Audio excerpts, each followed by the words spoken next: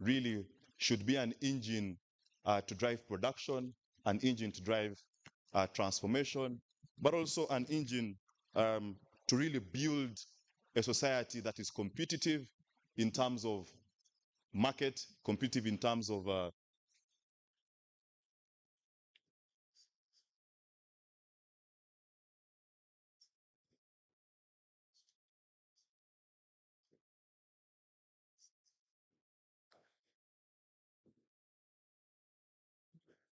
right. For those of you who are seated at the back, I'll request that we occupy the front seats. Um, yes, if you're, I think from where the camera guy is, if you're behind there, you could be lagging a bit. So just kindly occupy the front seats so that we limit the level of interruptions, because those who will come late shouldn't interrupt and find themselves maybe distracting the conversation. So as we settle in, like I had mentioned earlier on,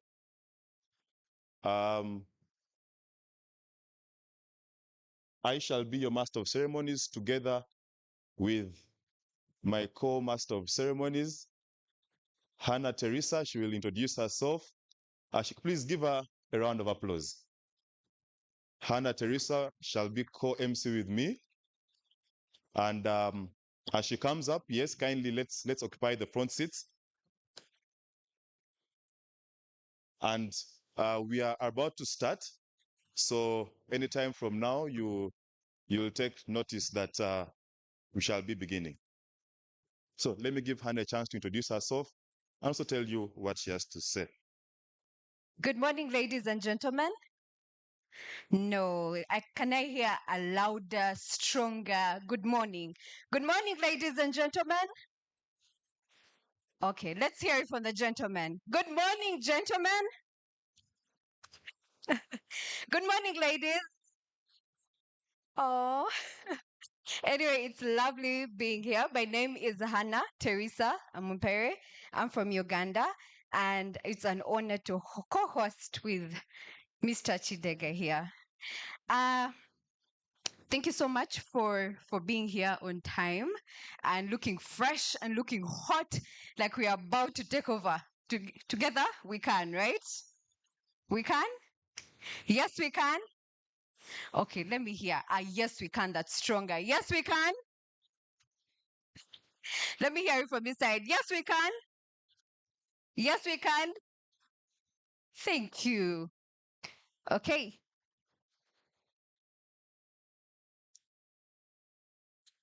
Um, thank you. Thank you. Thank you very much, Hannah.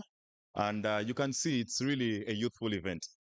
Unlike the traditional events where you'd expect to see really middle-aged masters of ceremonies, it's a young event.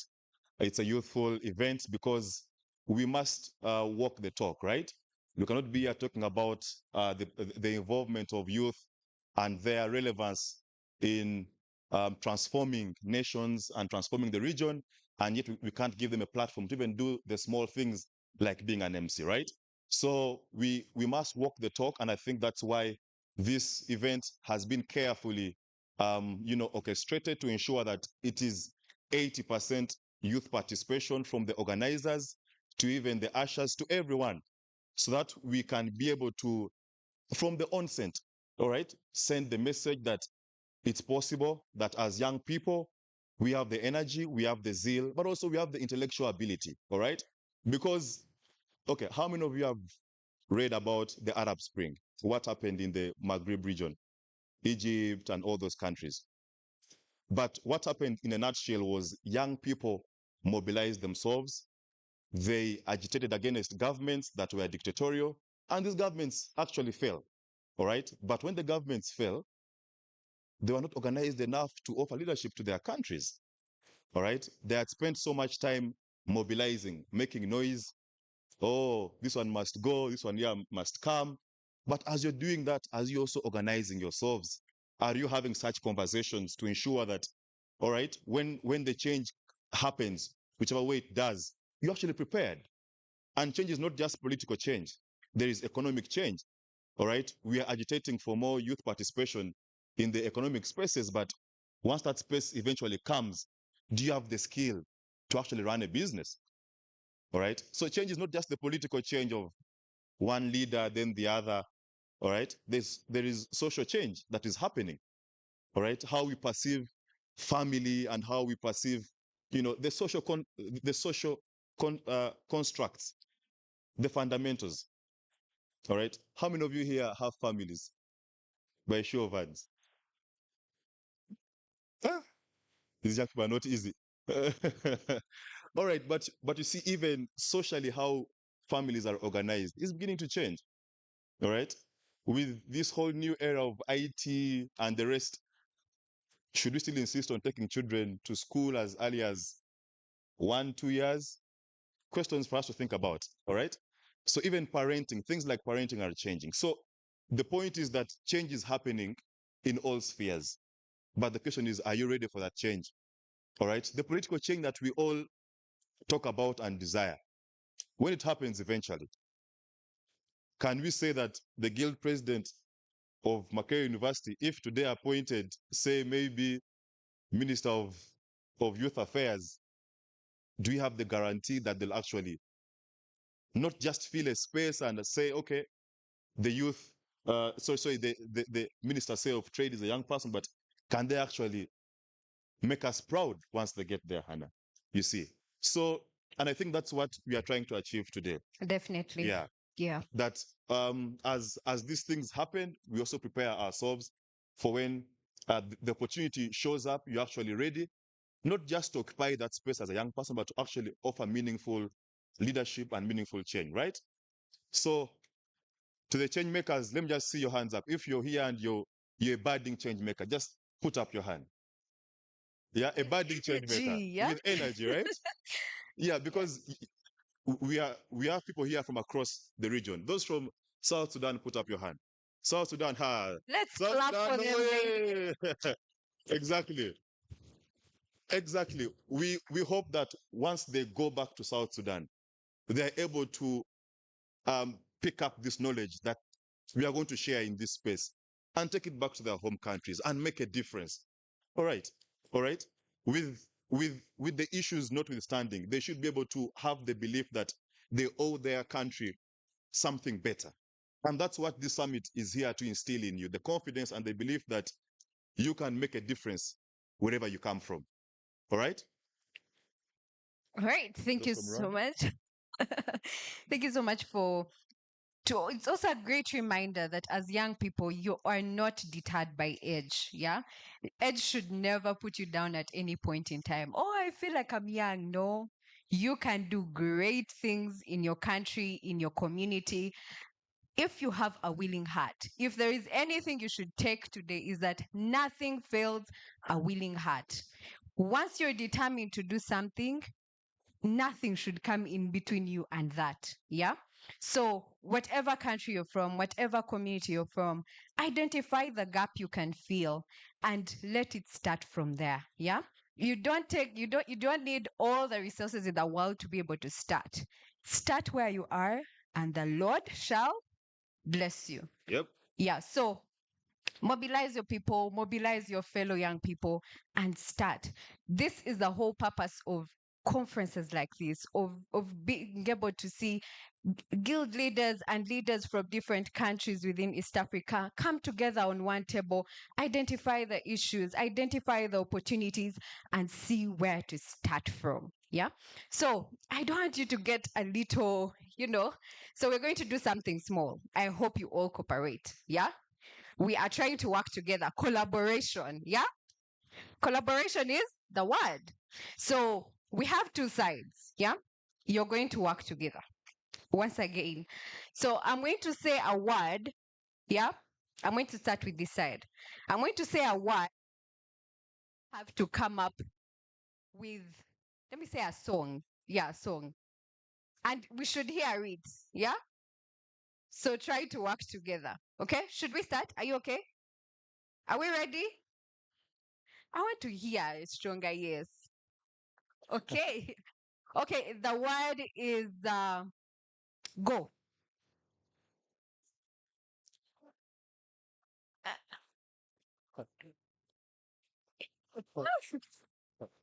I don't know if we should go with that song. Should we? Oh, that's. Let me ask this side, since you might all say yes. Should we go with that song? Where are the justice advocates in the house? Okay. Okay, let's go with this side now. The word is it. Eat food. You're helping them. Are you from this side? Hey, think outside the box. I count to five and you all start, right? One, two, three, four, five.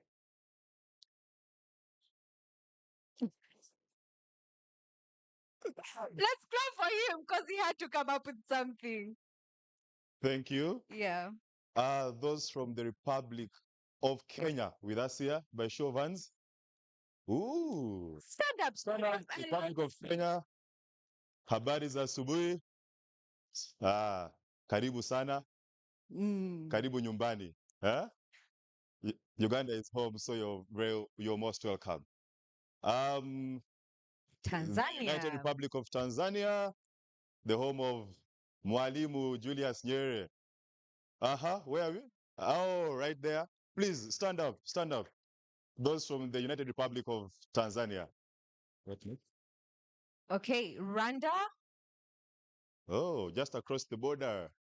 Rwanda. Thank you very much for joining us. And we'll not forget the hosts, our fellow Ugandans. Let's stand up and let's clap for you. The Rolex guys. Yes.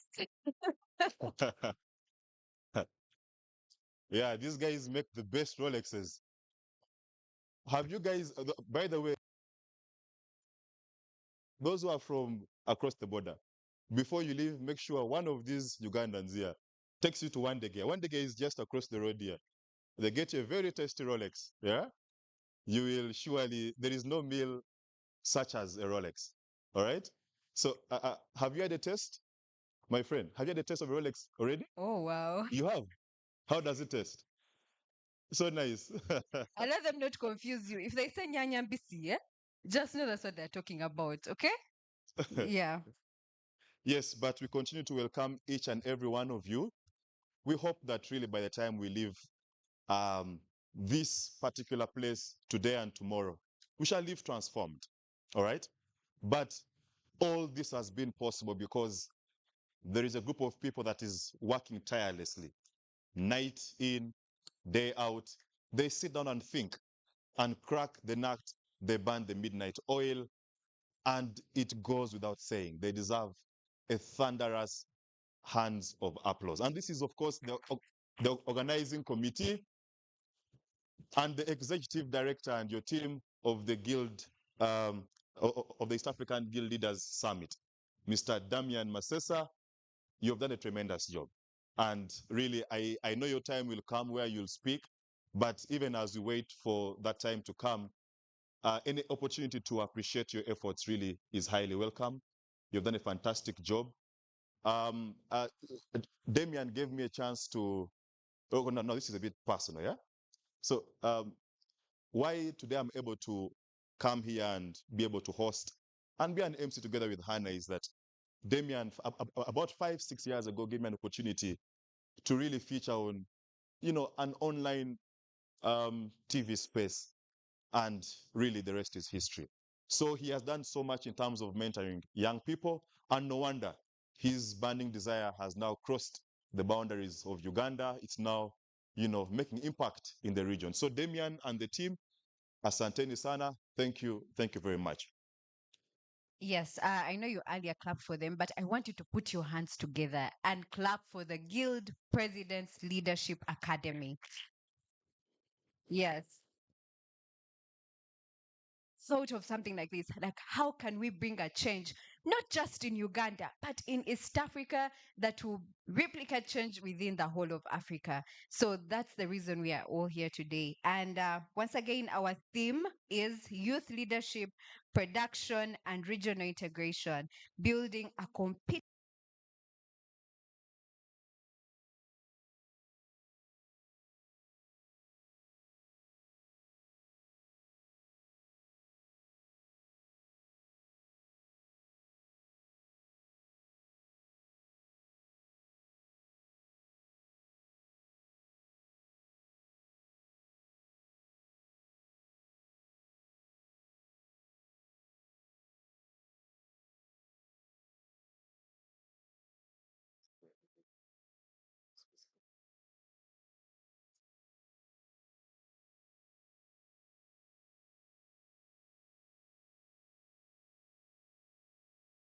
Ladies and gentlemen, good morning.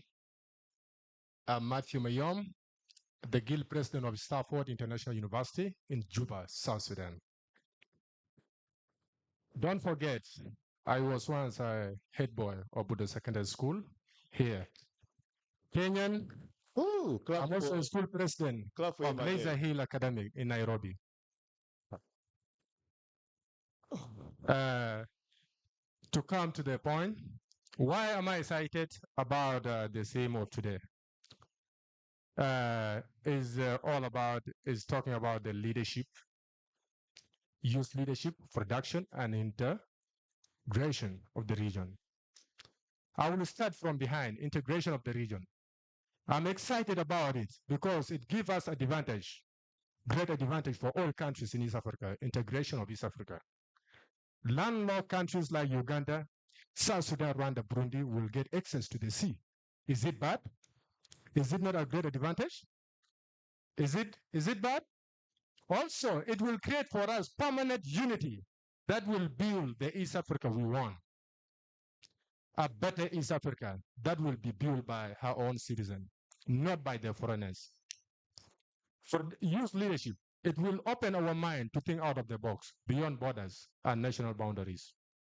It will make us to see each other as a brother, but to me alone is different.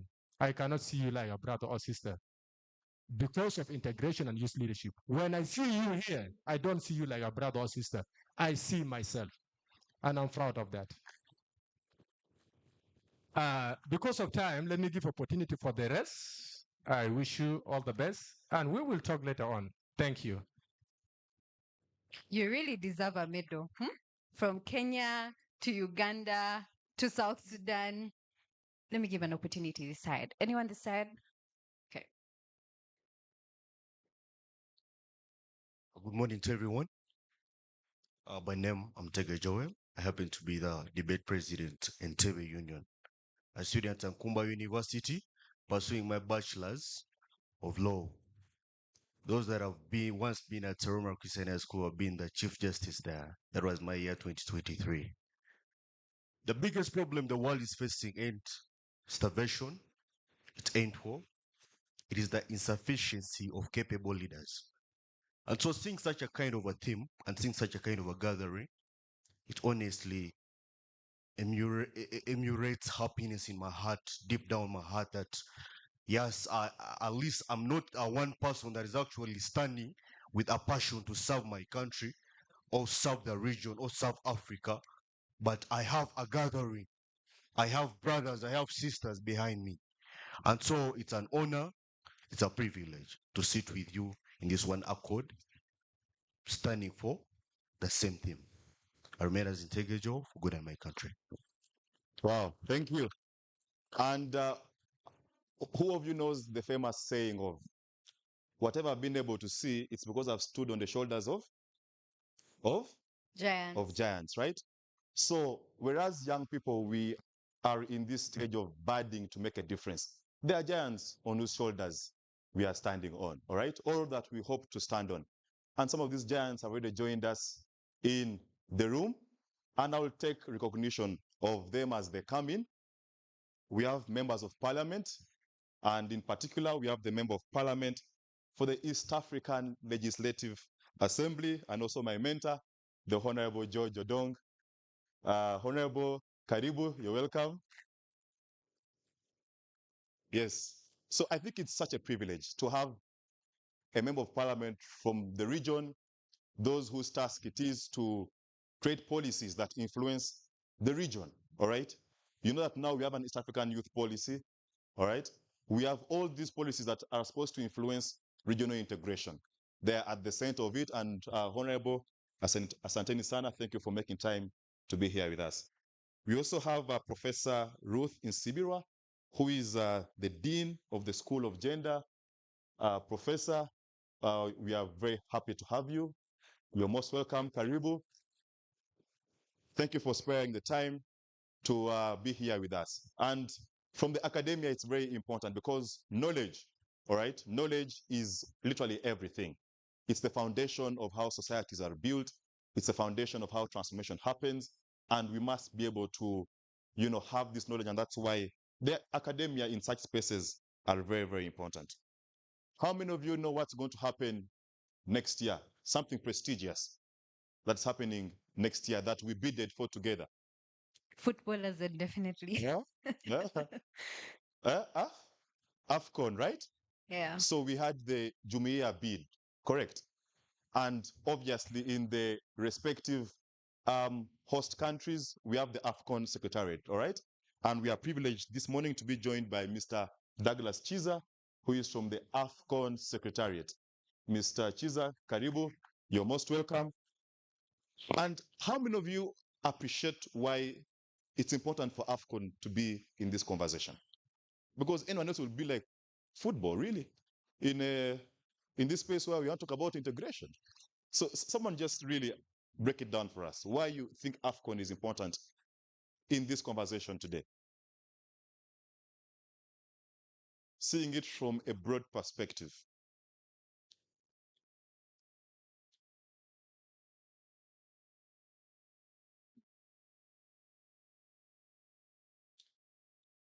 Good morning. Yes, my name is Tim Luko Odhiambo from the Open University of Kenya. Have you heard about that? Have you heard about the Open University of Kenya? Please do your research. It is in our Konza city. Okay, back to the question. It is important to discuss AFCON here. One, the easiest way that we are going to have a permanent ID for Uganda, Tanzania and Kenya. Those who travel across the borders know what I mean. Also, it is going to help us develop our country in terms of infrastructure. We have the roads, railways, and stadiums. These are the key things. Not only that, we also have the health sector. We will also have to develop our health systems. So it is an integration, a very good project that should be taken with a lot of seriousness so that it can also improve the East African development strategies. Thank you. All right, thank you. Maybe a second perspective, preferably from a female.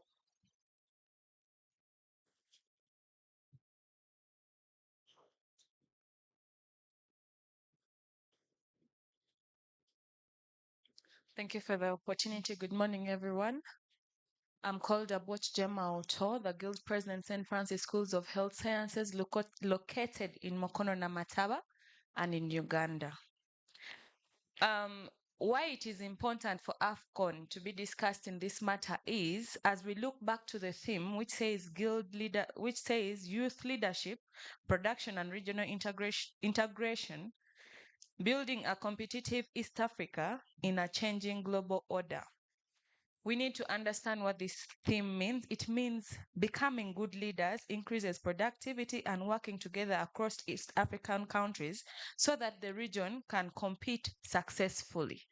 This AFCON brings all the East African countries together in a competitive changing order. I am a footballer myself. I'm a proud one. Interesting. And this calls upon all of us because we take a look at the national games for the health institutions, which is going to take place in Gulu from the 2nd to the 8th. It is almost not different from that is going to take place next year because it calls upon people from various regions to compete healthily, and this increases opportunities for productivity, for economic development, and a greater and developing East Africa. Thank you very much. Have a blessed day and enjoy. Right. Thank you so much, footballer. Yes. But also, one thing I think we should appreciate with AFCON is sports diplomacy. The fact that it brings together all the different countries to come and, without having to sit on a roundtable discussion, you're now at the pitch. So there's no way you're going to be fighting. Yeah. So it helps us resolve our issues better and helps us collaborate with one another in a better way. All right. But still on sports. Yes. How many of you remember what Didier Drogba did in Ivory Coast? The football fans. What happened there? Sorry? A civil war was stopped by what? Through football. All right? Through a football match. A civil war was happening in Ivory Coast, and Didier Drogba chose that a football match should be played in the host community that is actually agitated. And by virtue of that signal, a country that was falling apart came together. So we can never underscore the value that sports plays in terms of bringing people together, but also in terms of being able to create a platform for us to be able to discern knowledge and to share experiences. How about 1995? What happened with the World Cup? Sorry, with the Rugby World Cup in South Africa. Right? You guys remember what happened? What Nelson Mandela did? Right? How he used rugby to bring together a country that was falling apart, and how the Springboks went on to win. But the point here is that it's very important for us to have AFCON in this conversation, because sports has proven itself um, across history that it plays a fundamental role in terms of bringing people together. So we are very happy that we successfully bidded to host the AFCON competitions as the three states. Hopefully in the future, we can be able to have the capacity to host it as an individual state, right? And all this is work in progress. We hope so. Yes, we have more dignitaries that are joining us along the way. But also, let me take cognizance, because we have three arms of government, right? We have the executive, we have the legislature, and the judiciary. All right, those whose duty it is to ensure that there is public faith and trust in our institutions. So we are very privileged this morning to be joined by a member of the judiciary of the Republic of Uganda, who is a chief magistrate. I won't mention the court because some of you might end up biasing our judge. But we are privileged to be joined by His Worship Matanda Abubakar, who is a judicial officer and also has a very interesting history in terms of student leadership.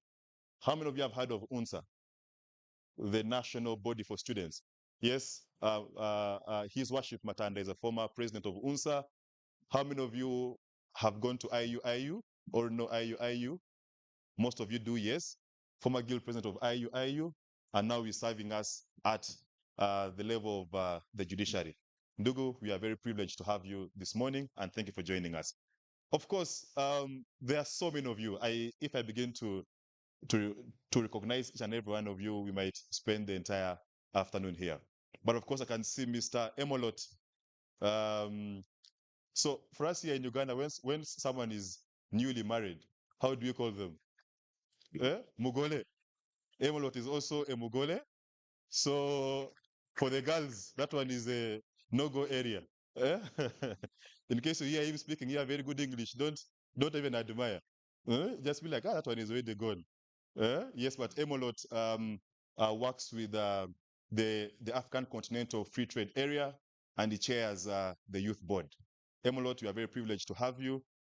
And all of us who are here, yeah, all of you hold very big titles. If I begin, like I said, if I begin, we might spend the entire afternoon here. We are soon beginning. It's exactly 9:30. We are only waiting for one or two things to be put together, and we shall be able to set the ship sailing. All right? But be rest assured, you're here for an intense and engaging, but also merrymaking. All right? Don't forget to merrymake. How many of you already know your neighbor's name? Mm-hmm. Do you know your neighbor's name? You're asking now. Just say hello to your neighbor. Ask them their name, which country they're coming from. You can really never know where where the story starts from.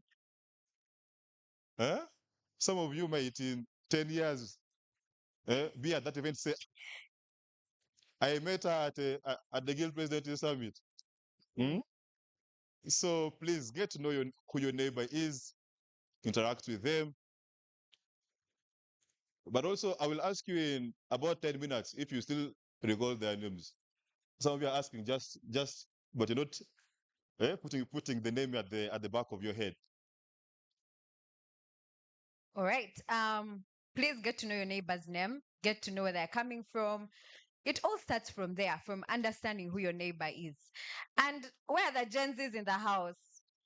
Gen Zs, Generation Z. can I see you clocking it? Generation Z, clock it. All right.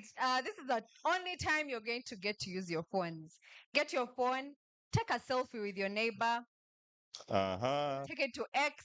We are here at the East Africa Guild Leaders Summit 2026. The Gen Zs, pick up your phones. Uh-huh. Pick up your phone and take a selfie with your neighbor and post it on Twitter. The hashtag is, where is the hashtag? It's somewhere here. Make sure you don't get it wrong.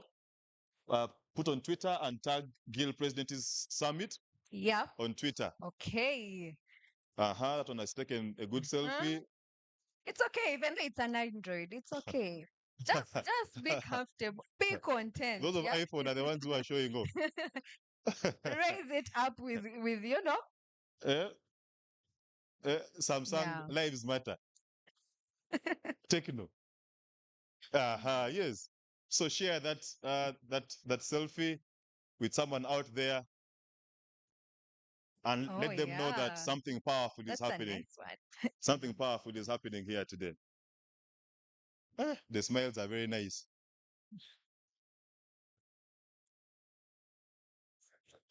All right.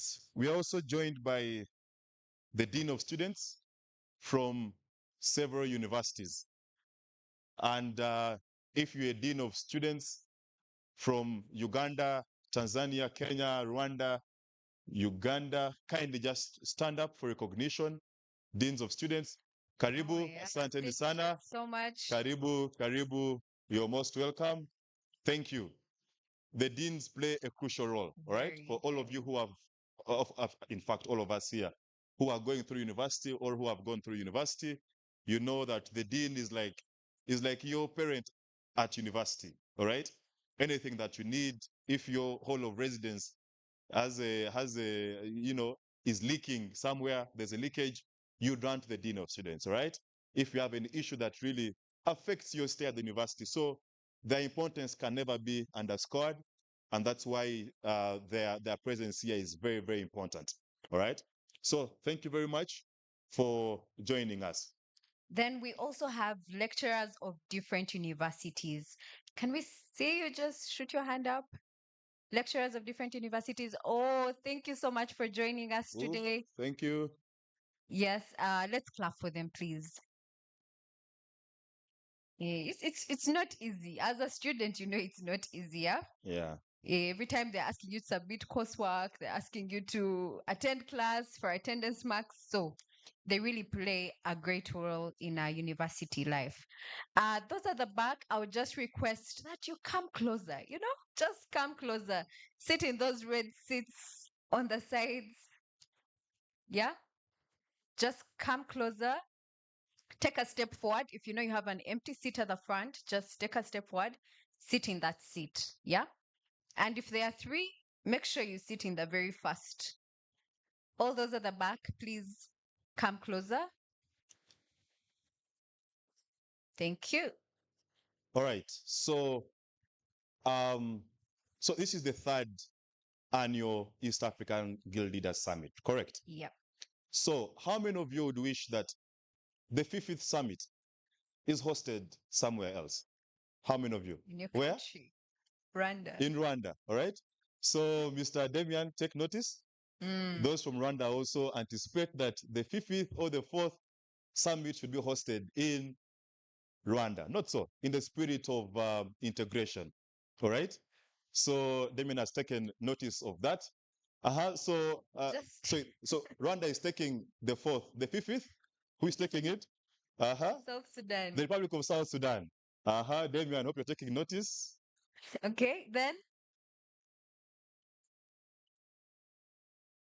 Kabale. Kabale. Oh, wow. Today is saying we go to Kabale. How many have been to Kabale? Eh? By the time you climb those hills like this, and you come back down, you'll be very fit. Eh?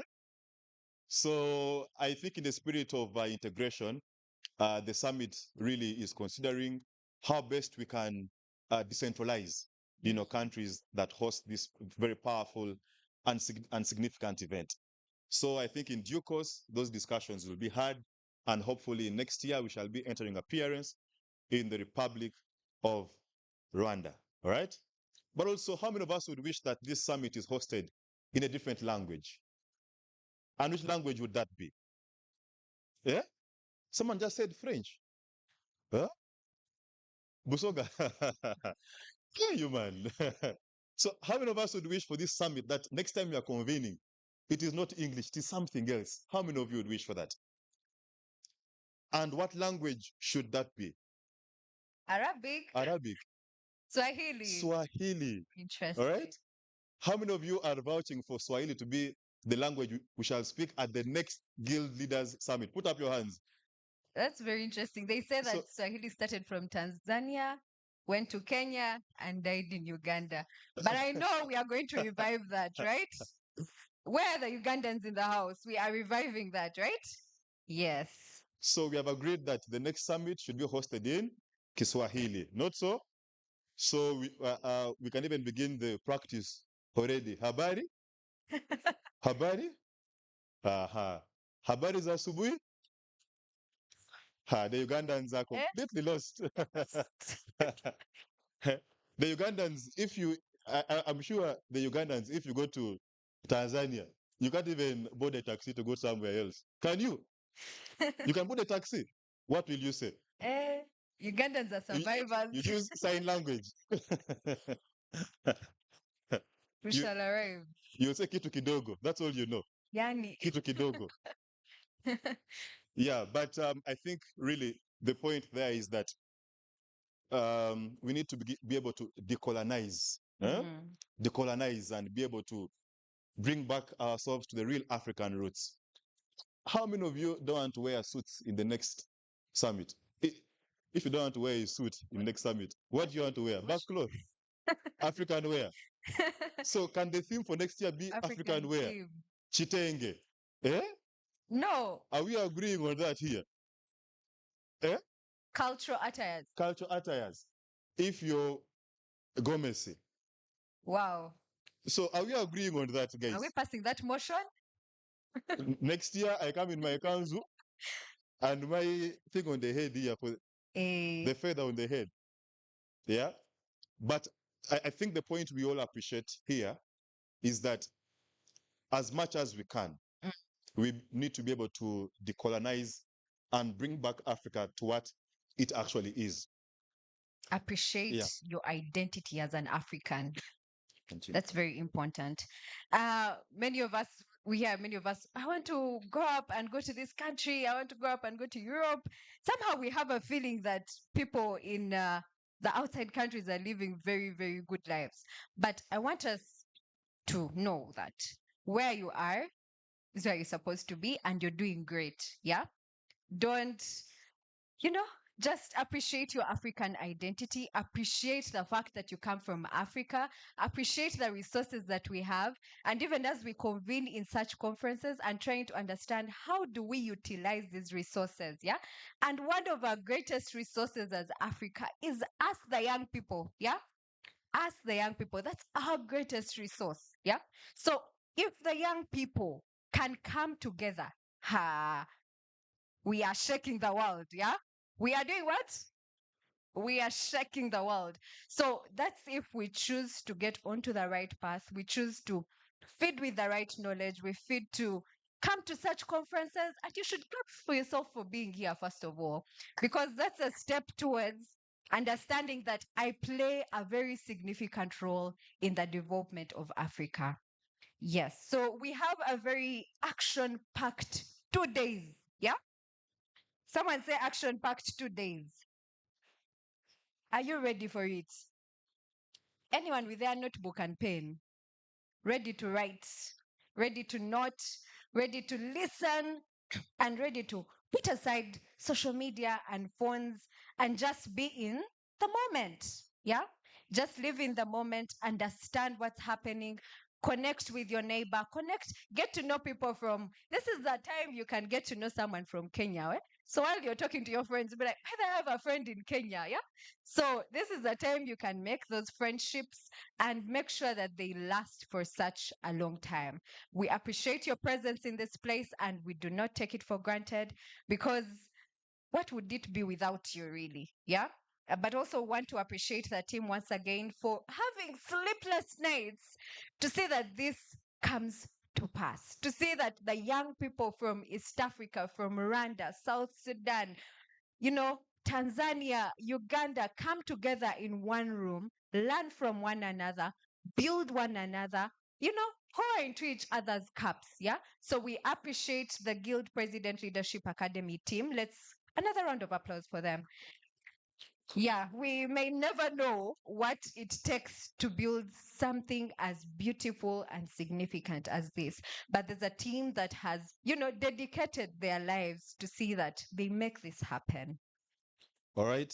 For those of you who would love to make yourself much more convenient, all right, those premises are right behind this tent. So you find your way behind this tent and you can make yourself very convenient. We're also joined by the Dean of Students of Uganda Matters University in Kozi. I know I already showed them up earlier on, but some more are joining us. Karibu, Mr. Dean. And the hashtag for the selfies that you took, the hashtag, to be specific, is hashtag Guild Leaders Summit 2026 or hashtag GPLA Summit. All right. So as you make that tweet, use those hashtags and ensure that we are trending. Not so. We must be trending on Twitter. Not so. Yes. So take advantage of those hashtags and we shall be good to go. Someone was trying to do a challenge. How many of you guys know that Voom Voom? Yeah? Gen Zs. Gen Zs. Yeah? Today we are teaching our millennials in the house. Someone was trying to do the Voom Voom. Yeah? DJ, first give us a sample before we begin our session. Let us get a Should full of stand us. up, yeah? Let us grab and do it. Let's grab and do it. Someone to come and show us how it does. Madam President, come and show us. Madam President, come. This is a Gen Z summit. So, DJ first wait. Yes? Mutondi, please come and you just take the stairs and you show us how to do the boom boom. Because this is a Gen Z summit. So the millennials and the Gen X, those ones, you will have to understand us, not so.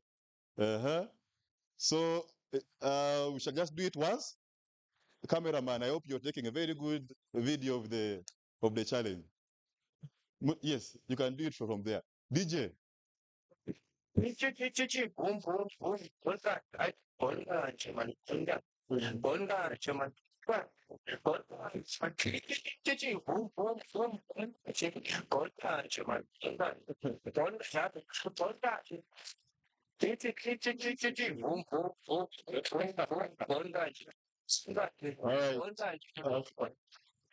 Thank you.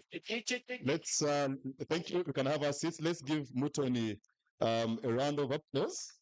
It is not easy to come here and do the boom boom. Mutoni is a student leader from the University of Kigali, and thank you for leading us through that energizing challenge, because we are about to begin to get cold. But I can see the room is literally full to capacity. So that is only a sign of one thing, that any time from now, we shall be igniting the engine and getting the car moving for a thunderous 2-day event here.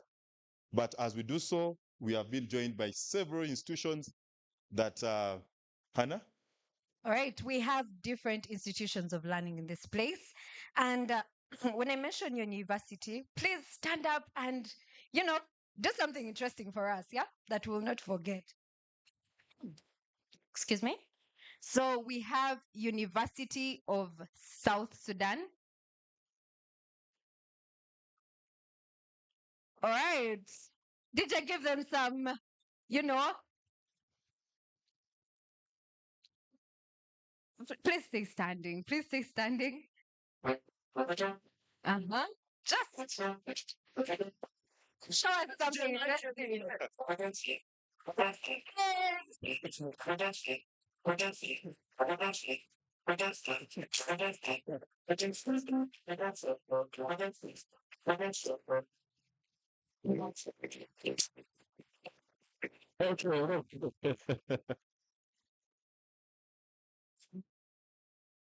The- Okay, thank you so much for that. Then we have the University of Nairobi. DJ, DJ, do something for them. They came with so much energy. DJ, do something for them.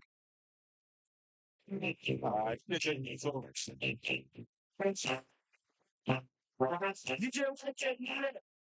DJ, do you have only one song, DJ? The DJ only has one song. Eh? Okay, from University of Nairobi, we are joined by Mr. Tony Ocheng, who is the Secretary General. Mr. Tony Ocheng. Okay, let's clap for him. From the same university, we're also joined by Mr. Michael Joy. Sorry. So sorry. Mr. Michael Soy. He's the Chief of Staff. Thank you so much for joining us. And then now we go to Chigali. University of Chigali. DJ, give them something. University of DJ. Chigali, stand up. This DJ. DJ. Yes. Hey. It's okay, just go in. Hey. Right, thank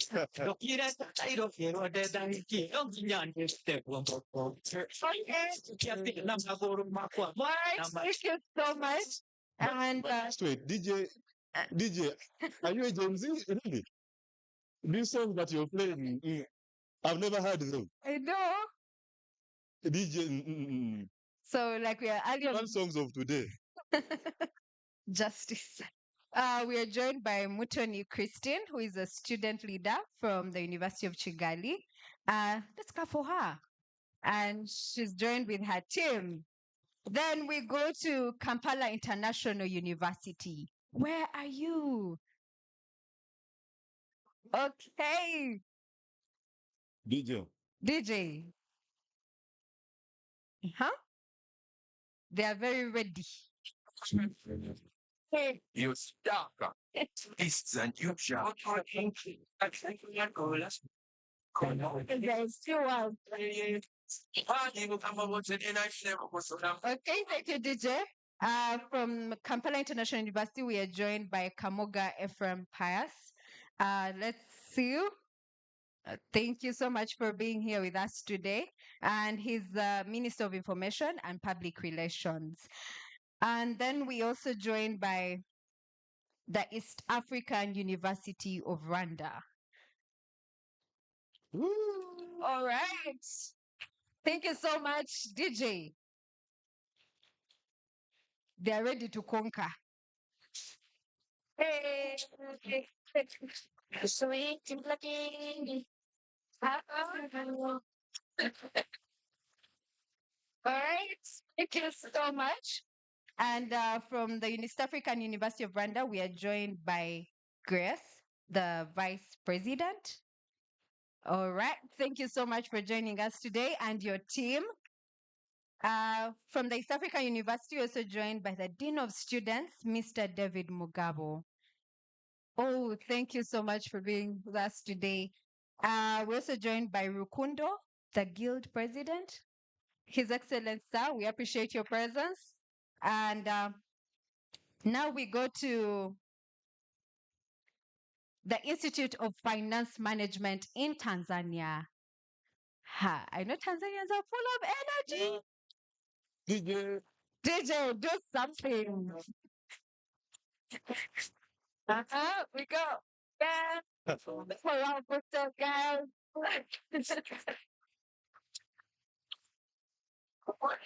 Right? Thank you so much. We could have a talent search in this place. We have, I hope I mentioned this name right. Forgive me if I don't. Clotilda Bukagile. Yes, the Vice President of the Institute of Finance Management. Thank you. We're also joined by Simon Cylon. Okay, thank you so much. And that is the Prime Minister. Okay, and the rest of the team, thank you so much for joining in. We also have the Makerere University, Kampala. yes, our host Our for the host day. for the day. Where are you? Let's go.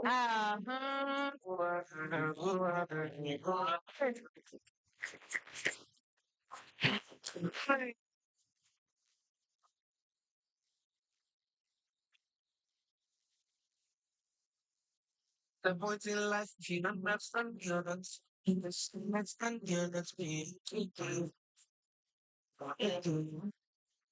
And you can run on words.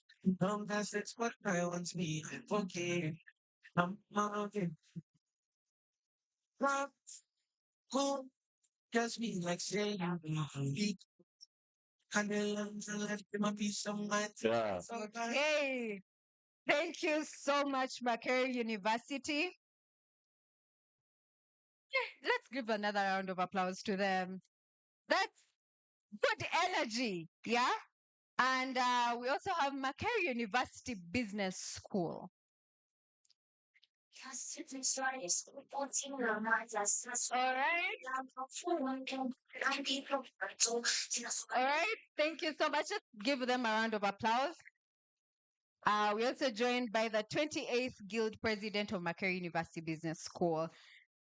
Please stand up and thank you so much. Okay, we're also joined by Unilac, Unilac from Chigali. Okay, thank you so much. DJ, first do something for them. Uh-huh. For them. Hey. All right, thank you so much. We are joined by the guild president himself, and that is Gad Rutavingwa. Thank you so much for joining us today. We're also joined by Patrick Gabas. Okay, Patrick. Thank you so much for joining us today. Okay. All right. We shall keep on doing the recognitions as time allows. But however, as you might notice, our time is fast spent. So we need to get to the gist of the conversation. So at exactly 10 sharp, we shall be commencing officially our Guild Leaders Summit. So buckle up, yeah, put on your seatbelts because the plane's about to set off. All right, but maybe just final recognitions. We have been joined by the Guild President of the East African University of Rwanda, Mr. His Excellency David Mugabo, former, who is now a Dean of Students. Oh, wow. Transition. Easy. Huh? From a student, now you are in the administration of the university. I think it's a good thing. Yeah. Yeah. We have Karangwa Semwaga, Guild President of the University of Kigali as well. Yes, Karibu, Mr. President. So we are really about to begin, and we shall begin with the anthems. So MC, hope you are ready for the anthems, and hope the order is right on point. Will you take this? Okay. All right.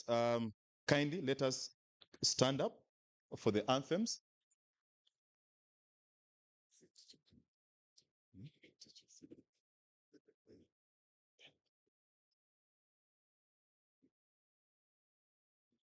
DJ? Oh, you God, and I may God uphold thee. We'll pray our future in thy hand. United three, only time together we'll stand. Oh, you God,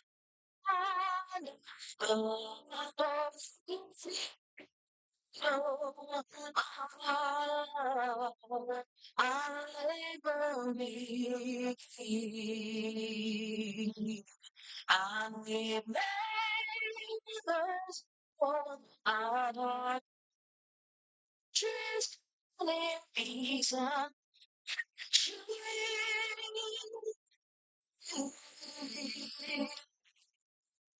You got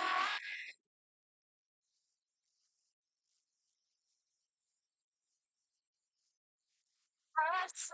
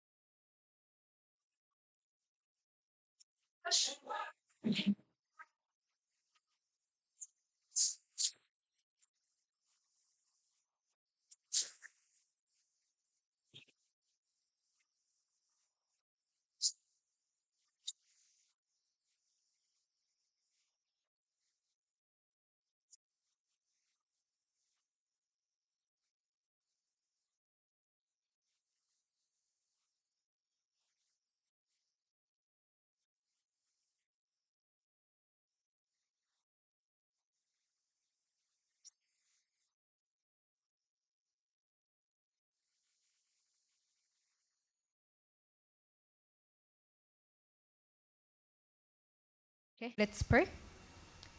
Mighty Father in heaven, we thank you for this day. We thank you for each and every person that's in this place, even those that are on their way, King of Glory. We thank you that you've given them this honor and the opportunity to be here. We thank you for all the people that are going to speak, King of Glory. I pray that your presence shall come and take control of this place, Heavenly Father. I pray that you shall calm each and every person's mind, King of Glory. And Lord, I pray, Heavenly Father, that the objective and mission of this summit will be fulfilled and achieved, King of Glory. I pray that you will take precedence, that you will take control, Heavenly Father. Let your Holy Spirit come and take the center seat of this place above everything else, Lord. We thank you and we love you. In the mighty name of Jesus, we prayed and believed. Amen. Okay, let's take our seats. Thank you. All right. Let us get started, you're most welcome to this third annual East African Guild Leaders Summit. This is the third of its kind. It has been a long way coming. So for all of you who have been able to fast track this from the first, the second to the third, it has indeed been a great journey, and here we are. So the first remarks that we shall welcome is from the Executive Secretary of the National Secretariat of the Special Interest Groups, Mr. Osborne Turiasingire. So, all right, I think he's still on his way. All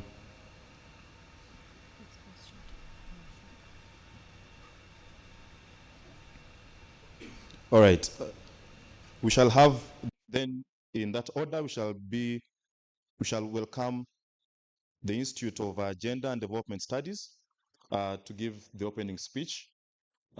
Professor, you're most welcome. And as she comes, please, let's give her a thunderous round of applause. Professor Ruth Nsibira. Professor, karibu, you're most welcome.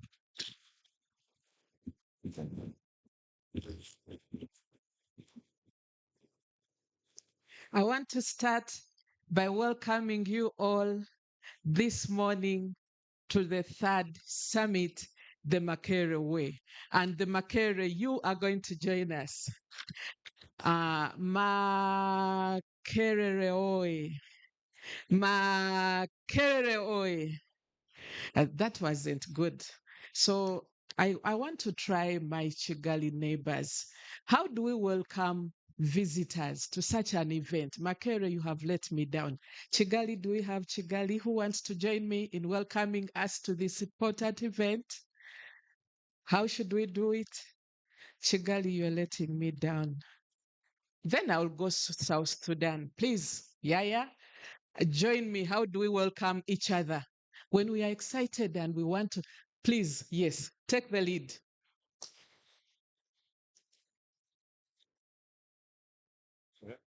In South Sudan, we welcome using Arabic. Marhab. Junubin, marhab. Marhab, Junubin. South Sudanese. Marhab. Marhab. Marhab. Malcolm ya Jama. Thank you so much. Thank you. That was really energetic. That is what I had wanted. Thank you so much.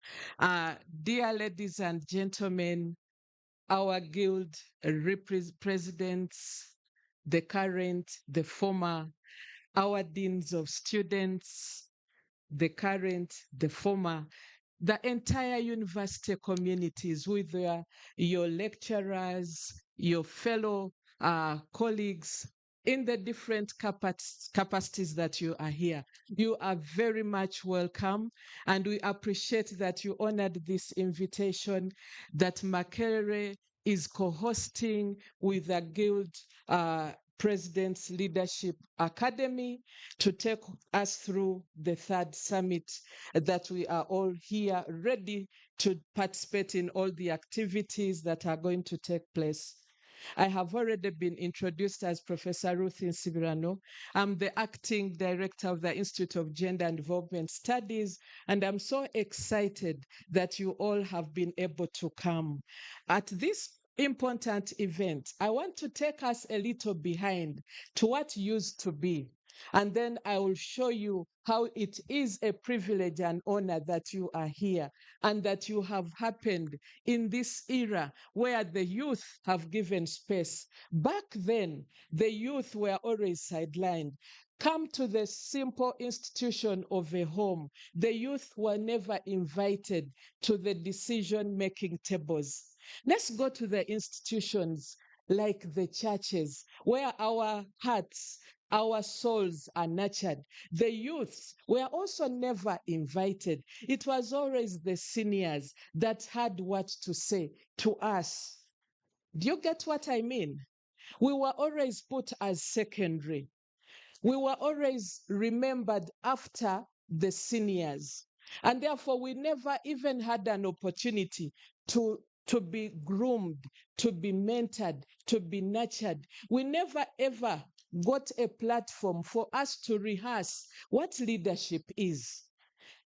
Currently, through this summit, you have a platform where you can be nurtured, where you can be supported, where you can be groomed as the future leaders of the country, of the East African region, and eventually of the entire globe. So you are coming in at a time that is privileged, and you should clap for yourselves. We give glory to God that brought you at such a time when you are going to be nurtured. And please always remember to give back. That which you are given, you should share with others who have not had an opportunity to come here. So the theme is really proper. We are talking about supporting youth leadership into production, regional integration. Long gone are the days when all you knew were the boundaries of either your father's homestead or the village community where you come from or the school that you come from. I like the brother that came from South Sudan who was in Budo and then traversed to Kenya. That was integration on the move.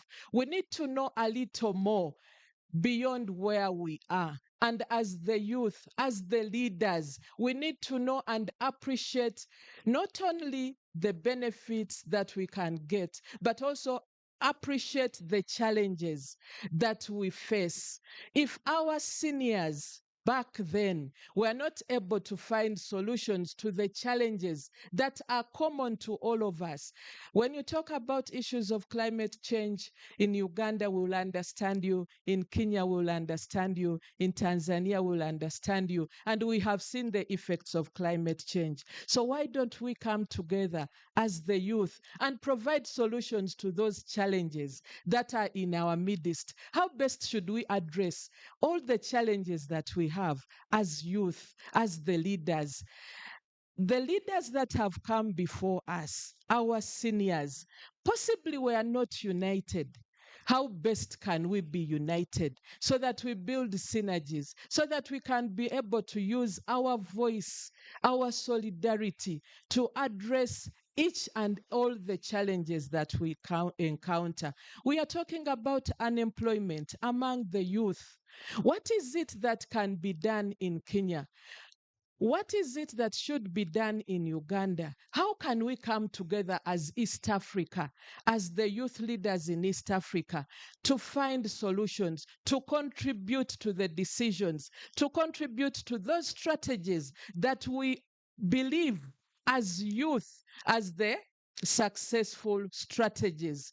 This is the burden that we are placing on your heads, that we are placing in your hands. Leadership is not simply for you to be given a front seat. Leadership is so that you can be able to step in the shoes of your generation and find solutions that will make the world a better place to live. So when we talk about production, what is it in production that is not happening right? Are the youth in production? We are all very delighted to say and to write in our notebooks that agriculture is the main backbone of our economies.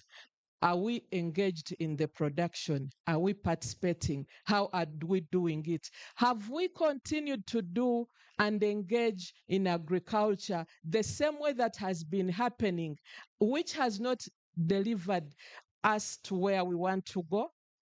How, as youth, are we going to do our agriculture? How are we going to engage in trade differently in ways that will make trade and agriculture be able to deliver the benefits to the youth?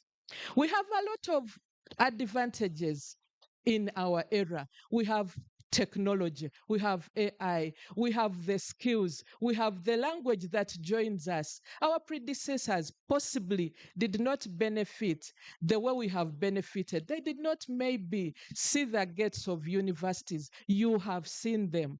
Therefore, it will be cheating our East African community and the world at large if we only continue in the backwardness of the traditions that we have been going through, enduring, carrying on, and not delivering the transformation that will enhance the production. The productivity, the profitability has to be seen coming through the strategies that you, the leaders, are going to be able to come up with. When we talk about regional integration, we shouldn't be seeing ourselves as strangers, as foreigners, as different. We are one and the same. Long before the colonial masters, I don't know why they are masters, before colonialism, I want to believe that we were one joint block before those boundaries were set. So when we talk about integration, we are taking back our own power to be one and the same, to work together, to build our future together, to address our challenges. And therefore, I'm very excited that we are going to be talking about building regional integration in a competitive way, but also in harmony, so that we can have the same language, we can have the same benefits, we can reap the values of what we believe as youth are forward-looking values. I want to say that as Makerere and the Institute of Gender Studies, as we stand with the Guild President's Leadership Summit, at the summit, we want to say, feel at home. We want to say that you are in the right place. We want to say that we should look to the future, but also we should remain aware of our past. We should also be very cognizant of our present. What did happen in the past, if it was negative, must not be replicated. What is happening currently, if it is negative, should not be carried to the future.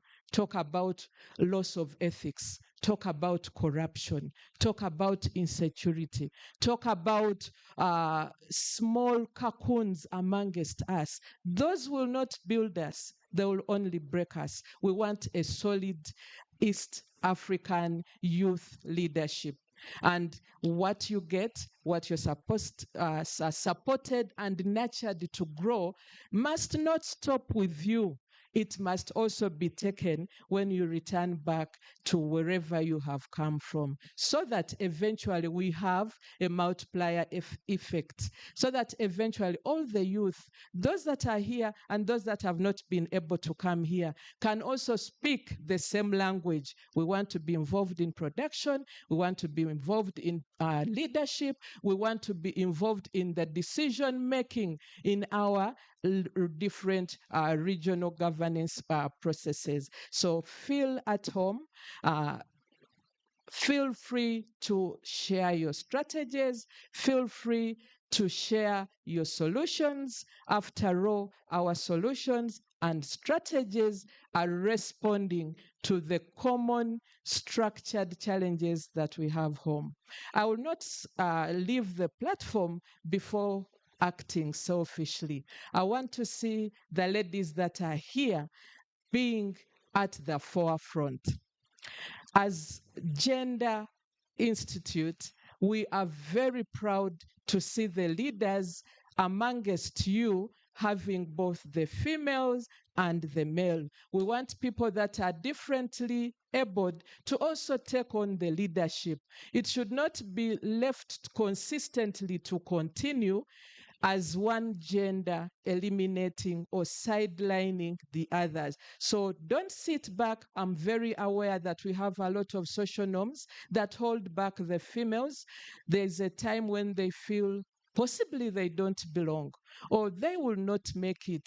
That is a lie, a total lie. I have seen female leaders, I have seen persons with disabilities leading, I have seen all of them contributing, and therefore that is what we should carry to the future. A world that is transformed, a world that is inclusive, a world that doesn't leave anyone behind simply because of their gender. So join us at this forum, at this summit, to say that in the future, we want to be more inclusive. We want to be more united. We want to be more active, and we want to be more engaged with the challenges that confront all of us. I thank you so much and enjoy the deliberations. Thank you. Thank you. DJ, give something as thank you. Thank you so much for that amazing speech. Another round of applause, please. Not to take it personal, but I feel touched when someone talks about ladies. Yeah? Ladies in the house. Yes. We live in a time such as this where you're taking up seats, you're taking over tables, you're creating the tables, and it's beautiful to watch. It's beautiful to see ladies take up their space. And to institutions and initiatives that continue to promote this, we are very grateful for your work. And like she earlier mentioned, is to learn to leave certain things in the past. Right now, what we have is now. The time is now for us to create the East Africa we want, for us to create the Africa we want. And it involves each one of you taking up their space to see that we take this forward. Yes? So it was a lovely speech. Thank you so much. And as we continue to proceed, we are joined by Mr. Muhammad Abdallah, the chair of the Kenya University's Deans of Students Association. A huge round of applause for him, please. Thank you so much for joining us. Thank you for taking off your busy schedule to come and be with us. And we also have the Dean of Students, Masai Mara University in Kenya. Same. Oh, another round of applause, please. Thank you so much. We also have the interim chair of the East African Dean of Students. Same. Oh, thank you so much for joining us today. A huge one for him for being with us to see that he wears many hats and he's definitely representing so many people in this place. To continue, acknowledging the different universities that have joined us today. Thank you so much. We have Bomet University in Kenya. Okay, DJ, you know the thing. Okay. Uh-huh. It's ready. Okay. Mm-hmm. Thank you so much. Okay. Then we have University of Technology of Art in Rwanda. Thank you so much. A round of applause for them. Thank you for joining us today. We have okay. We also have the University of Dar es Salaam. University of Dar es Salaam. Okay. Oh, thank you so much for joining us. And the rest of the team. Thank you so much. We also have Nelson Mandela University in Arusha. Thank you so much. We are joined by the Prime Minister. Thank you so much for joining us today. We're also joined by University of Juba in South Sudan. Thank you so much. Okay, then we also joined from distinguished guests from the Democratic Republic of Congo. Can we see you? Just raise your hand up or stand up. Thank you so much for being with us today. It's an honor and a privilege to have you with us today. And as we proceed, we shall have all of you mentioned. But we thank you for taking off time to be here, taking those long hours to be in the bus just to be here. Thank you so much. Thank you. All right, thank you. I now shall proceed to invite our first keynote speaker. And just for context, let me tell you who this person is. He holds a master's in international trade policy and law He also holds a postgraduate diploma in public policy and governance from UMI, a Bachelor of Economics from Makerere University, Kampala, certificate in strategic studies and conflict management. He has about 12 years experience working with the international development agencies like Oxfam, Save the Children, GTZ, Friedrich Ebert Stiftung, and managing several projects. His leadership experience spans over 20 years, providing leadership as a student and later in civil society activism, and of course, as an adult as well. He was the National Secretary for Publicity and Information of UNSA. For those of you who are in student leadership, this is an individual who has actually gone through that particular process as well. He was a delegate to the National Youth Council of Uganda, founder of Uganda Youth Network, an NGO, and currently member of parliament representing Uganda in the East African Legislative Assembly. Honorable George Odong Stephen, you're most welcome to give us the first keynote address. Please, a round of applause. A man with such repute and distinguished achievement deserves really much more. So please just clap for him until he takes up the podium.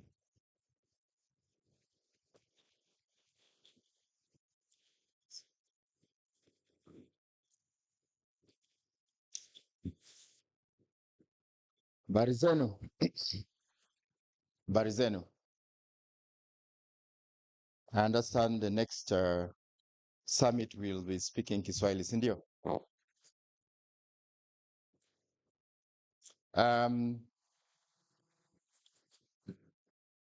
Let me ride on the protocol that has already been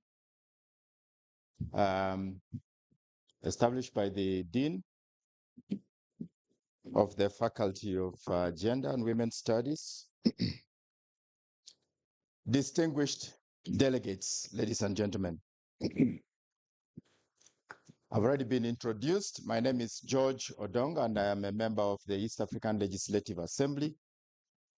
I'm also the chairperson of the Uganda chapter and the chairperson of chairpersons at the EAC. First, I want to thank the GIL leadership for inviting me here this morning. This is my university. And I'm a North Quarter, North Kotoye.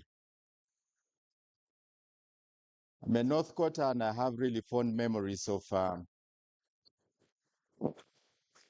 this particular Freedom Square. This is where freedom reigns. And I am nostalgic about my university days because that's when the seed of this struggle really began to germinate. So I was a guild leader here, and I became a national students leader. I became a national youth leader. And then I have done everything that I've done because I was part of the young leadership. So I'm really glad to be part of these conversations that have been put together by the Guild Leaders Forum. Now, I have been told I should speak on trade and regional integration. I am not very good at presenting papers because sometimes you get restricted and you get so scripted. So I'm very good at speaking from my heart and from my experience and from my knowledge and my skills. That gives me leverage. It gives me a lot of wiggle room to explore areas that would otherwise be compromised if I spoke strictly from my written script. So allow me just flow. And when you find that I have veered off, please vroom and tell me not to, in the language of the Gen Z, so that I can stay on course. Now, this topic really reminds me of my political economy class. And I want you to listen very carefully because you're on your own, by the way. Ever since we became Africa, you have been left to your own devices. So I want you to listen very carefully because to me, trade is going to be just a byproduct of our regional and Pan-African integration. So it has to be put in that broader context. So I'm going to talk the geopolitics of it. I'm going to talk about the history of it and why you as student leaders must be concerned. And why this particular topic really for me should be at the heart of our conversations as student leaders, as university lecturers, as civil society, as political leaders, because we are living in an ever-changing world. So during my political economy classes, they used to tell us about a gentleman called Karl Marx. And Karl Marx came up with what they call political materialism, his theory of political materialism. Let me start from there, just to create the context of my conversation with you. Political materialism posits that when the base changes, and it's talking about the economic base changes, the superstructure of necessity must change to respond to the changes in the economic base. Now, the economic base that he was talking about here is human interaction, technology, our production systems. You know, when there are changes in our land ownership, in our economic systems, the superstructure, which in this case is the laws, the institutions, our education, religion, should of necessity change to respond to the changes in the economic base. That is exactly what your topic is talking about, because there are global changes that require that of necessity. We must change our response. We must change the way we relate to the changes that are happening in our methods of production, in the technology, in the politics. We must of necessity change. So to me, economic integration is a strategic response. And it's not static. What informed our economic integration? What informed our Pan-African integration in the 1960s may not necessarily be the compelling case for integration in 2025 or 2026, even though the context then is as relevant as it is now. So we have got to look at it in that context. Now, the world is changing. And in 1989, something happened to the world. It was the collapse of the Berlin Wall. When the Berlin Wall collapsed, there's a gentleman called, I think, Fukuyama, who wrote The End of History. Because imagine that the collapse of the Berlin Wall marked the end of the Cold Wars and the emergence of a superior power. That superior power is a neoliberal power. And therefore, it was going to be the most dominant power Then we also had a gentleman who wrote a book, was called Friedman. He wrote a book, The World is Flat. The world is flat is also a recognition, one, of the fact that the Berlin Wall collapsed, because the Berlin Wall signified the death of the contestations of power between the communist Eastern Bloc and the liberal Western Bloc. So that collapse meant that the Western liberal bloc had won. So Friedman in his book said the world is now flat. One, because we no longer have a divide between East and West. That's one. Secondly, he says because of technology, we are now an interconnected world. So the actions of one individual affects the other. So if we are living in a flat world, and many of you know that you have the world in your phones, it means that what is happening in the world affects what happens here today. So it also means that we must be able to recalibrate our relationships with the world. And being small countries that were balkanized, that were chopped in 1884 by the Berlin Conference, it means that standing alone as small countries, we are insignificant in the global equation. We cannot resist the power of globalization.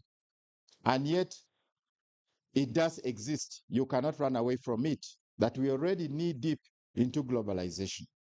So our only defense, our only way to secure that future is by us coming together. That is the case for regional integration.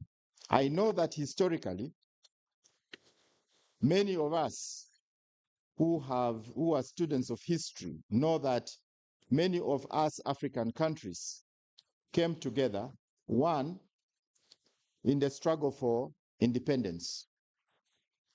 In 1953, a gentleman called Kwame Nkrumah led the struggle for African integration. And that was way before all these other African countries became independent. And he said, let's unite now and form a United States of Africa. So conversations began to emerge during that time. And we ended up with the African Union.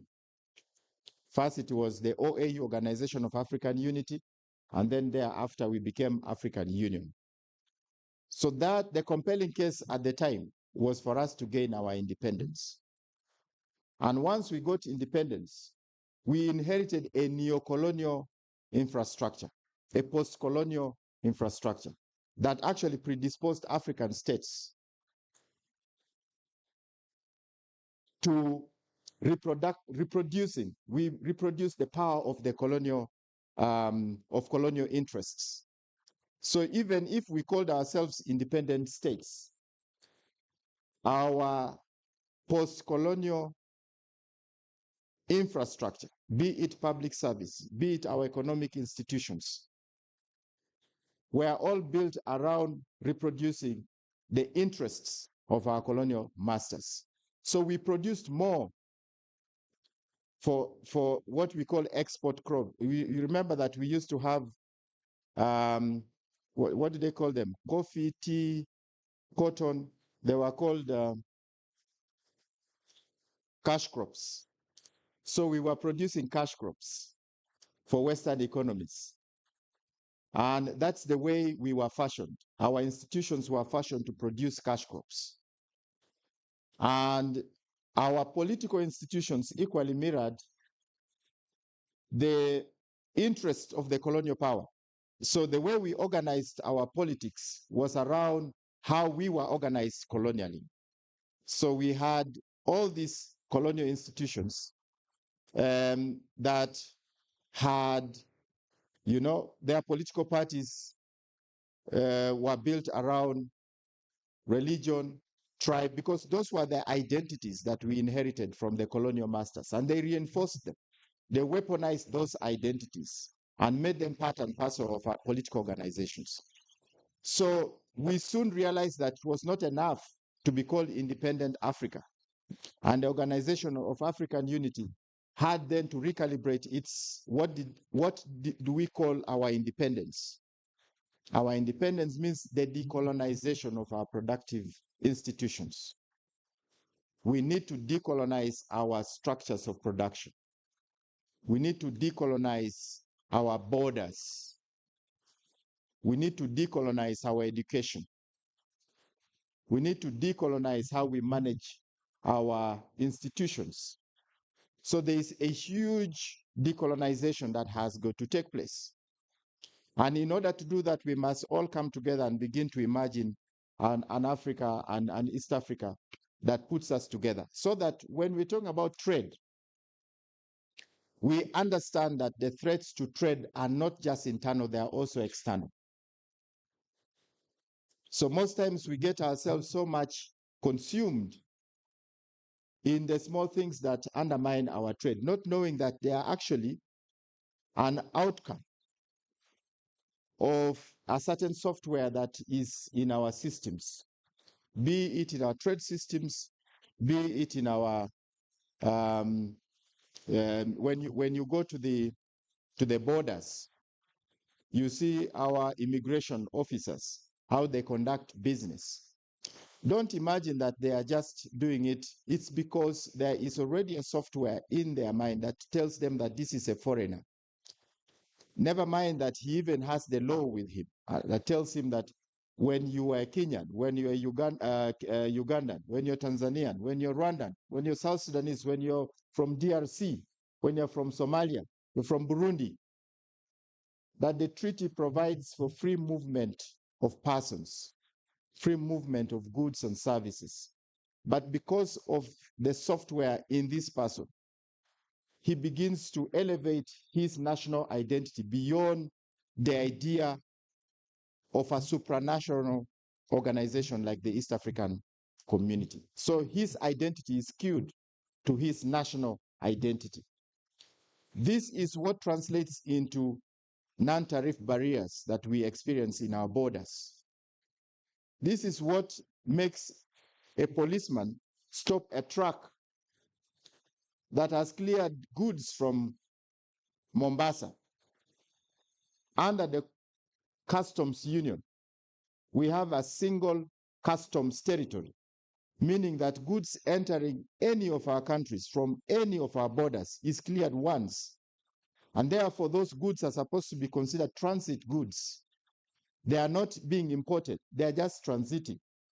So if somebody is in South Sudan and is importing goods, and the truck is moving from Mombasa to South Sudan, that truck arriving in Busia is on transit, but they are subjected to the same customs procedures like they experience in Mombasa. Those are non-tariff barriers, and they come from the software that is imprinted in our minds of those who are in the front lines of our integration. So we need to decolonize the minds of our people. That's the big picture argument that I always try to make, that we must, garbage in, garbage out. Africa's problem is that we are stuck in the old-fashioned colonial mentality that amplifies our national identity and undermines our Africanness. And yet we must be there to exploit all the opportunities that are there for us to build an Africa that is integrated.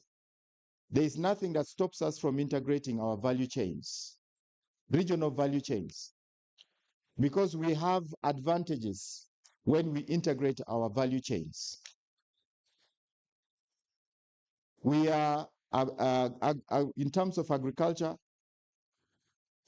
in terms of our population, we have the youngest population. I think we have about almost 70% of our population is young people below 30 years.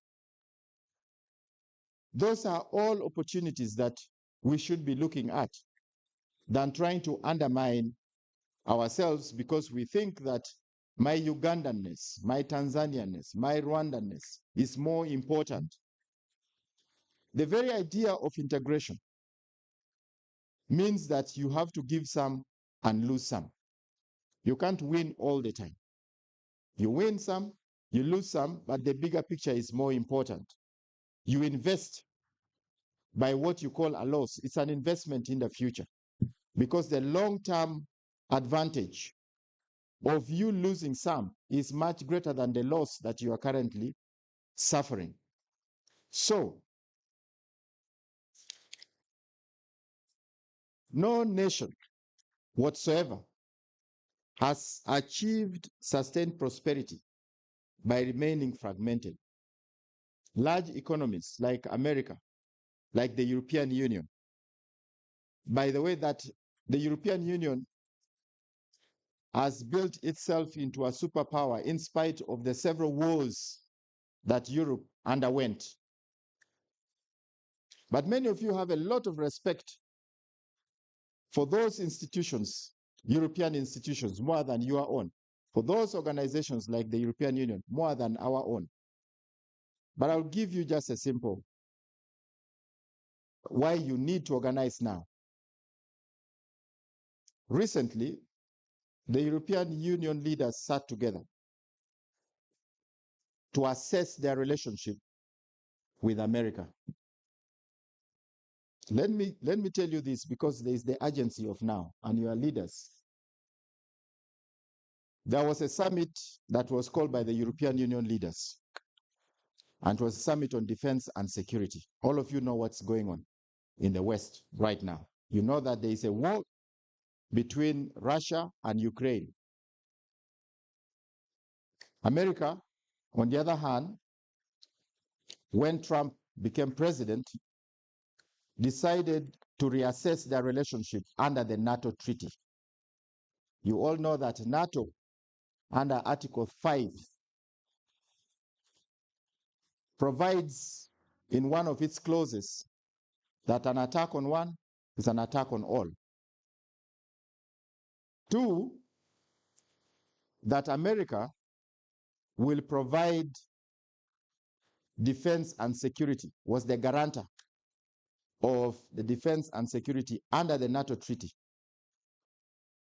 Meaning that whenever any NATO country is attacked, America must deploy its resources, its superior military power to defend that NATO country. That was the interest of America after the World War.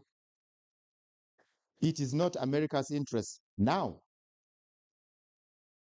After the World War, in 1945, when the European Union was being formed, America wanted, at the time, to make sure that they completely contain Russia.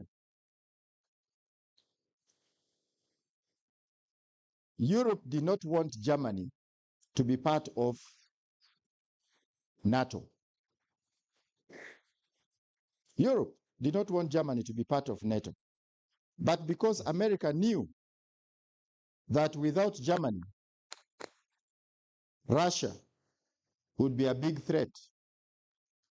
So the American president persuaded the European Union to make sure that Germany was part of NATO. And even when America at the time initially did not want, because Germany was the cause of the World War, they wanted completely to finish Germany. They changed their policy. Why? Because they wanted to contain Russia. Marshall, General Marshall, many of you know of the Marshall Plan after the World War, which was there to reconstruct. I'm giving you this history so that we can relate it to Africa.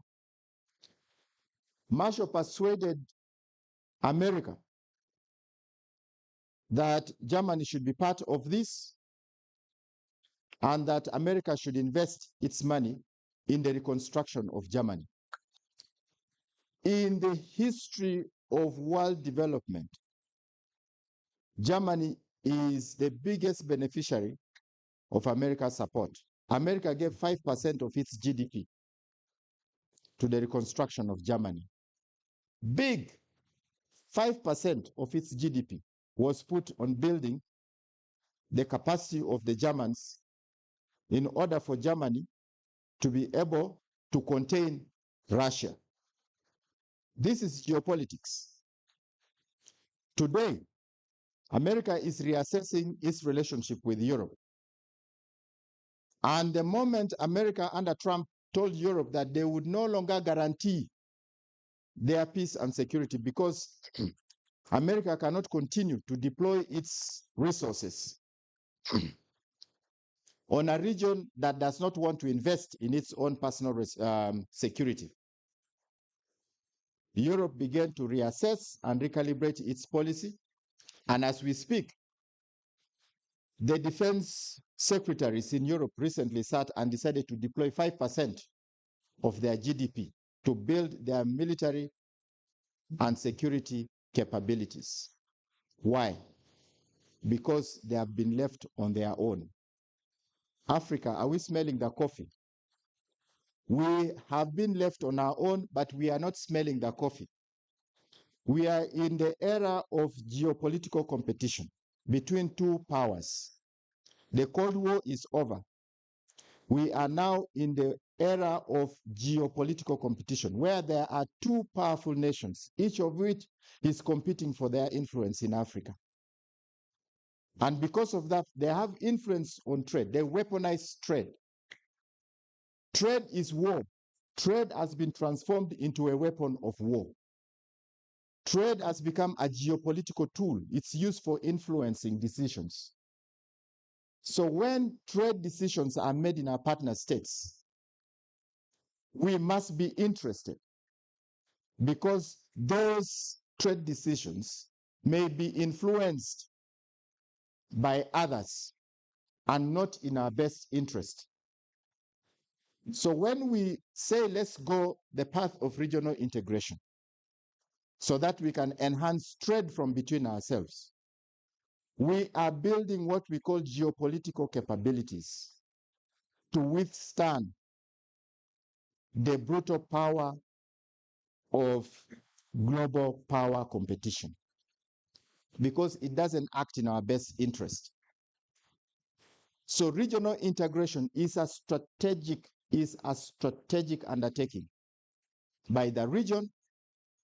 And when we talk about the Africa continental free trade area, we are talking about building a Pan-African market that gives advantage to you, me, and all these other small African economies to leverage on the opportunities that exist within Africa because we are on our own. We are on our own. So we must build that strategic depth. Building strategic depth means building the capacity of our institutions to withstand negative influence.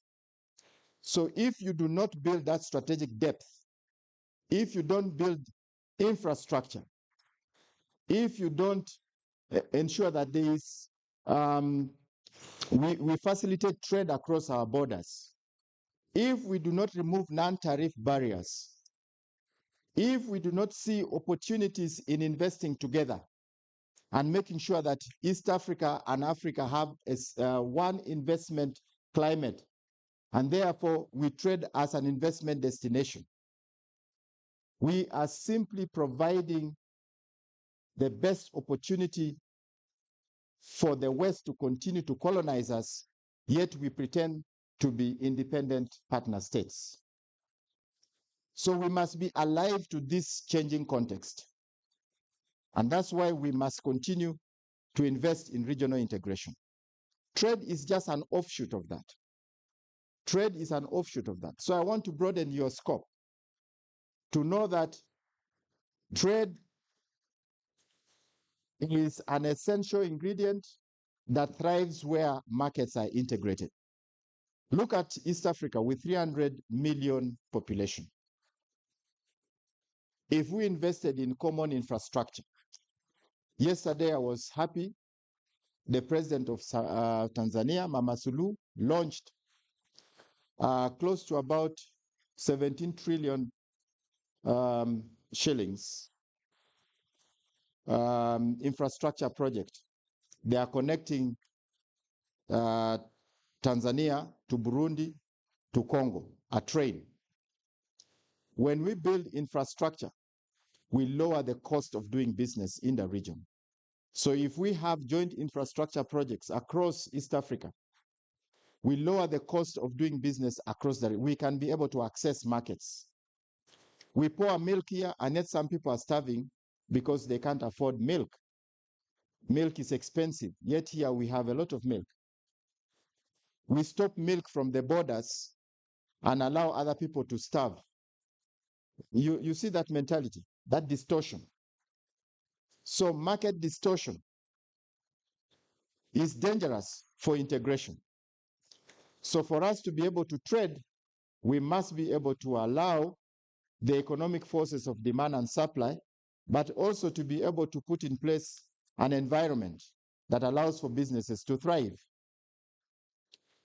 There are challenges to trade, but there are opportunities to it. I've spoken to both. You pick what you want to pick from my conversation. There are lots of opportunities. For East Africa, for example, we have a young population. Many of you here. We need to tap into this population. You are on a demographic dividend if there is an investment in you. But you can be a demographic disaster if there is no investment in you. Skills, the right education, the right mentality. All these are very important parts of the building blocks of a thriving regional economic bloc. So I am going to be summarizing. Mine was just to provoke your minds, because I'm sure when we get here, there are people who are going to deal with the nuts and bolts of our trade. And of course, I am still available to respond to trade specific, if we need to interrogate the trade environment within the region. I'm available here to talk about it. But mine was just to give you the political economy under which we are integrating and why trade is a critical element. And to let you know that there are so many tools that are being used now. They have been transformed, they have been weaponized, and we have to be careful about them, including cultural appropriation. The new form of colonization is actually cultural appropriation, and it is delivered in your phones. So we elevate certain cultures over and above ours and make them dominant cultures. Those are all threats to our integration, because integration must have a value system around it so that we are able to protect what is ours. I thank you so much.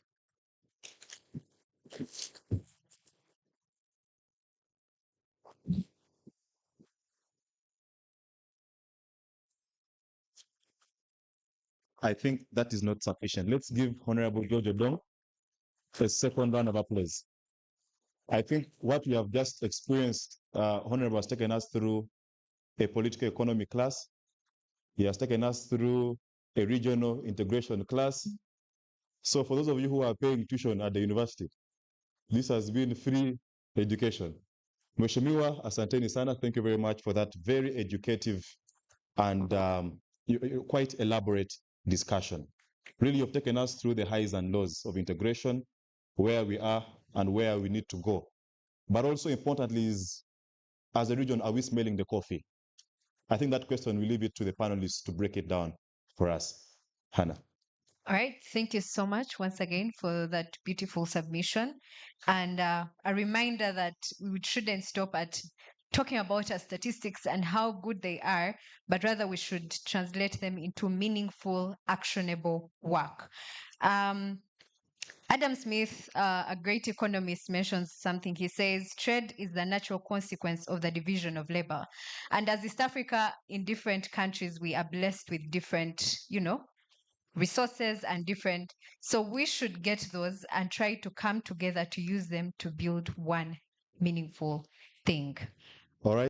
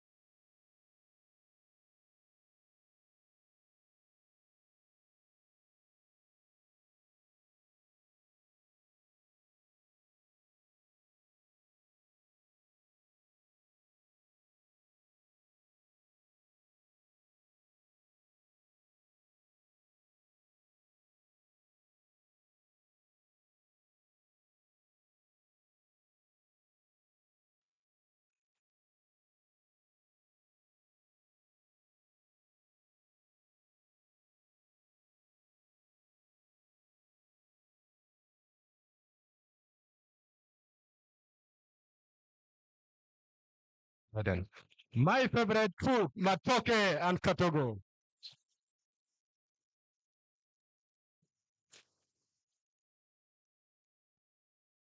Oh wow, matoke and katogo. Yeah.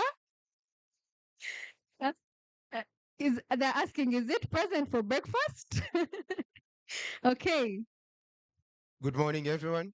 Good morning. My good names are Omar Mbaye from the Institute of Finance Management, IFM Tanzania, Dar es Salaam. Also, I'm the president of a student organization, and I'm UNDP student ambassador from Tanzania. And my favorite food is ugali and beans. Ugali and beans. Wow. Thank you. Good morning, leaders. Good morning. I am Victor Sali from Kampala International University and currently serving as the Attorney General of the Law School, Law Society. Wow. I come from Chotera district, the district of the Mighty Honorable Kasolo, and I am currently serving as the in charge of international relations, Uganda Red Cross Society, the youth wing for Chotera, Rakai, and Yantonde district. So my best food, I realized for many years of my life, I've been fed on posho and beans. So I realized I had no option other than choosing it as my best food. Because I think all of you can be witness from primary, nursery, primary, and high school. So I had no option other than to have it as my best. Yes. Thank you so much. Your favorite food is out of circumstance and not out of choice. Okay. Good morning, ladies and gentlemen. Good morning. My name is Christine Mutoni. I'm from University of Kigali. I'm a proud Rwandan. I was born here in Uganda, but raised in Rwanda. Wow. And, I'm the Secretary General of Rwanda Writers Federation. I'm an author of the book called The Pride of Tomorrow, Youth Who Change Their Lives and Honor Their Nations. I'm also a businesswoman and a legal scholar at the same time. I'm so delighted to be here. I can't wait. Okay. Your favorite food? Matoke. Matoke. All right. Okay. Food diplomacy at hand, yeah? Okay. DRC. Yes. Good morning, everyone. Good morning. Hope it's still morning. Yes, it is. Yeah, my name is Richard Chubaka. So you can easily say Richard Chubaka. And my favorite food, I'm also team posho and beans. Oh, wow. So please, let's fight the trauma together. Okay.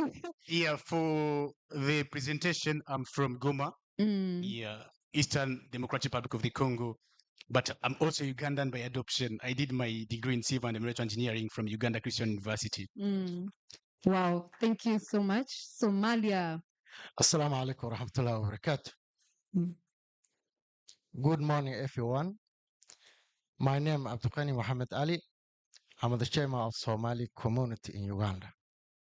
I'm the former, before MBO from Somalia.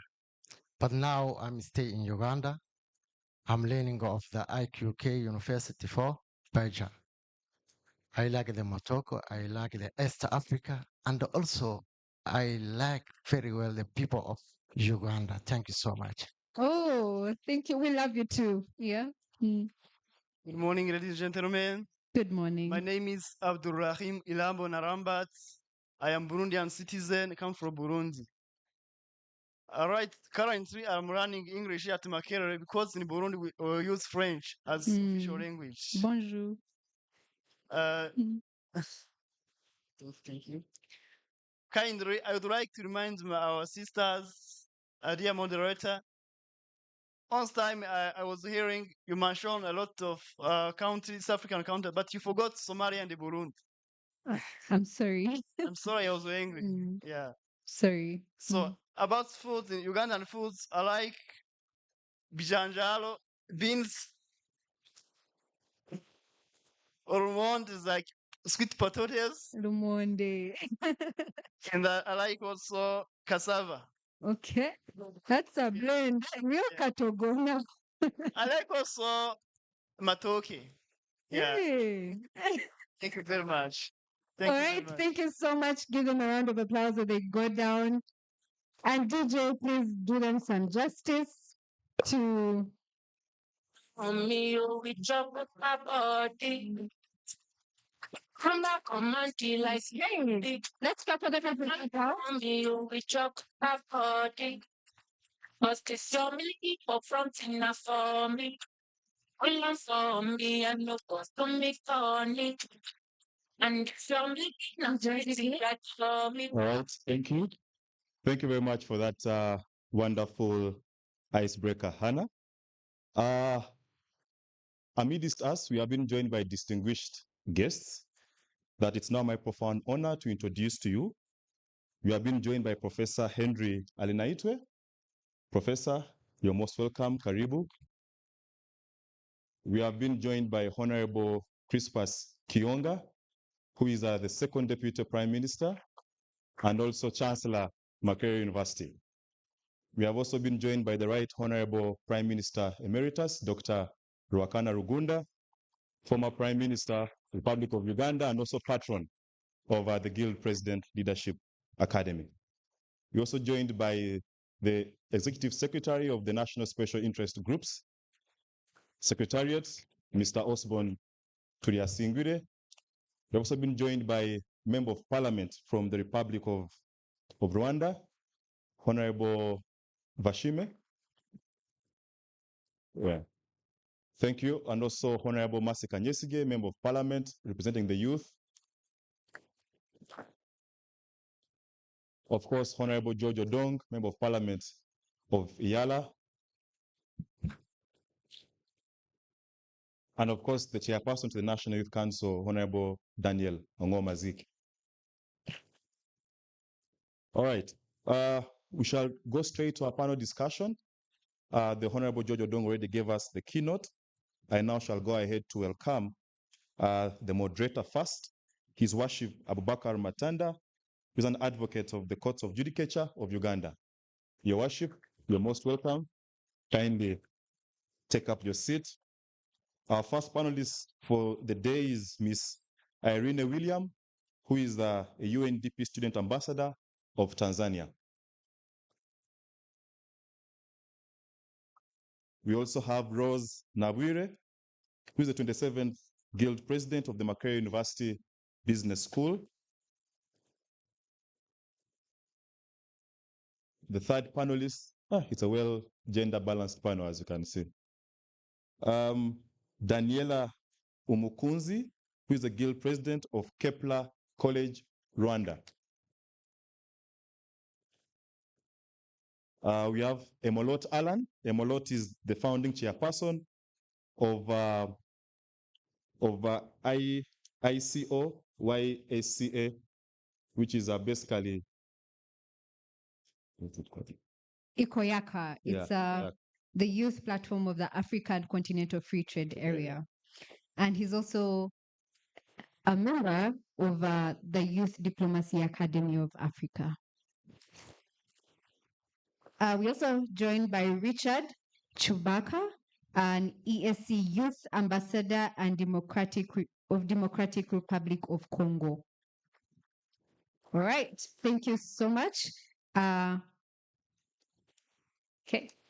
please proceed.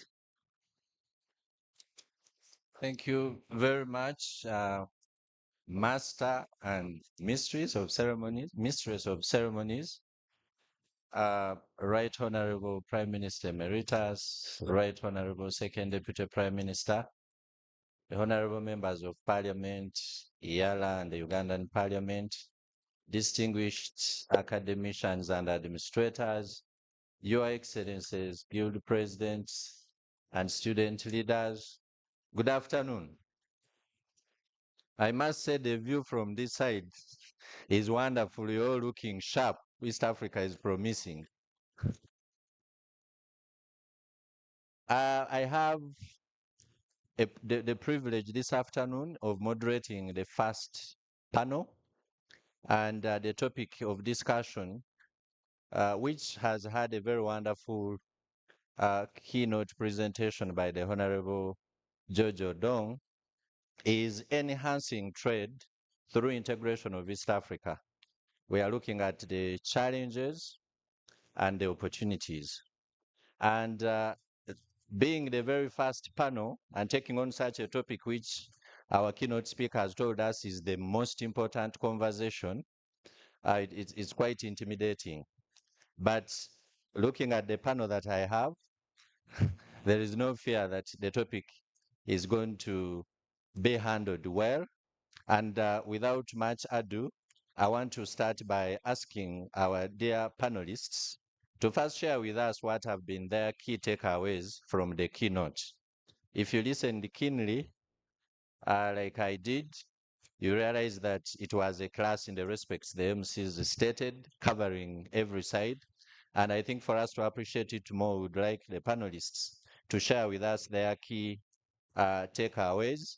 And I will start with the guild president of Makerere University Business School.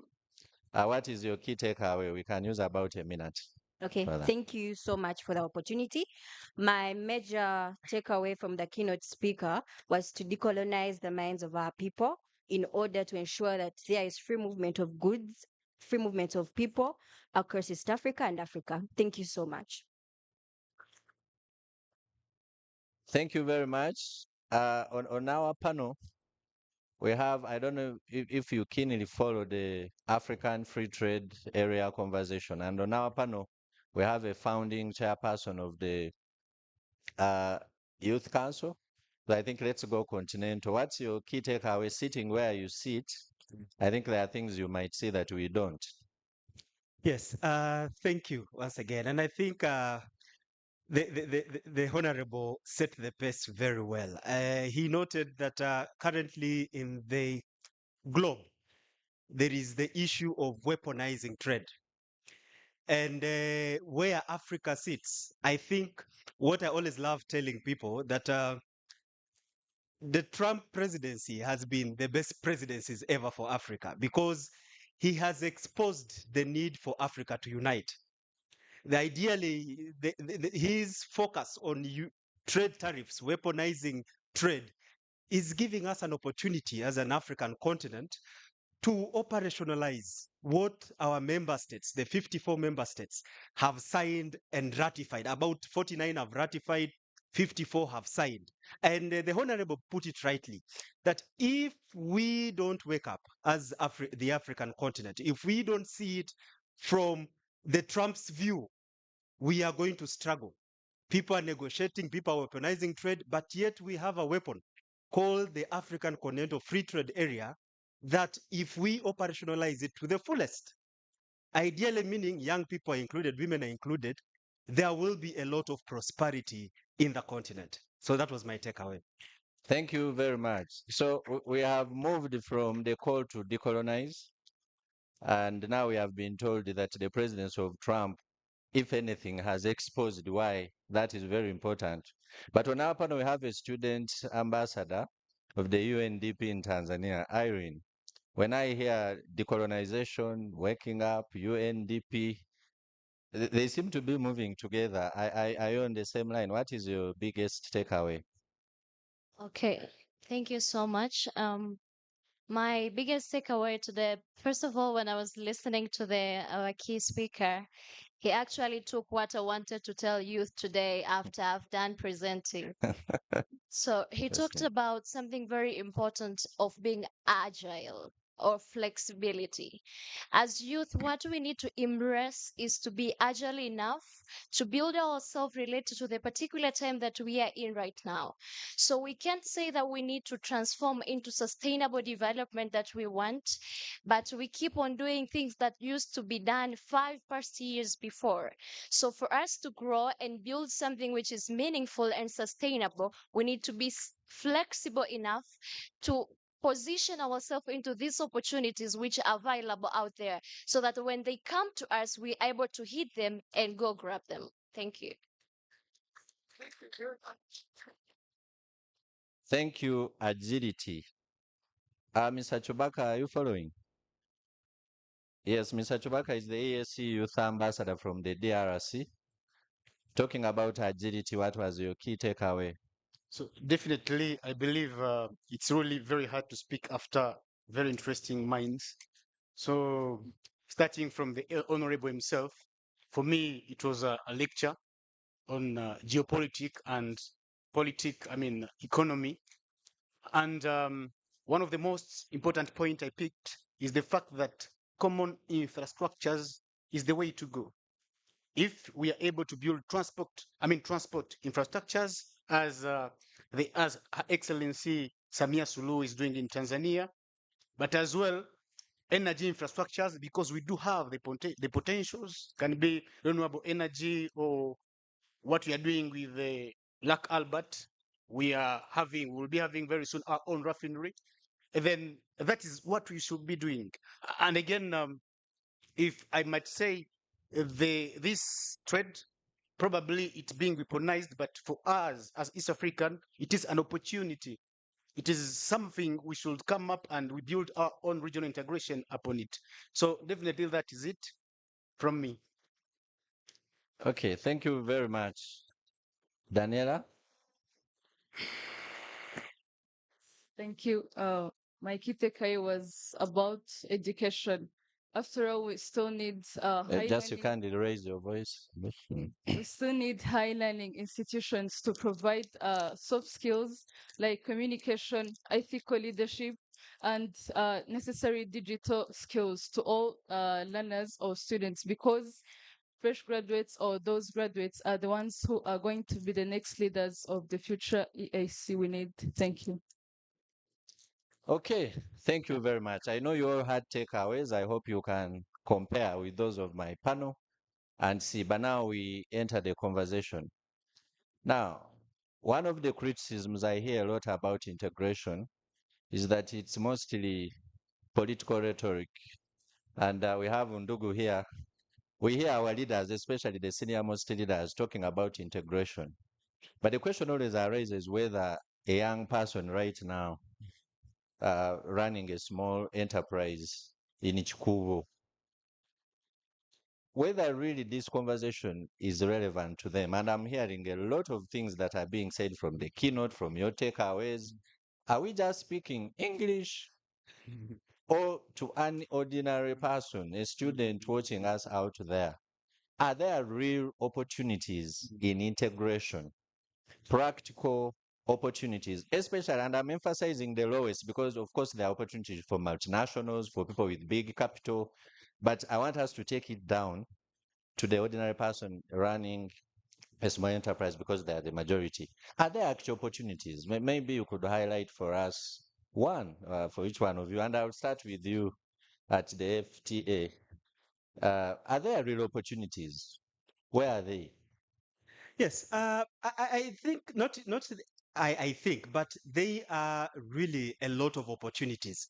Remember, before the integration started, East African young people were already trading. The East African citizens were already trading. But what the integration has done, especially the common market of East Africa, is mainly the tariff and non-tariff barriers that were frustrating our young people, our women, to trade across the border is something the integration has actually done. If you want to see that it's actually happening, you need to go to the border crossings. Go to Nimule, go to Gatuna, go to Malaba and Busia. You will see young people crossing the border with their goods. And this is mainly the small and medium business enterprises who actually form 80% of the cross-border business, not only in East Africa, but mainly Africa. And maybe the question to the issue is now on the people here, because the people out there in Chikubo, these people are already trading. But they have their own challenges that maybe we will speak about later on. But the people here, the elite, the white collar job students, these are the people who have not yet harnessed the opportunities of trading in services. So the trading in goods is actually happening at the highest of it in the East African region. But the trading in services, the young people who are studying pharmacy in Makerere, you are a doctor, you are an engineer, you are a plumber, you are a hairdresser. These are the people who have not yet taken full advantage of the integration. And yet, if you are intentional, the market, the Honorable told us, we are about 300 million people. That is a market. Currently, the East African Customs Union has about 200 million customers of any product you can produce, be it a pen, be it a matchbox, be it whatever you can think of. So the goal is, the mandate is now for us who want to become rich, not get rich quick like the Forex people, but who want to build generational wealth. The idea is to know, what can I give? If you are a doctor, you already have within the customs union, you can trade your service to Kenya, to Burundi, to Somalia. Somalia is a virgin market. I know the insecurity issue is being solved there, but DRC here is a virgin market. Let alone let Ebola phase off. It's a virgin market. So the market is there. The opportunities are there. But the question is, do our people know it? Are they interested? Or they also want to join the bandwagon of complaining that the government is not helping us, and yet they're not taking the initiative to actually look out of these opportunities? Because again, trade opportunity and market intelligence, unfortunately, comes back to you, the manufacturer, comes back to you, the person who is producing the goods. You need to be able to know what is out there, what market is out there for me, so that you can produce knowing that my eggs are going to be eaten by DRC, my clothes are going to be worn by the colleagues from Tanzania, or maybe my tomatoes, the people from Burundi are going to take it. So it comes back again to us. But I know we shall talk about other challenges when we come to the challenges, where maybe I will bring in the discussion of where government can come in and support. But Okay. yes. Okay, thank you. So you're saying the opportunities are there, but the people are not aware. And I'm thinking the young people, since they are the majority. Yes. And earlier on, our keynote speaker was quoting Friedman saying the world is flat, that the world is in your hands. So I'm wondering, how can the most tech-savvy generation ever not have information? And maybe I'll take that question to Rose, since she's from a business school. Is MOOBS, for example, and the other institutions, are they equipping us enough to take advantage of these opportunities in terms of technology? Because the Honorable here is saying people are not aware of the opportunities, which is a shock. Yes. Okay. Thank you so much for the opportunity. One thing I want to address to the House today is to at least give them hope that East African integration is not just a political agenda, but as a business student or as a student that has studied business, I want to believe it's an opportunity for economic growth. But for us to achieve sustainable development, we are going to have to remove the trade barriers, like what our keynote speaker had stated earlier. We are going to have to be a little more intentional with the young people of our nation and ensure that they are the innovators and entrepreneurs of our country and of East Africa at large. As you've clearly stated, yes, I'm in business school and we are taught to be entrepreneurs and innovators. But when we leave school, everyone wants to have a white collar job, and the fear to start, the losses you're going to make, the uncertainty. In class, we are taught as a business person, you're supposed to be a risk taker. You're supposed to start up. Whenever you get an idea, you have to give yourself 100 chances as a young person, as long as you are not scared of failing. But yes, we have information. We have platforms that give us the information, but everyone is on their platform and everyone decides what they take in. So with that said, the young people are less informed about the systems that we have. For example, if you ask the young people in our room today, how many of them know about the African Continental Free Trade Area that began operating on 1st January 2021, most of them are going to keep quiet. Because why? We decide the information that we take in. But this is a platform that has was put to put opportunities for the young people, to create job opportunities for them. So one of the key things that I feel that the young people are lacking is the motivation to start and also the fear of failure. Thank you so much. Thank you very much. That will take me to you, Chubaka. Still on the same line of opportunities, one would imagine that technology is such an opportunity for us. But Her Excellency is telling us that the information is there, but self-service. You choose what you take. You as our ambassador, youth ambassador at the EAC, is this a conversation that has happened? How do we curate the information? Should we leave it that it's a free market?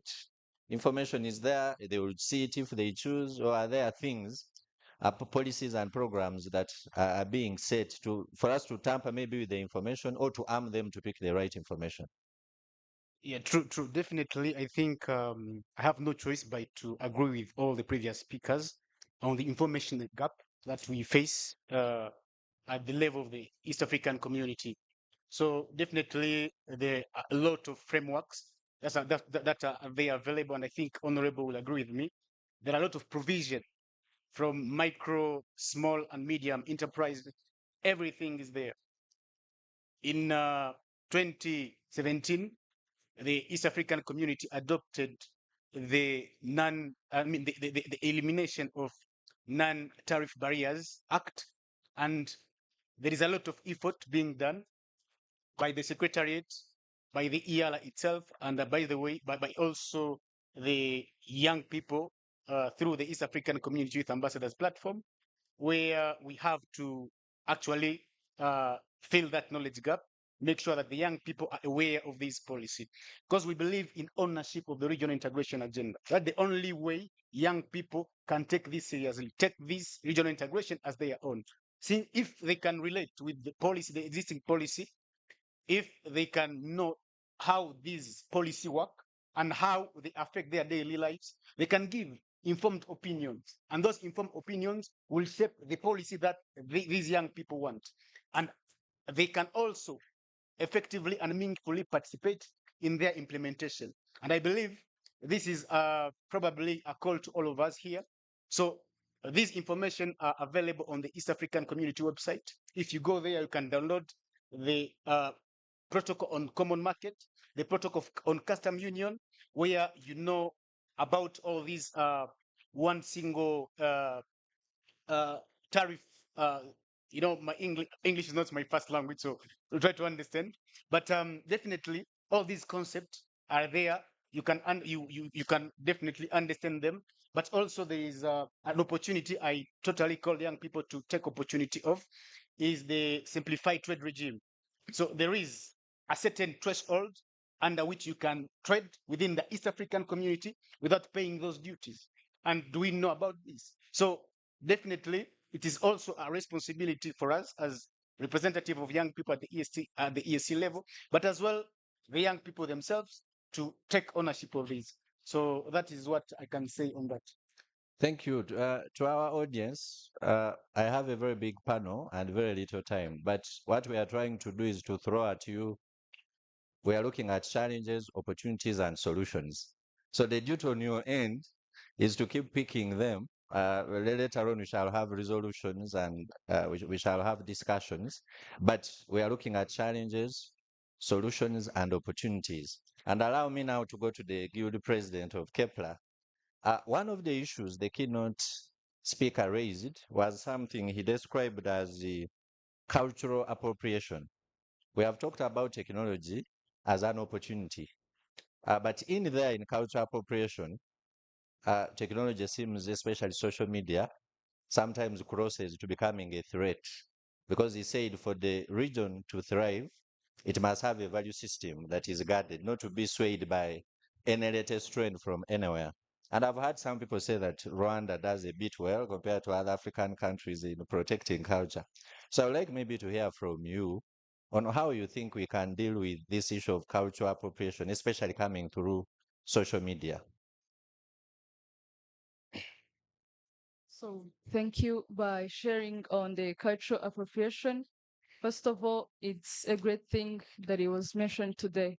So I would first of all, recommend I don't know how to address those high positions, but those people in charge would first do some trainings to youth members, because we are the ones that are mostly using internet or social media.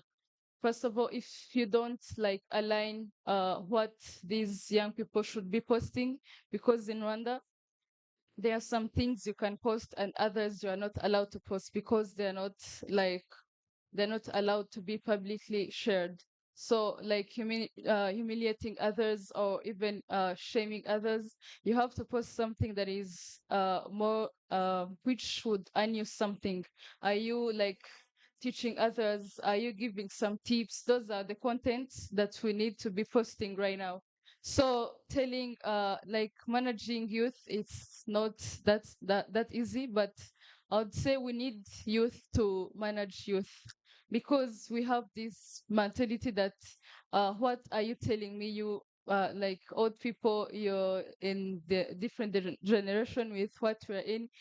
So we young people know what other young people need to be managed, to do something that aligns with the cultural appropriation we need. So if you know that maybe you have to create some contents dressing properly, maybe to talk about a certain content, please, I would recommend to use young people to guide other young people, because we can't say that all young people just don't understand what culture we need in a certain country. Let's say Uganda or Tanzania, we know that there are some youth representatives who understands clearly what needs to be done. So those are the people we need right now to be guiding other, like their colleagues, their age mates. I can say that my point of view on cultural appropriation. Thank you. I like the fact that you've said that before the. Actually, we have been joined by the Honorable Minister in charge of children and youth.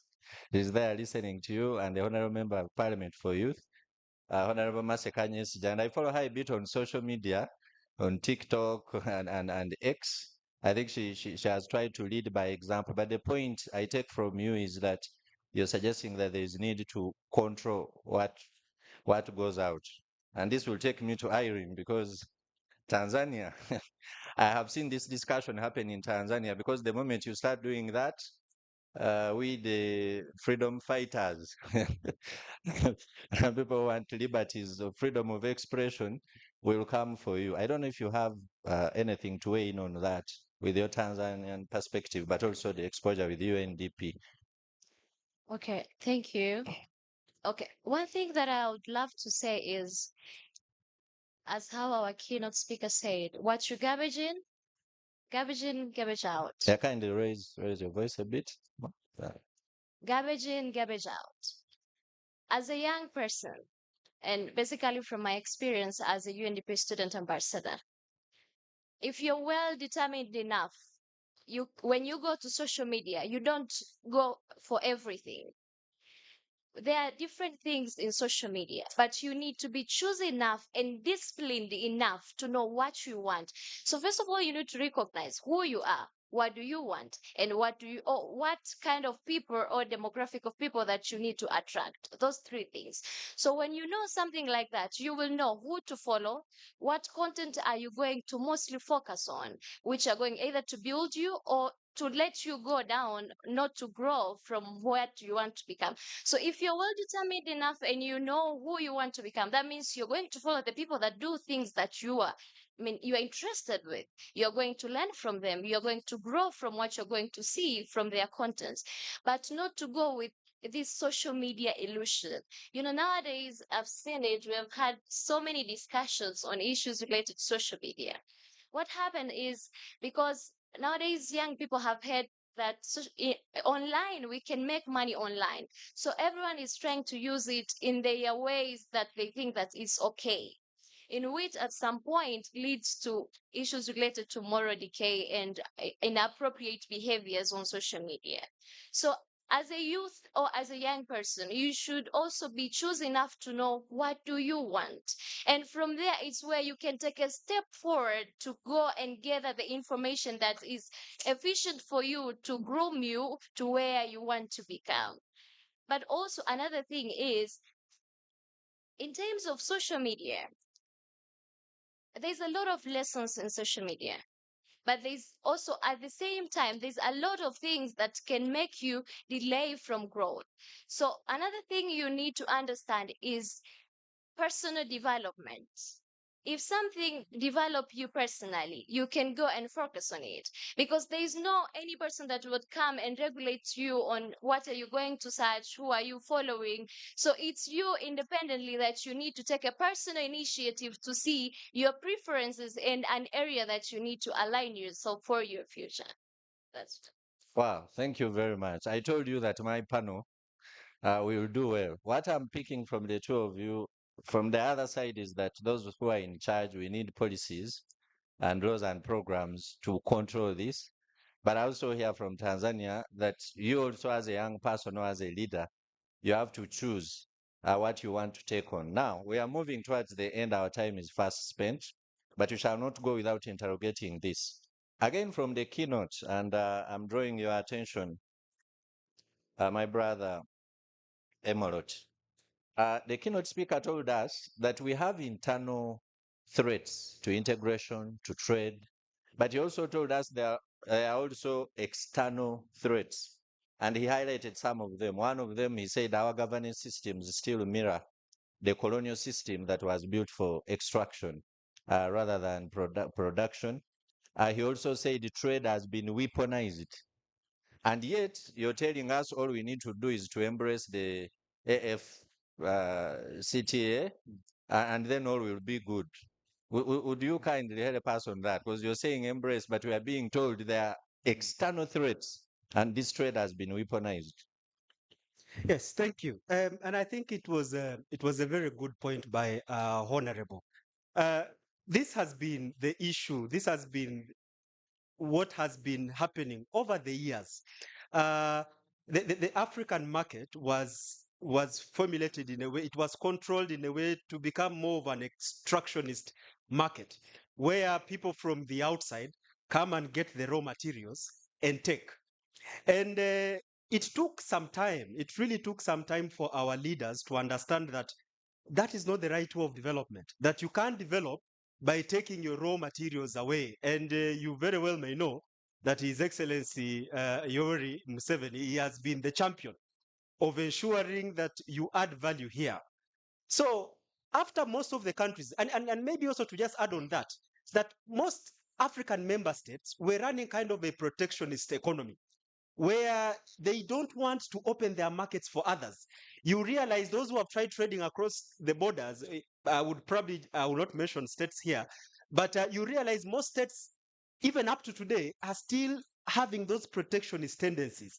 But something happened, something changed. There's a shift that changed up in about 2015, which eventually led into 2018 when the AFCFTA was adopted. 2015 was an interesting time where member states realized that if we continue with these protectionist tendencies, we are going to kill our own markets. We are going to perpetuate poverty that we are trying to fight. Why? Because there is a lot of opportunities across the border. Africans are giving birth day in, day out. The numbers are increasing. We are in 2063, we are going to be about 3 billion. That's a big market. So what do they say? That no, let's find a way of coming up with an instrument that opens up our markets, where we, our young people, our women, who are the majority of traders, go across the borders freely. And that's how the African Continental Free Trade Area comes about. So it came into 2018. By then, for Uganda, it was Honorable Amelia Chambade, who was the Minister of Trade then, who excitedly supported the signing of this agreement. And here we are. Uganda enters into the agreement, East Africa enters into it, and in 2021, as Her Excellency said, the AFCFTA is operational. But again, despite being operational, the protectionist tendencies, what Honorable was saying about, that our leaders, our customs officers have failed to appreciate that there is more value in opening the borders, there is more value in letting our traders cross the border than in protecting. They still frustrate the process of our traders to trade across the border freely. And this is the biggest challenge we are facing. And later on, and this is again, moderator, what you say, Yes, that as you learn. that yes, there is political will, but operational wise, there is frustration. There's a lot of English in operationalizing. You go to the Ministry of Trade, the officers who are supposed to champion this are using a lot of English to implement something that the heads of state have already signed. And that's where we want to break it. That there shouldn't be English in operationalizing something that you can see is benefiting your people. And that's what we want to break. If you're there running, you are in charge of giving yoga to our people. You're in charge of giving youth livelihood programs to our people. Give them. Don't use a lot of English with collateral, with this, with that, frustrating the whole process and discouraging our people from actually trading, from actually adding value to their product that they can actually take across the border.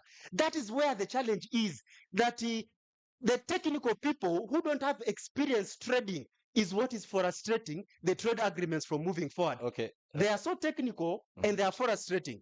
I may not get another chance to speak, but let me just say this, that currently... Okay, you phrased it as a parting shot because I think Yes. the smile of the MC has disappeared. Exactly. What we are trying to do, we in 2024, we supported, myself and my team, supported the development of the Protocol of Women and Youth in Trade to ensure that there is meaningful youth inclusion in the AFCFTA.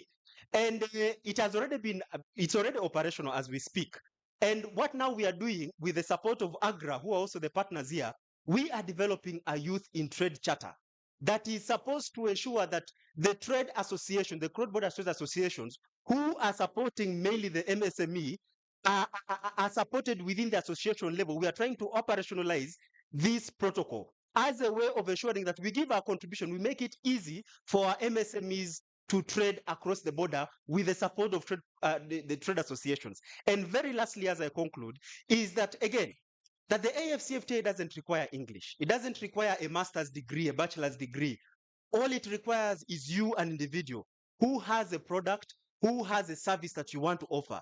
The goal for you is, which is an action point for you today, understand what you want to do, understand the product, add value to it, understand your market, and you are capable of trading across the border. You are capable of becoming a millionaire.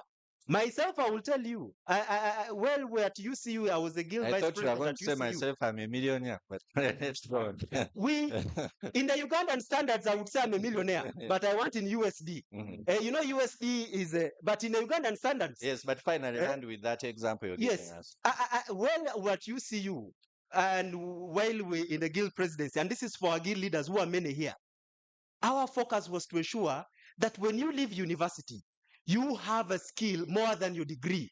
And I'm telling you, the people who enjoyed our guild presidency term 2016-2017 at Uganda Christian University, most of them are doing amazing things in URA, in trading across the board. Myself, I'm here.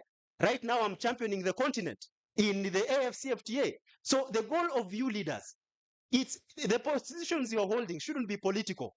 It should be something that you're adding value. Today, if I ask His Excellencies, Our Excellencies Emeritus here, how many people can you count and say, during my term, 1, 2, 3, 4, 5 have been empowered? I fear I have to stop you. So very lastly, the goal is you understand what you're doing, understand your Thank service, you. and go for it. Thank you very Asante. much. I could barely stop him because what he's saying is interesting, but our time is up. So, dear panelists, we are going to have 30 seconds each for a parting shot. Something you wanted to say that I may have not asked about. I'll start with you, Chubaka, quickly, 30 seconds, and we move in that order. All right. Thank you so much. I think what is my say today? Yeah, message to Yeah, the young definitely. people listening. As young people, we should understand our East African community better, understand our market, what are the opportunities that are there, how the economy is moving. As young people, we have this technological opportunity. So how do we use it? And plus, lastly, please let's own this regional integration agenda. It is our own narrative. Let's shape it the way we want it to be. It is our generational duty. That's my say. Thank you. Thank you very much. Yes, I think I'll skip the next speaker since you already gave his parting shot of the next. Thank you. One thing I'll tell everyone here is that, dear young leaders, we have to be involved in everything and we have to work hard to promote our Africa and East Africa as well. And let's invest in our technical skills. Thank you. Yes, Madam President. My parting shot would be the future of East Africa will not be defined by the borders, but rather by our ability to trade together, innovate together. And as young people, we need to step up and go beyond conversations in these rooms and go and be practical in whatever you're doing. one minute. As a young person that's from the border of Busia, I have seen trade happen. But one of the biggest problems we are having are those non-tariff barriers, especially the import quotas. So to the policymakers in this room who are here, my humble appeal would maybe to at least be more considerate when it comes to the import quotas, because those are the problems that are leading to smuggling at the border. Thank you so much. Thank you. And Tanzania is closing it. Okay, thank you. I already had something that I wanted to say as my final word. This is for both policymakers, young people in here, and student leaders, everyone who is here. This, you can take it and note down, and then later on, you can go think about it carefully. Personal development is forever. It is a non-stop process. In that regard, we have to continually learn how to survive and thrive in this ever-changing world. Thank you. Thank you very much. You have all been a wonderful panel. And to you, the audience, you've had the challenges. We tell you the challenges not to lament, but for you to find solutions, because you are the ones you are waiting for. You've had the opportunities. We share the opportunities for you to take them, but to also share them with those who might not know about them. You have had the solutions. The solutions are for you to, again, take action and share. Thank you very much. I would have loved to hear from you, but time does not allow. I'll leave it to the moderators. Thank you very much for listening to us. Thank you so much. Okay, a bigger round of applause for this panel. They have really done the topic justice. And the topic was enhancing trade through East African integration, the challenges and the opportunities. And I'm sure you've heard from them different perspectives, different solutions, but all trying to drive to one agenda. And that's the East African agenda. And how can we collaborate as one? So thank you so much, moderator and the panelists. And you can take your seats. I come from a court environment, so we are waiting to be discharged. Okay. I guess we. Okay, a group picture before you leave.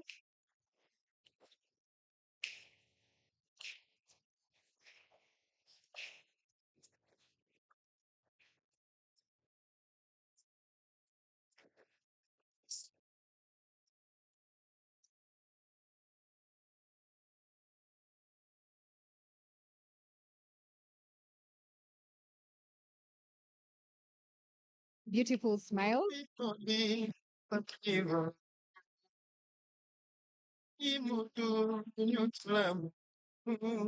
right. Thank you so much. A round of applause for them as they step down. Okay, so there's been really a lot to learn from this panel, and also to understand that as young people within this East Africa and Africa, there are opportunities and they're waiting for you to take over. Yeah, we live in a period where there's a lot of information about different things, about different opportunities, and it's up to you to be in the right circles to get to identify those opportunities. So don't remain in your comfort zone. Get up. Don't. I had Her Excellency talk about the fear of starting. Get over the fear of starting. I'm sure the great people in this room, the policymakers and the members of parliament can tell you that it's about choosing to start. It's about that first decision that you make, and the rest will be history. Yeah. So moving on with our program, during the panel, we were joined by State Minister, Dr. Mercy Faith Lakisa. Please put your hands together for her. Thank you for joining us and for honoring the invitation.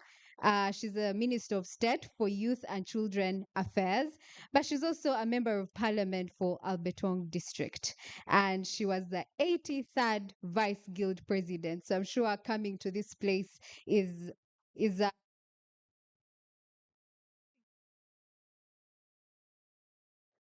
sorry, is something that she doesn't take for granted, but this is where her founding home was. We're also joined by Dr. Dennis Mujimba. Please stand up and let's clap for you. The spokesperson for the Ministry of Education and Sports in Uganda. And we also have Professor Arinetwe the Deputy Vice Chancellor in Finance and Administration. Let's put our hands together for him. And to all of you for being here, the room is full. Like the moderator said, it's beautiful seeing it from up here, and to know that there are hundreds of young minds in this place that are ready to listen and learn, but also go back and be change makers in their communities. So proceeding with our program, we're going to have the Executive Director, National Secretariat of Special Interest Groups, and that is Mr. Osborne Tuyasingura. Let's put our hands together for him as he comes up.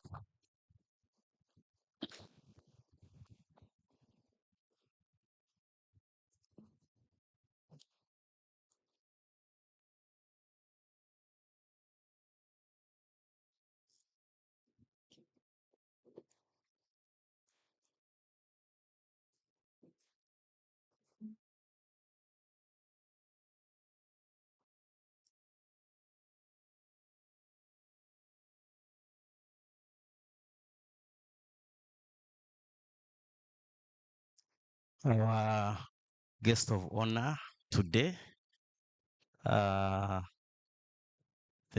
Deputy Vice Chancellor, our Minister for Youth and Children Affairs, members of Parliament present, the organizers of this very wonderful function, ladies and gentlemen, good afternoon. The energy is low. Good afternoon.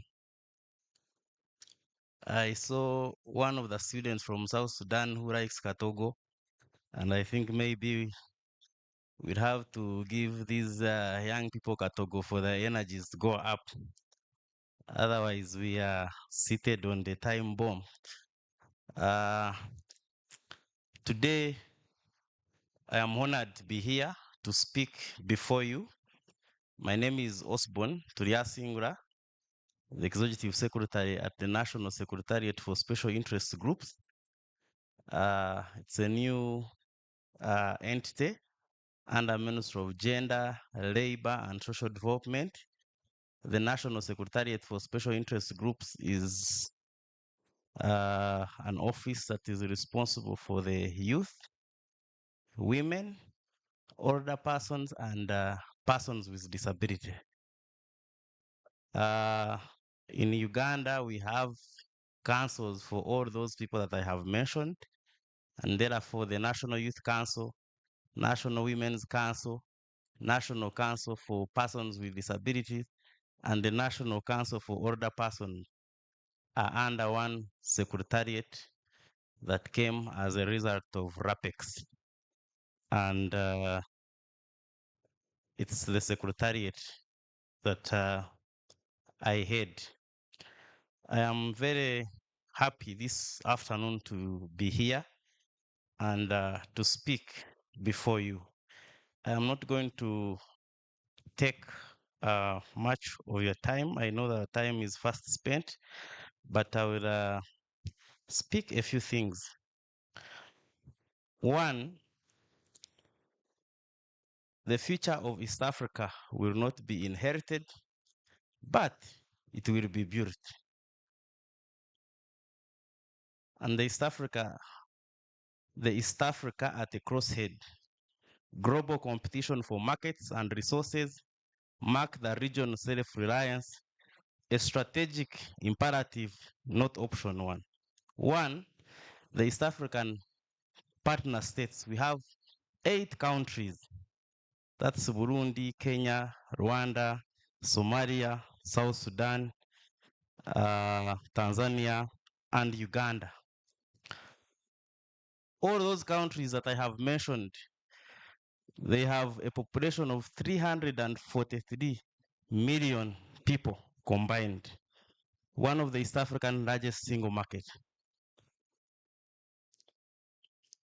The East African countries that I have mentioned also, 70% of the population are under the age of 30.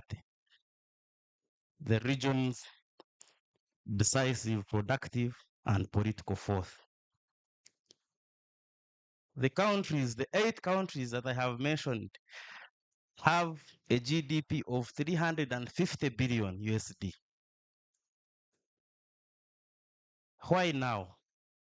Shifting global supply chains, offset implementation of joint East African bid host AFCON are converging.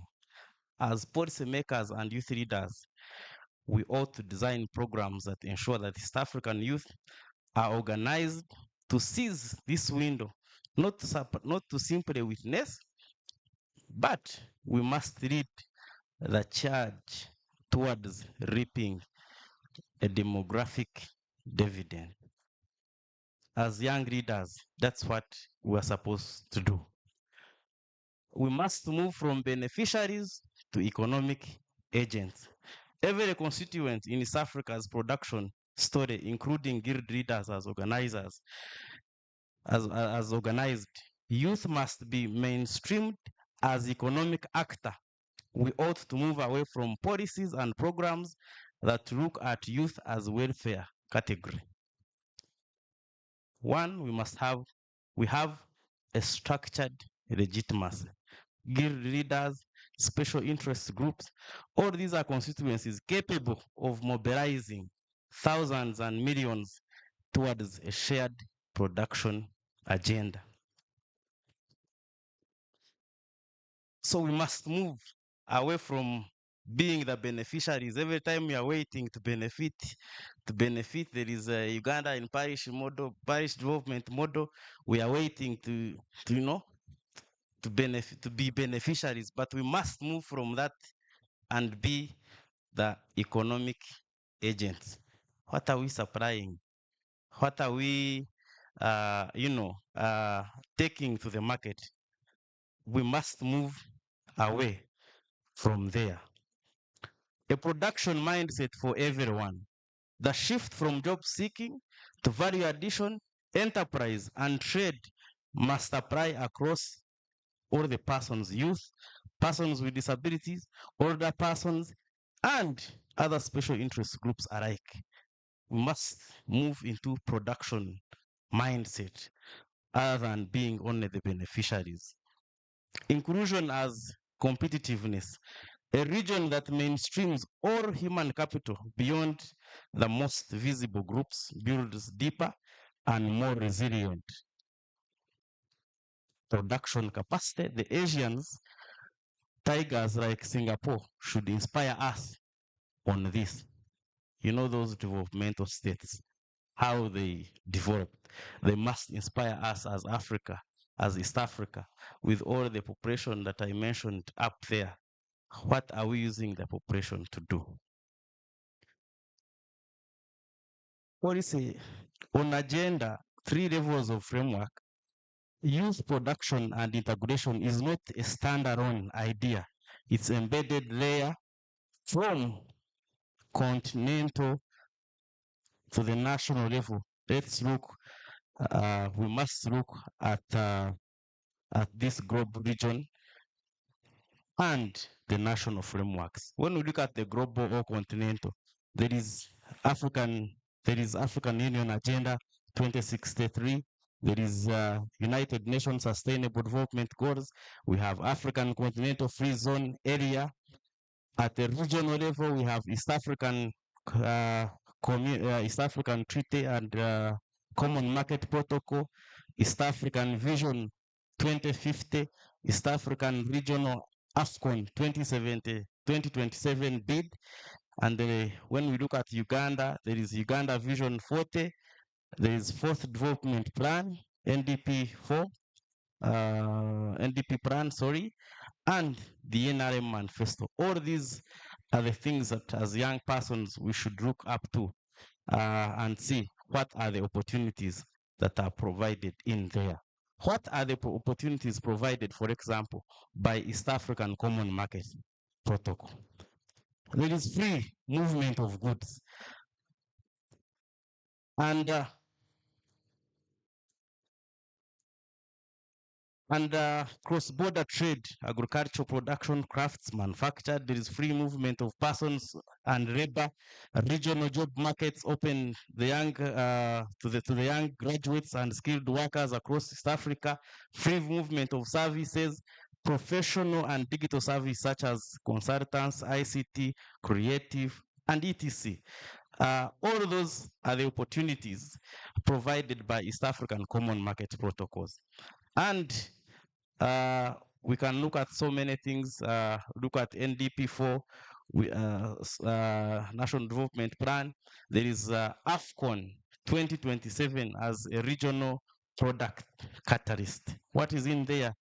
Youth employment in there is there, construction of hospitality, logistics, event management, jobs across the region. There is regional branding and unity. People are branding the East Africa because of AFCON now, a single East African identity projected to global market, and the investors, youth can and should take this initiative to change the face of East African community. As we host the AFCON, we must take this opportunity to change and come up with initiatives that change the East African face. There is youth economic participation, vending digital content, SME supply chain built around the tournament, which is very important, infrastructure development. In Uganda, everywhere now they are talking about AFCON. And so many stadiums are coming up, so many hotels are coming up. So there is already infrastructure development, and as young people, we must take advantage of all this. What guild leaders should carry home today? For guild leaders, institutionalize the regional student leadership network beyond this summit. We are here today, but we must institutionalize this student leadership that goes beyond only coming to Makerere and have this. We must go to where we come from and make sure we have conversation on all these opportunities that are happening across the East Africa. Champion a cross-border facilitation for young and special interest group entrepreneurs.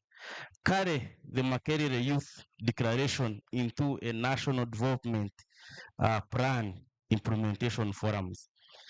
Formalize guild leaders' representation in common market and the NDP and national development plans, monitoring structures, disaggregate labor mobility data by special interest groups, link the youth entrepreneurs and enterprise financing windows that AFCON is giving us. As I conclude, just like I said, the future of East Africa will not be inherited, but it will be built. And the builders are here in this tent this afternoon. Ladies and gentlemen, thank you so much. I wish you a very nice deliberation. God bless you all. Thank you so much. That another round of applause for him. One key thing I picked is this: to have the production mindset. It is said in statistics that about 1 in every 3 people in the world will be African. And that is how we are taking over the future of work on our world, on the continent, in the world. So how best prepared are we to take over when the time has come? Do we have the right skills? Do we have the right mindset? Do we have the right opportunities? Do we have the right education opportunities? So ask yourself, do I have the right skills that are going to take me in the next future of work? Yeah. So as we are inviting our next speaker, I want you to turn to your neighbor and say hello in your language. In your language. Just say hello in your language. If you understand, if you don't understand, it's okay.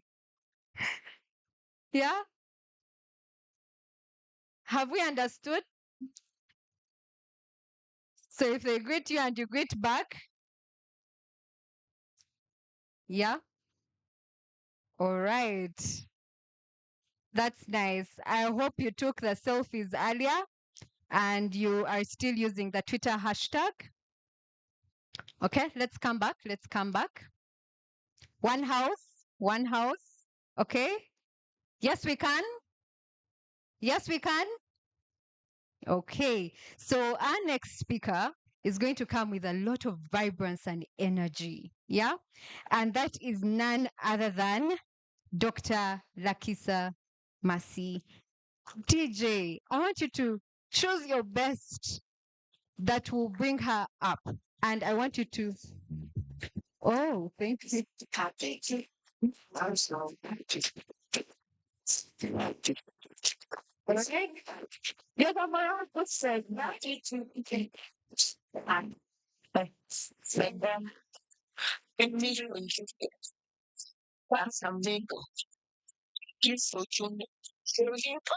Thank you so much. Okay.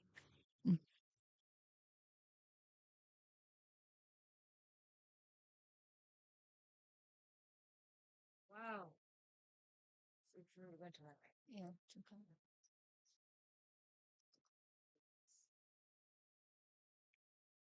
Wow. This is full house. I didn't expect that it would be like this. The Right Honorable Second Deputy Prime Minister of Uganda, Dr. Crispus Kiyonga, the Right Honorable Ruhakana Rugunda, Honorable Members of Parliament, Excellencies, Ambassadors and Heads of Mission, the Vice Chancellor of Makerere University and your colleague Vice Chancellors, representatives of governments, departments and agencies, guild presidents present here and all the student leaders, representatives of youth organization, the NRM National Youth League Executive Inclusive, development partners, ladies and gentlemen, good afternoon.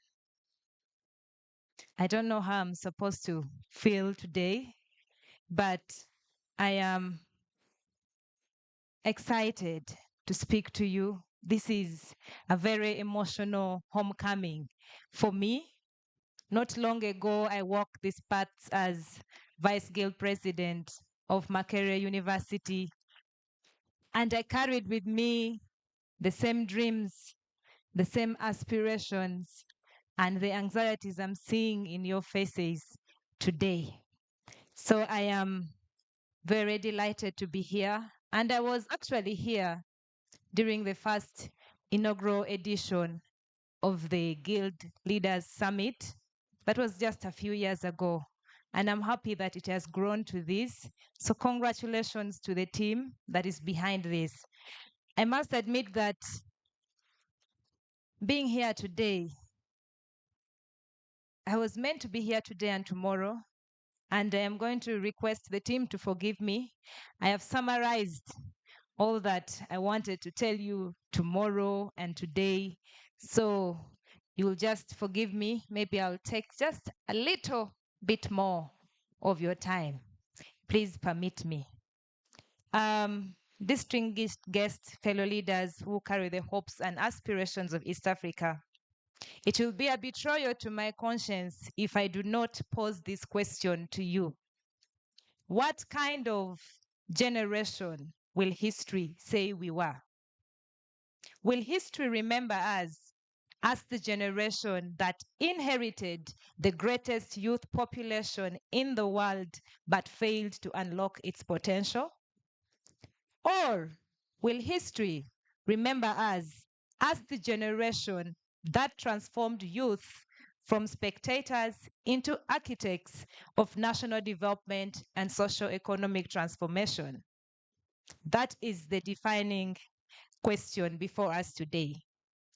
Allow me once again recognize our hosts, the Guild President Leadership Academy, and appreciate them for creating not merely another conference, but a platform that reminds us that leadership begins long before we even enter parliament or long before we even become cabinet ministers. I am happy that today I return not just as an alumnus, but I return as a minister. Ladies and gentlemen, Africa is home to the youngest population in the world. Uganda itself is one of the youngest nations globally. This demographic reality is often described as our greatest asset, and I surely agree.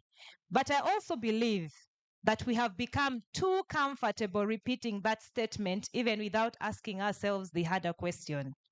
So you will agree with me that an asset that is not invested in eventually becomes a liability. The reality is that youthfulness alone does not build nations. And whereas numbers and potential are critical resources in national development, on their own, they can neither create prosperity nor transform societies. This, however, should be harnessed through the creation of opportunities, grooming the right kind of leadership, promotion of innovation, and purposeful actions. The greatest challenge facing Uganda and East Africa today is not that we have too many young people, but the greatest challenge is whether we are creating enough opportunities for these young people to lead, to produce, to innovate, and to shape the future. Too often, conversations about youth begin with unemployment statistics, and that's the reality we have, not just in Uganda, but across Africa. We speak about young people as though they are problems to be solved, rather than partners to be trusted. I personally, as an individual, as a Minister of State for Youth and Children, I reject that narrative. I see young farmers embracing climate smart agriculture. I see software developers designing affordable technologies. I see young people volunteering in communities where no one asked them to serve. I see entrepreneurs building businesses from almost nothing.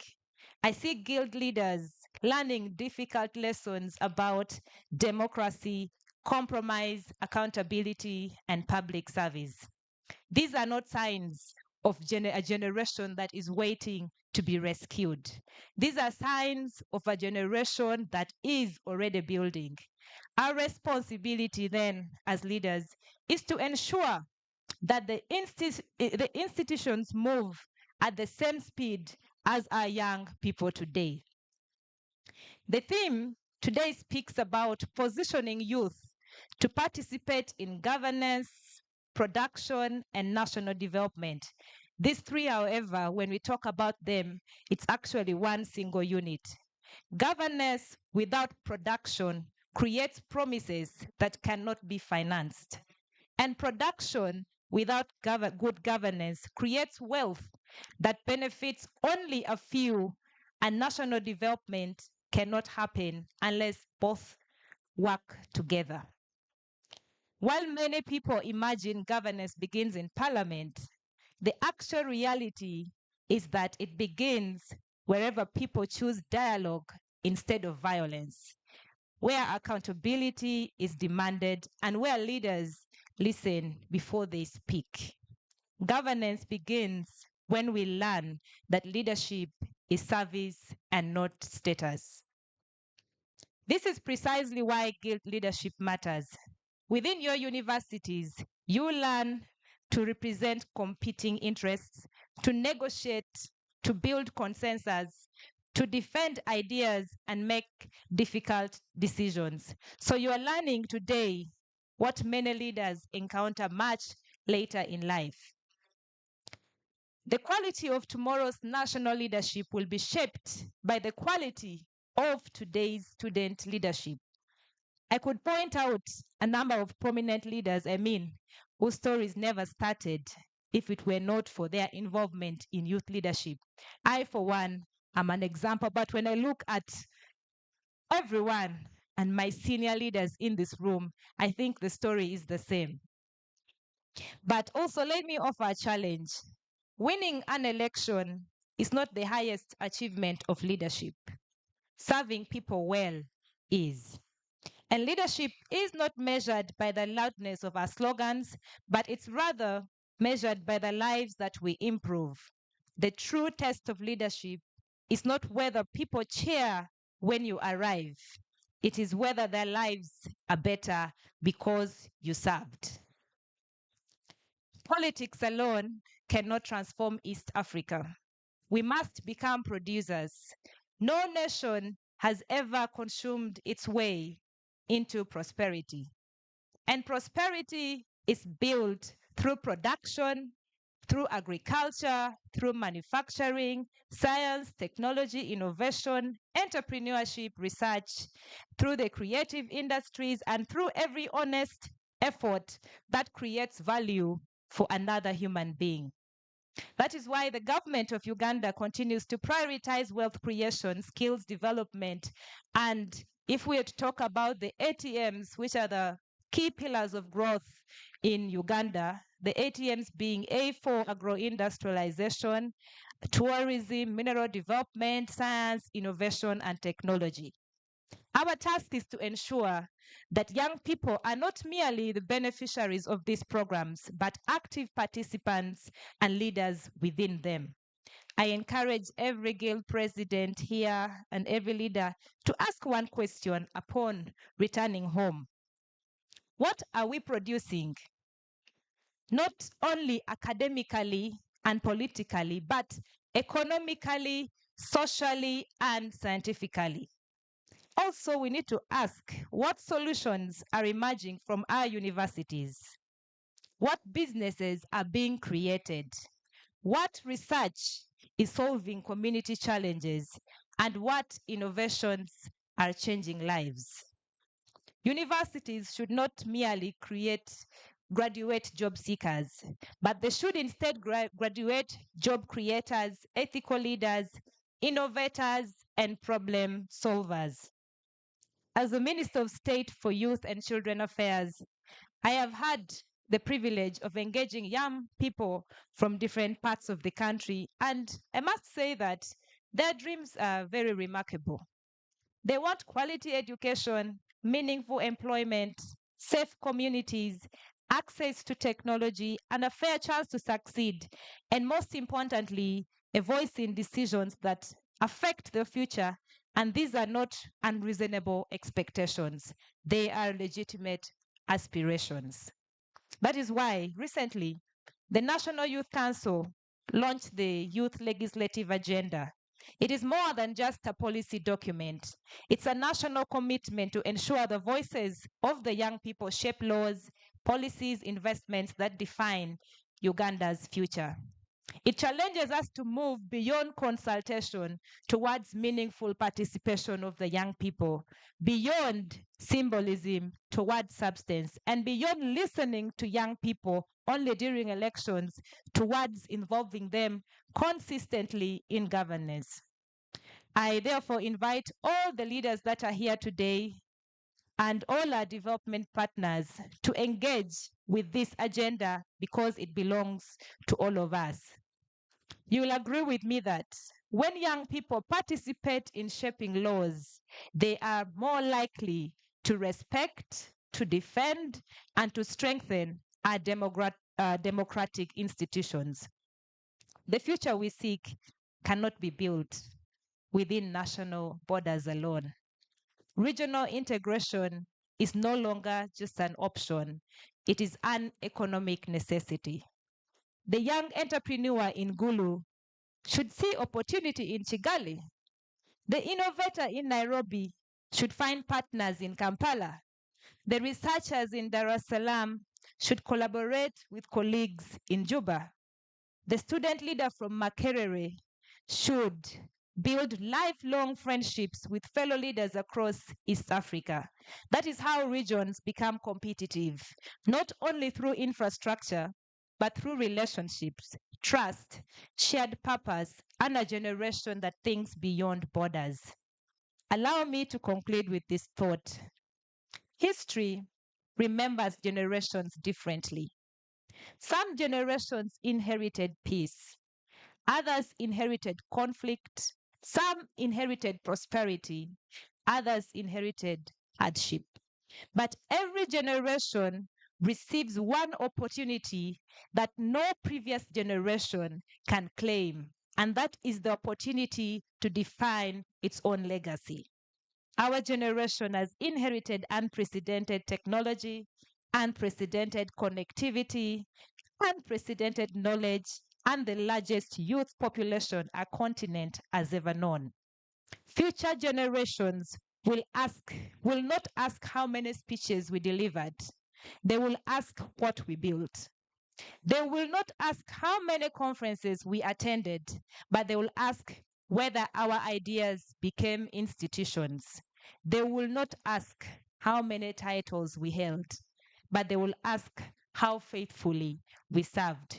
So I challenge you to lead with integrity, produce with excellence, serve with humility, dream without fear, and never allow anyone to convince you that your age is a limitation, because history has never been changed by those who waited for a permission. It has always been changed by those who accepted responsibility. May this summit strengthen your conviction. May it deepen your commitment in ethical leadership, inspire partnerships that will outlive these 2 days. And may history one day look back on every person gathered in this hall and say they were the generation that chose courage over comfort, service over self-interest, and action over excuses. Together, let's build an East Africa where every young person has not only the freedom to dream, but also the opportunity to lead, to produce, and transform those dreams into lasting prosperity. I thank you for God and my country.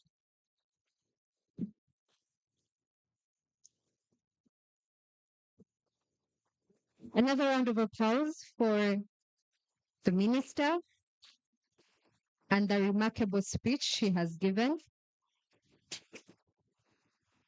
Yes.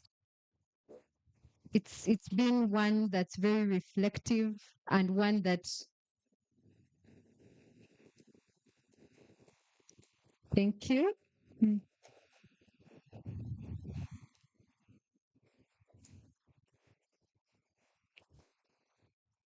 All right, thank you. Like I'm saying, her speech has been very reflective. To take back time and try to ask yourself as a young person, what am I doing? How am I contributing to the development of my generation?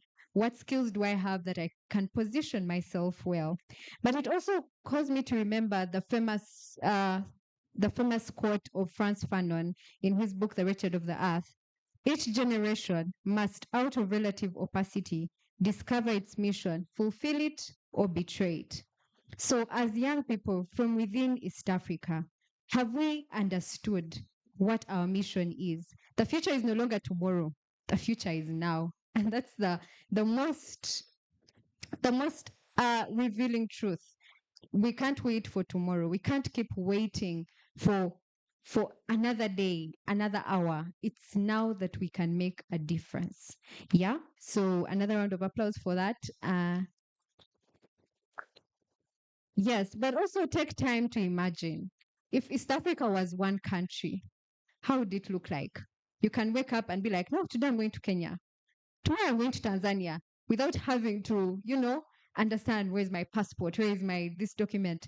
That's the kind of East Africa we are trying to build, where we are no longer defined by different tribes, different where you come from, different backgrounds, but we are defined by one. And that is, I am East African, I am African. Yes? So as we continue, I would like to take this honor and the opportunity to invite Mr. Damian Masesa, the Executive Director of Guild President's Leadership Academy. Let's put our hands together for him. And Mr. Damian, I'll request that the DJ plays a song for you and you reveal your youthfulness to us. DJ? Yes. Wake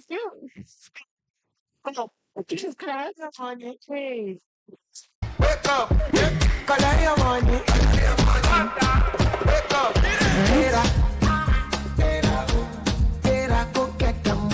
Thank you so much for putting this together. Where would we be here?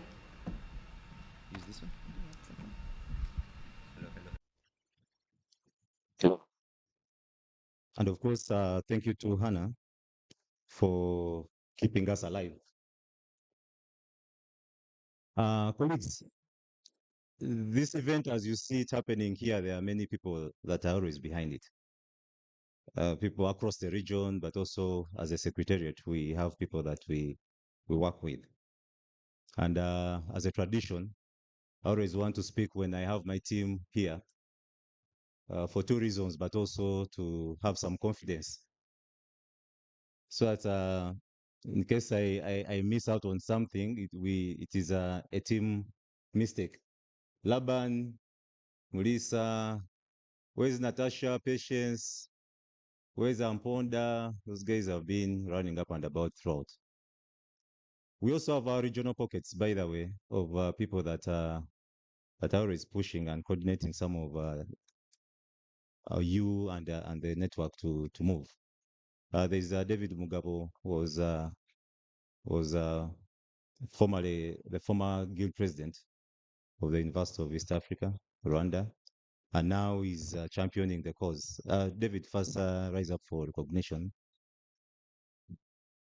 Then there's Karangwa. Semwaga Karangwa, where are you? Karangwa is back there, he's already doing work. So there's a team there. And Kenya has a special context. Kenya is championed by the Dean of Africa. Bwana Dean, ready? He's seated behind our patron. He's doing a lot of nothing for us in Kenya. We are yet to open up pockets in Burundi. Sorry, when they miss you, it is because we are. But Congo, so we have the ambassador. We are getting him on board, and South Sudan, we have already the Matoke Ita. We shall move together in that direction, and of course Tanzania. Our patron of this summit is from there, so there's already potential there. But before we continue, before I make my speech, I need to invite Laban. Laban has been so much behind making calls to all of you, literally. And I think he knows all of you by face and name, maybe. But Laban will, I want you to do me an honor while the chief guest is around to check the room and also see that there is participation across the region before we proceed. Laban. Thank you so much. Once again, my name is Gatolaban. I am the programs manager at the Guild President Leadership Academy. But also, most important, I serve this institution as the 86th Guild Minister. But also, I'm a final year student at this institution at the College of Business and Management Science, where I pursue my master's degree in accounting and finance. I want to take this opportunity to appreciate this tent. You see, it has more than 1,400 people seated in it. But it represents the East African community. I therefore want to start with our visitors from Kenya, of course our Dean of Students from the University of Nairobi, and of course the President of the University of Nairobi Students Association, UNSA, His Excellency Rashid, stand up for recognition, and the General Secretary, Tony Ocheng, and the team. We want to appreciate you for honoring our invitation, and also for always welcoming us at the University of Nairobi. Of course, I cannot forget the Dean, the head of the Dean of Students of Universities of Kenya, Muhammad, who happens to be the Dean, Masai Mara University. Yes. I want to appreciate you. I remember last year when we came at the Kenyan School of Government in Lower Kabete, you really gave us the legendary hospitality. Yeah, we of course we have the team from Egerton University. University of Egerton, I think they are behind, and the Dean of Students is there. We have the Dean from Kabalaka University, Dr. Dokas. We are welcome. You are welcome. We have the team from Masinde Muliro University, Kenya. They are behind with the Dean. We have Chuka University from Kenya. Also, I think they are behind. They are behind. You are welcome. I think we have Uzima University. Grace, the Gilded, they are there. Uzima behind. Masono in Kisumu University, also well represented. Tanzaga University in Kenya. Where is Mr. President Award? Yes, you're welcome. And so many, I think, I don't know if I've forgotten some. Then the Open University of Kenya, Team Rook. Yeah, then we have the University Leadership Association of Kenya, by the way. The head is here. Yeah, also is so much amazing. He has actually just arrived right now. I don't know which university I've forgotten. I think there are so many. In Rwanda, we have the University of Kigali of Force Leadership. They have come headed by the two-time guild speaker, Kalangwa. You are welcome. The University of Rwanda is here. The East African University, Rwanda. We have the University of Technology and Arts, Byumba. They are there. Yes, you are welcome. You are welcome. I don't know which university. We have UNILAC. We have Kepler College, Rwanda, and so many. Of course, in Tanzania, we have the Nelson Mandela University. The Prime Minister, he came on Monday, you can imagine. On Monday was here in Uganda. Where is he? I think he was seated behind somewhere. I think he's eating Katoga outside. Then we have the University of Dar es Salaam. Also, we have representative. Of course, we cannot forget the Institute of Finance Management, Tanzania. Even last year, they came. I don't know where is the dean. The dean we appreciate, and your president and the vice president and the prime minister. Then and the rest, I don't know. In Tanzania, I think other universities are there. Actually, others are still coming. They are on the way. Of course, we have in South Sudan, we have the University of Juba. They have been represented by the chairperson of the College of Medical Association of Juba, University of Juba. We have the Stanford University, International University delegation from Juba. Of course, we have from Congo. We were supposed to have a very huge representation from Congo, but you know the reason. Actually, the day we are supposed to send the associations there, where we're in touch, it is when they declared the Ebola. We said we must. But they are online. We have an online platform where they are watching this important occasion. But of course, I cannot forget, we have representative from Burundi. We have, of course, Uganda, Makerere University.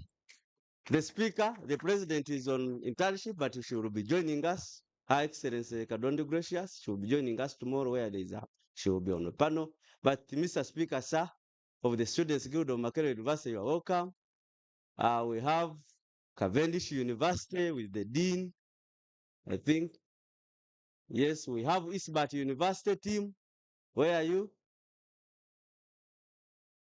Of course, we have Guru University, where our former Prime Minister is the Chancellor of Guru University. Where are you?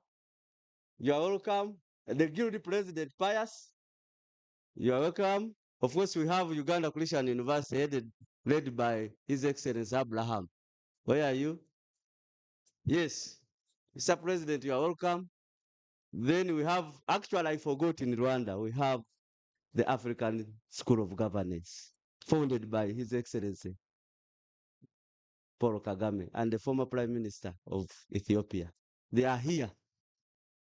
One of our colleagues, she's a student there doing her masters at school, at African School of Governance. We have Ndeje. We have Nkumba. Of course, we have Kabale University, where our summit advisor is the Chancellor, Honorable Mafiru Chikire. Kabale University, where is Excellency Trust? You are welcome. Of course, we have Uganda Matters University, headed by the President of the Union. And the Dean, you are welcome, the Union President. We have Mountain of the Moon University, where is His Excellency Kato? My namesake, you are welcome. Of course, we have Busitama University, where is His Excellency Kamala Onesimus? You are welcome. Of course, we have Maltech Business School. The dean is around here. We have IIU, we have Kampala International University. We have, of course, Mbara University of Science and Technology. Where is Conrad? His Excellency, you are welcome. We have Chambogo University. Where is Agaba? His Excellency Agaba. Yes, you are welcome, sir. There are so many universities. We have the East African Institute of Management and Science from Guru. You are welcome. Of course, we have IU campus, both Kaboja campus, Kampala campus, and Mbale campus. We have Team University. There are so many in Uganda that if I have not mentioned your representation here, maybe we shall continue to recognize you as time goes on. I want to appreciate you. Back to my colleague. Thank you. Thank you, Laban. Can I see those flags, East African flags being waved? All the flags. Thank you. Thank you. This speech today, we titled it "The Generation That Must Complete the East African Project." So our chief guest and of course representing Your Excellency, allow me read this to you as we had prepared it. Your Excellency General Yoweri Kaguta Museveni, President of the Republic of Uganda and Chairperson of the Summit of the East African Community Heads of State, and our chief guest, represented by the Second Deputy Prime Minister, Dr. Crispus Chionga, and the Chancellor of Makerere University. Our summit patron, His Excellency Jakaya Kikwete, the fourth President of the United Republic of Tanzania, in absentia. Our academy patron, the Right Honorable Dr. Ruhakana Rugunda, the Prime Minister Emeritus of the Republic of Uganda. Honorable Matthew Ruchikaire, member of the Advisory Board. Your Excellencies, ministers, members of Parliament, vice chancellors, representatives of the East African community available around, the Guild Presidents Leadership Academy Board members, development partners, university leadership, university leaders, deans, Guild presidents in the house today, fellow young East Africans, good afternoon. Today, I do not rise merely to welcome you to another summit. Of course, I rise to invite you, a generation, into a historical mission. I rise to speak about an idea that is older than many of our republics, bigger than any one political party, and more urgent than any one election. That's the unity of East Africa. Our history has always pushed us towards unity. East African integration did not begin with the signing of the current East African Community Treaty. As early as 1917, Kenya and Uganda operated under the Customs Union. Tanganyika joined that arrangement in 1927. That was followed by the East African High Commission between 1948 and 1961. The East African Common Services Organization between 1961 and 1967, and the East African Community established in 1967. Our people shared railways, airlines, postal services, universities, ports, currencies, and other common institutions. Makerere here where we are, for example, was not merely a Ugandan university. It was an East African institution that educated leaders and professionals from across the region. Tomorrow will be, actually tonight, but tomorrow we'll be honored to have the governor of Kisumu, Professor Nyang'nyong, who was a guild president here, but he's there. That shows how diverse this institution is. The first East African community collapsed in 1977 because political disagreements, ideological differences, and mistrust became stronger than the institutions holding the region together. But although the institution collapsed, the idea of East Africa did not die. The three founding partner states signed a mediation agreement in 1984. and committed themselves to exploring future cooperation. In 1993, Kenya, Tanzania, and Uganda established the Permanent Tripartite Commission for East African Cooperation. The treaty re-establishing the East African Community was signed in Arusha on 30th November 1999 and entered into force on 7th July 2000. Since then, the region has built customs union, common market, and a monetary union framework, with political federation remaining the ultimate destination. In 2017, the heads of state adopted a political confederation as a transitional model towards the East African political federation. Today, the community has expanded from 3 to 8 partner states. Uganda, there's a flag there. Kenya, Tanzania, Rwanda, Burundi, South Sudan, the Democratic Republic of Congo, and Somalia. That expansion is not simply an increase in flags around the conference table.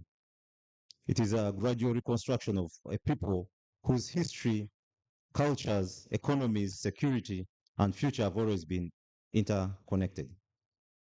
The unfinished work of the integration. Despite this progress, East African integration remains incomplete. We have protocols, but ordinary citizens encounter barriers. We have a common market, but young professionals still struggle to move freely with their qualifications. We speak about our one region economy, yet traders continue to face border delays, non-tariff barriers, incompatible systems, and then, of course, unpredictable regulations. We have millions of educated young people, but not sufficiently organized regional platform through which they can influence the integration agenda. We must therefore move East African integration from presidential summits and ministerial communiques into the minds, universities, businesses, and daily lives of our people. Integration must cease to be something discussed in Arusha. It must become something lived in Kampala, in Kigali, in Nairobi, in Bujumbura, in Juba, Dodoma, Kinshasa, and Mogadishu. It must be taught in our universities. It must be defended by our student leaders. It must be advanced by our entrepreneurs. It must be understood by every young East African as a foundation of their prosperity and strategic security. Your Excellency's commitment to East African unity. Your Excellency, President Museveni, your advocacy for East African unity, expanded markets, and political integration has remained consistent over many decades. You have repeatedly reminded us that prosperity requires producers to have access to large markets or larger markets. You have argued that small fragmented states cannot independently guarantee the long-term strategic security of their people.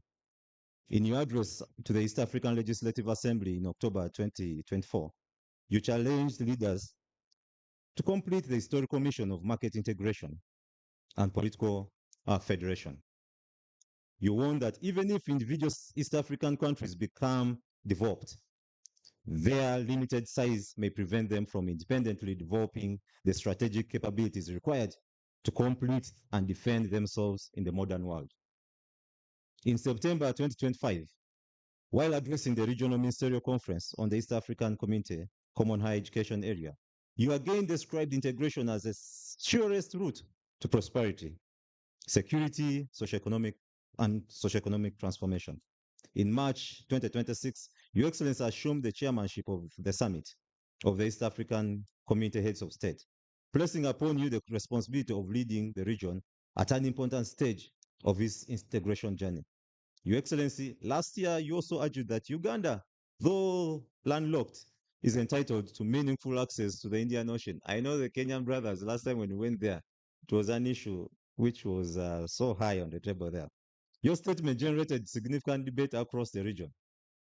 But beneath that debate lies a fundamental integration question. Can East Africa claim to be united when access to ports, railways, pipelines, and international markets is treated as a favor to neighboring countries rather than a shared regional responsibility? The Indian Ocean should not divide coastal and landlocked East Africans. It should become East Africa's shared gateway to the world. The answer to the challenges created by colonial borders must be confrontation. There must not be confrontation. The answer must be deeper economic and political integration. Our railways must connect our economies. Our roads must connect our communities. Our universities must connect our knowledge. Our digital systems must connect our innovators. And of course, our leadership must connect our people around a shared destiny. The journey of this summit, as you colleagues will need to know. Ladies and gentlemen, the East African Guild Leader Summit did not begin at its present scale, like you're seeing. And of course, the ministers mentioned here earlier when we started in 2024. It began as a Guild Leaders Summit, focused on bringing together student leaders from Uganda. But through the wisdom and guidance of the Honorable Matthew Chikaire, we were challenged to expand our imagination. Honorable Matthew Chikaire asked us, in effect, why should we mobilize guild leaders from Uganda alone when the problems confronting young people are regional?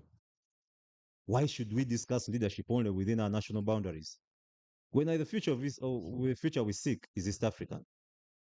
Why should our universities produce leaders who think only as Ugandans, Kenyans, Tanzanians, Rwandans, Burundians, Congolese, South Sudanese, or Somalis rather than East Africans? Because of this guidance, the Guild Leaders Summit was transformed into the East African Guild Leaders Summit, what we are witnessing today.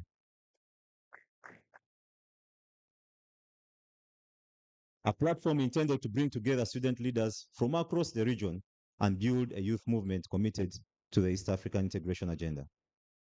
Honorable Matthew Chikaire did not simply advise us, he expanded the geographical imagination of this movement. During our first summit, it was also Honorable Matthew Chikaire who moved the historic motion proposing His Excellency Jakaya Kikwete as a patron of the East African Guild Leaders Summit. His Excellency, who was then serving as our chief guest, graciously accepted the responsibility. Of course, in absentia, Your Excellency Kikwete, we thank you for accepting to place your name, your experience and statesmanship behind a movement of young leaders. Your acceptance gave this summit regional legitimacy and gave its young founders a courage to think beyond national borders. We are profoundly grateful. Also, we wish to recognize our academy patron, the Right Honorable Dr. Ruhakana Rugunda. Right Honorable Sir, your calm counsel, humility, accessibility, and belief in intergenerational leadership have sustained the Guild leadership, the Guild Presence Leadership Academy. You have remained available to guide us and encourage us and open doors for this institution. You have taught us that genuine leadership does not end when one leaves public office. It continues through the leaders one mentors and, of course, the institutions one helps to build. Honorable Matthew Chikaire, of course, our advisory board member, we thank you for your consistency, historical memory, and honest guidance. To my colleagues at the Guild Presence Leadership Academy, our board members, management, staff, volunteers, university coordinators, the Guild presidents, partners, importantly, of course, the Institute of Gender and Development Studies led by Professor Ruth. You have carried this vision through difficult moments and often with extremely limited resources. You have demonstrated that a committed team with a great purpose can move an idea from one university to one country and eventually across the entire region. As we build a permanent regional movement, to you, Your Excellency, and the chief guest today, the East African Guild Leaders Summit must now grow beyond being an annual event. It must become a permanent regional movement. We are therefore establishing an eminent advisory board to provide intellectual, political, institutional guidance to the summit and these integration programs. Of course, the Honorable Matthew Chikaire is already serving as an advisory board member. We are engaging His Excellency Uhuru Kenyatta, who was here with us last year, the fourth president of the Republic of Kenya, as well, to join us. Our academy patron, the Right Honorable Dr. Ruhakana Rugunda, will remain central to this journey. Other distinguished leaders from leaders proposed for consideration of course, subject to their gracious acceptance, include the governor and Professor Nyang' Nyong'o, Amanya Mshega, Donald Kaberuka, and other respected East African leaders, diplomats, scholars, business leaders, and its integration champions. I hope we can integrate the Honorable George Odong in this advisory board at some point, if you accept, sir. This board will ensure that the movement benefits from the wisdom of those who have led governments, negotiated regional agreements, built institutions, served East Africa at the highest level. But the summit itself must remain driven by young people. The elders will guide the journey. The young people must provide the energy that carries it forward. Our requests to you, Your Excellency, these are our requests. Sir, Your Excellency, President Museveni, this movement has reached a critical stage. The vision is alive. The young people are ready, can witness. The regional network is expanding to be highly visible. What now is required is institutional strength. We therefore and respectfully present the following requests. First, we request for a presidential recognition and championship.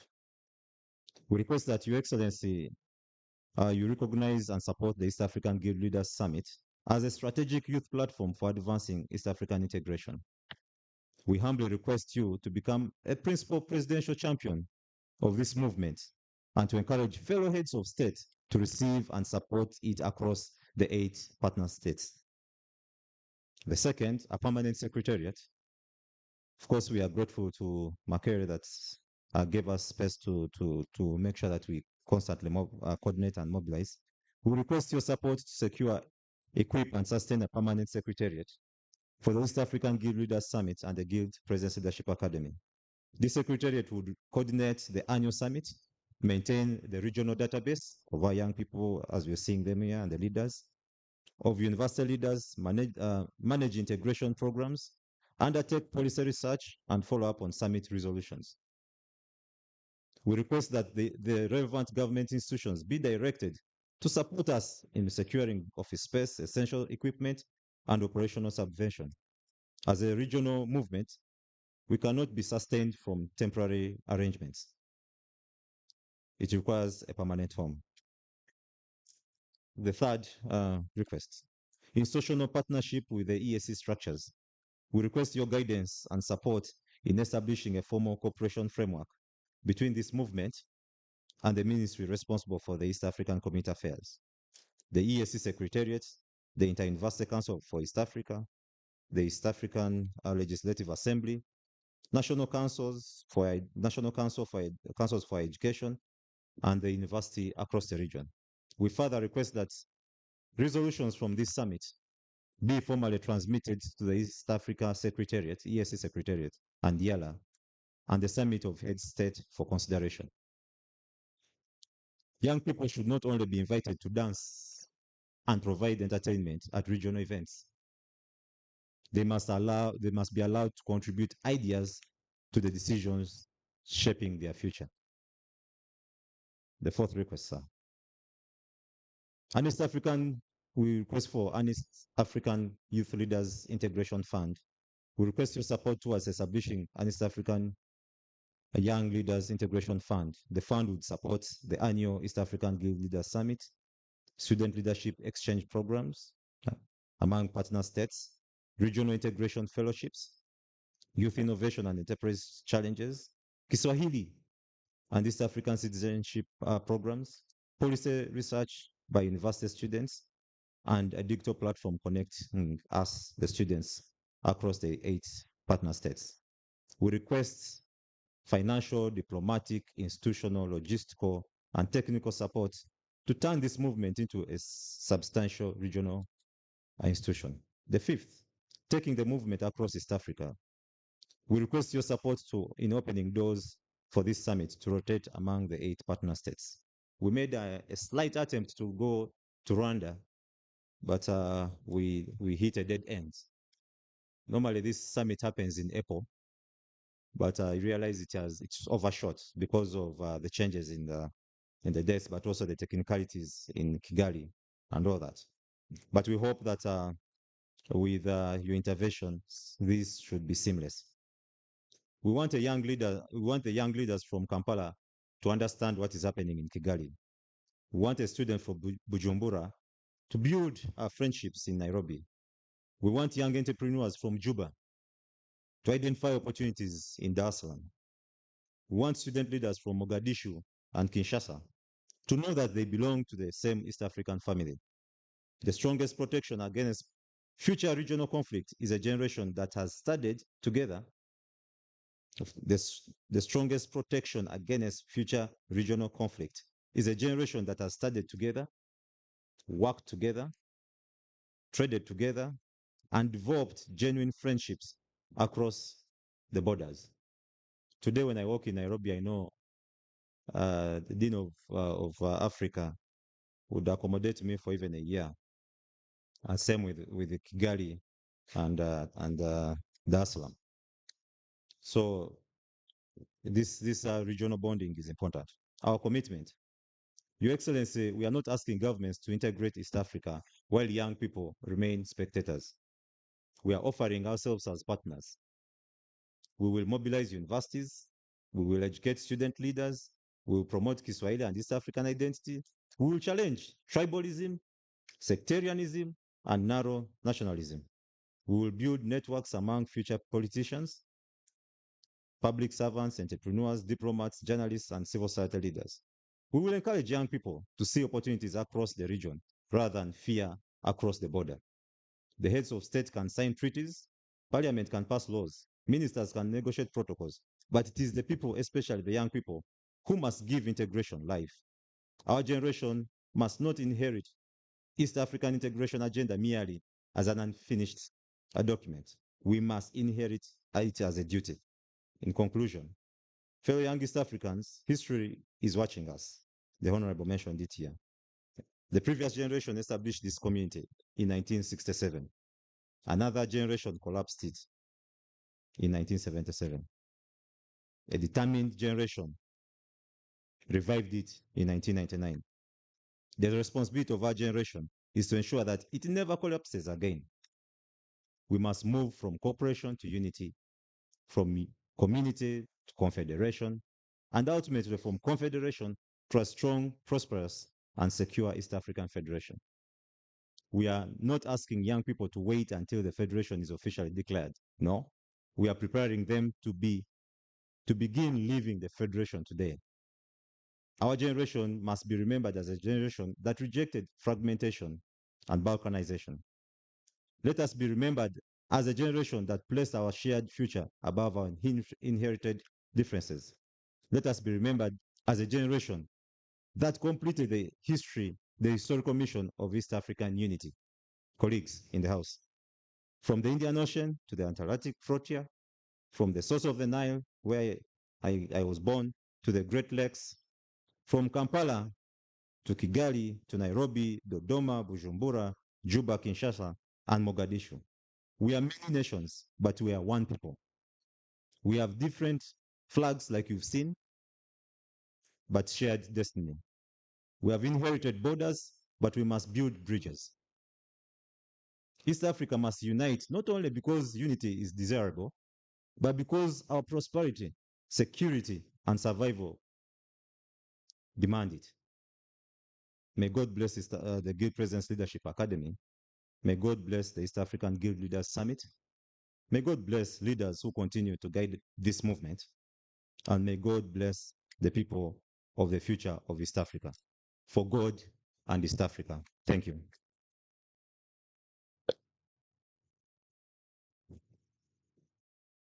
Thank you so much, the Guild Presidents Leadership Academy team, led by Mr. Demian Masesa. Another round of applause for them. It's one thing to think about something and another thing to actually actualize it and put it into action. So seeing such a great team put this together is very remarkable and great. Yeah. So moving on, please don't get tired. Yeah. Tell your neighbor we are just getting started. Yeah. we're just getting started, so be ready. Okay, still recognizing the different universities that we have with us today. From Kenya, we have Rongo University. Please stand up and wave. Okay, thank you so much for coming. Let's give them a round of applause. Masai Mara University. Okay, they're there at the back. Let's clap for them. We have Bomet University. Okay, thank you so much. And then from Uganda, here we have Uganda Pentecostal University. All right, thank you so much for representing. We also have King Caesar University. Oh, thank you so much for coming. We have Great Lakes University. Okay, thank you so much. We have Kampala University. Oh, they're there at the back. Thank you. We have Fields Medical University. Oh, thank you so much. We have, and that team is led by His Excellency Kato, the Youth NRM Western Chairperson.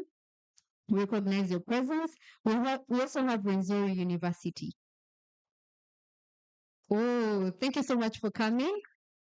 And joining us is also the 36th Uganda National Students Association President, Her Excellence Sheila Ainembabazi. Let's clap for her. Thank you so much for being with us today. Okay, so as we continue with our program, yeah, I just want us to stand up and just stand up, wave your flag. If you said hello to your neighbor on the right, now say hello to your neighbor on the left. Let's just stand up. Stand up and stretch a little.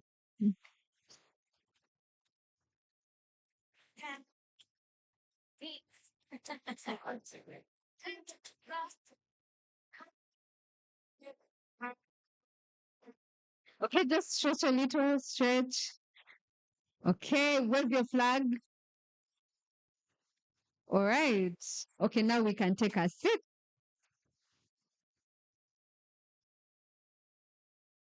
Okay. It's an honor once again to have you here and for honoring the invitation to be here to come and listen, learn, interact with other people from not just Uganda alone, but also from Kenya, Tanzania, Burundi, Congo, Somalia. Yeah, so we thank you for being here today. Next on our agenda, I request that we settle and reduce our movements. Next on the agenda, we have Professor Arinetwe Henry, who will in turn invite Honorable Rugunda, Prime Minister Emeritus, and Right Honorable Rugunda will help us invite our chief guest.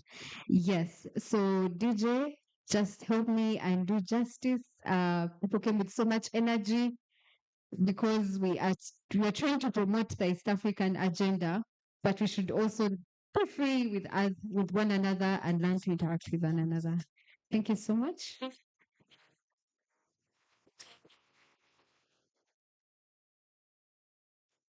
Yeah, thank you very much, the Master of Ceremonies, the Chancellor of Makere University, and also the Second Deputy Prime Minister of the Republic of Uganda, the Prime Minister of Uganda Emeritus, Ndugu Dr. Ruhakana Rugunda, the ministers who are here with us, the members of parliament, members of staff of the various universities that have already been mentioned, all the student leaders, the Guru presidents. And Chancellor, for me, for such a day, I'm very happy because I'm with the presidents. For me, I've never been a president. So I want to feel nice that I'm with presidents. Members of staff, all stakeholders who are here, ladies and gentlemen. My name, as have been mentioned, is Henry Arinetwe, and I'm the Deputy Vice Chancellor in charge of Finance and Administration at Makere University. And you might want to know that the Chancellor is the one who appoints and can disappoint. So I'm here to present the Vice Chancellor who is engaged. He's around, but he has some other also very critical engagements. So he has asked me to step in for him in receiving you, the Chancellor, and the Prime Minister Emeritus, and all the invited guests, all the people from all the East African countries, and maybe even beyond. So mine is really to welcome you on behalf of the university leadership and to say that at Makerere we're really grateful that we have continuously supported this initiative, and we also realize that, of course, leadership at this level provides a platform for leadership at other levels, bigger or even smaller. I mean, I'm sure from here we can also easily become an LC1 chairman. Those of you who are from the Uganda context, you know that you can also serve as LC1 chairman, and the skills you have got are there. You can also serve even as a minister, like the former vice president of the guild. And of course, we want to appreciate that people like Dr. Ndugu, Dr. Wakuna Rugunda, we also student leaders in the times. So this is an honor for us as Makerere to keep adding on to the mentorship or mentorships that we have had. You also know, many who are from East Africa, you are all from East Africa, you have many leaders from other countries have been trained here at Makerere, including, of course, those from Tanzania. The famous one is Julius Kambarage. Those from Kenya, there have been very many of them. Those from DRC, who have had leaders trained you, and other places. So we appreciate. So mine is not to give a speech, but take this singular honor to invite the patron of the association of the initiative, but also as Prime Minister of the Republic of Uganda. We come and record in Mudigo. So I invite my but to be of course, is brother. You can, if I could, get his because other issues, it's uncle. So you can him as a caps, but remember reflection is Dr. Nkana,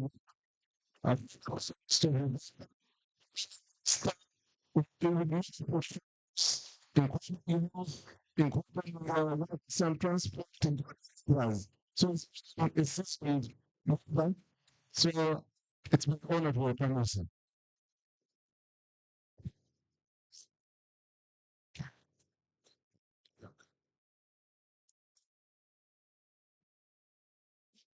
Thank you very much, Deputy Vice Chancellor. My brother, Dr. Crispus Chionga, the second Deputy Prime Minister of Uganda, who is representing President Yoweri Museveni, the Honorable Minister, who has given us a very good statement. Yeah, she deserves the clap again. Members of Parliament who are here from East African Legislative Assembly and the Ugandan Parliament, distinguished student leaders from East Africa. First, I want to take this opportunity to welcome you all because the representative nature and numbers clearly are a good sign for the integration of East Africa. I hope this momentum can be increased so that this fire, this spark can spread throughout East Africa so that issues of integration will be sorted out and we move on with other major issues facing the people of East Africa. I want to salute the leadership of the Guild Leadership Academy. I think they have done good work. They have been able to deliver a message that brings all of us together, and they have been able to penetrate the corridors of power in most of the East African countries. Please continue carrying out this. Chairman, continue. This is the beginning and not the end. During the discussion, the future was highlighted as an important task for all of you, the future of East Africa. But in order to build a viable future for East Africa, we need to be conscious of where we are coming from. I'll say therefore a few words as to where we are coming from. The tempo and momentum for the African people to be together in spite of where they may be in the different continents was sparked off by Marcus Garvey when he mobilized the black people, the Africans in the United States, to come back home. He had an energetic program. The program suffered a number of problems.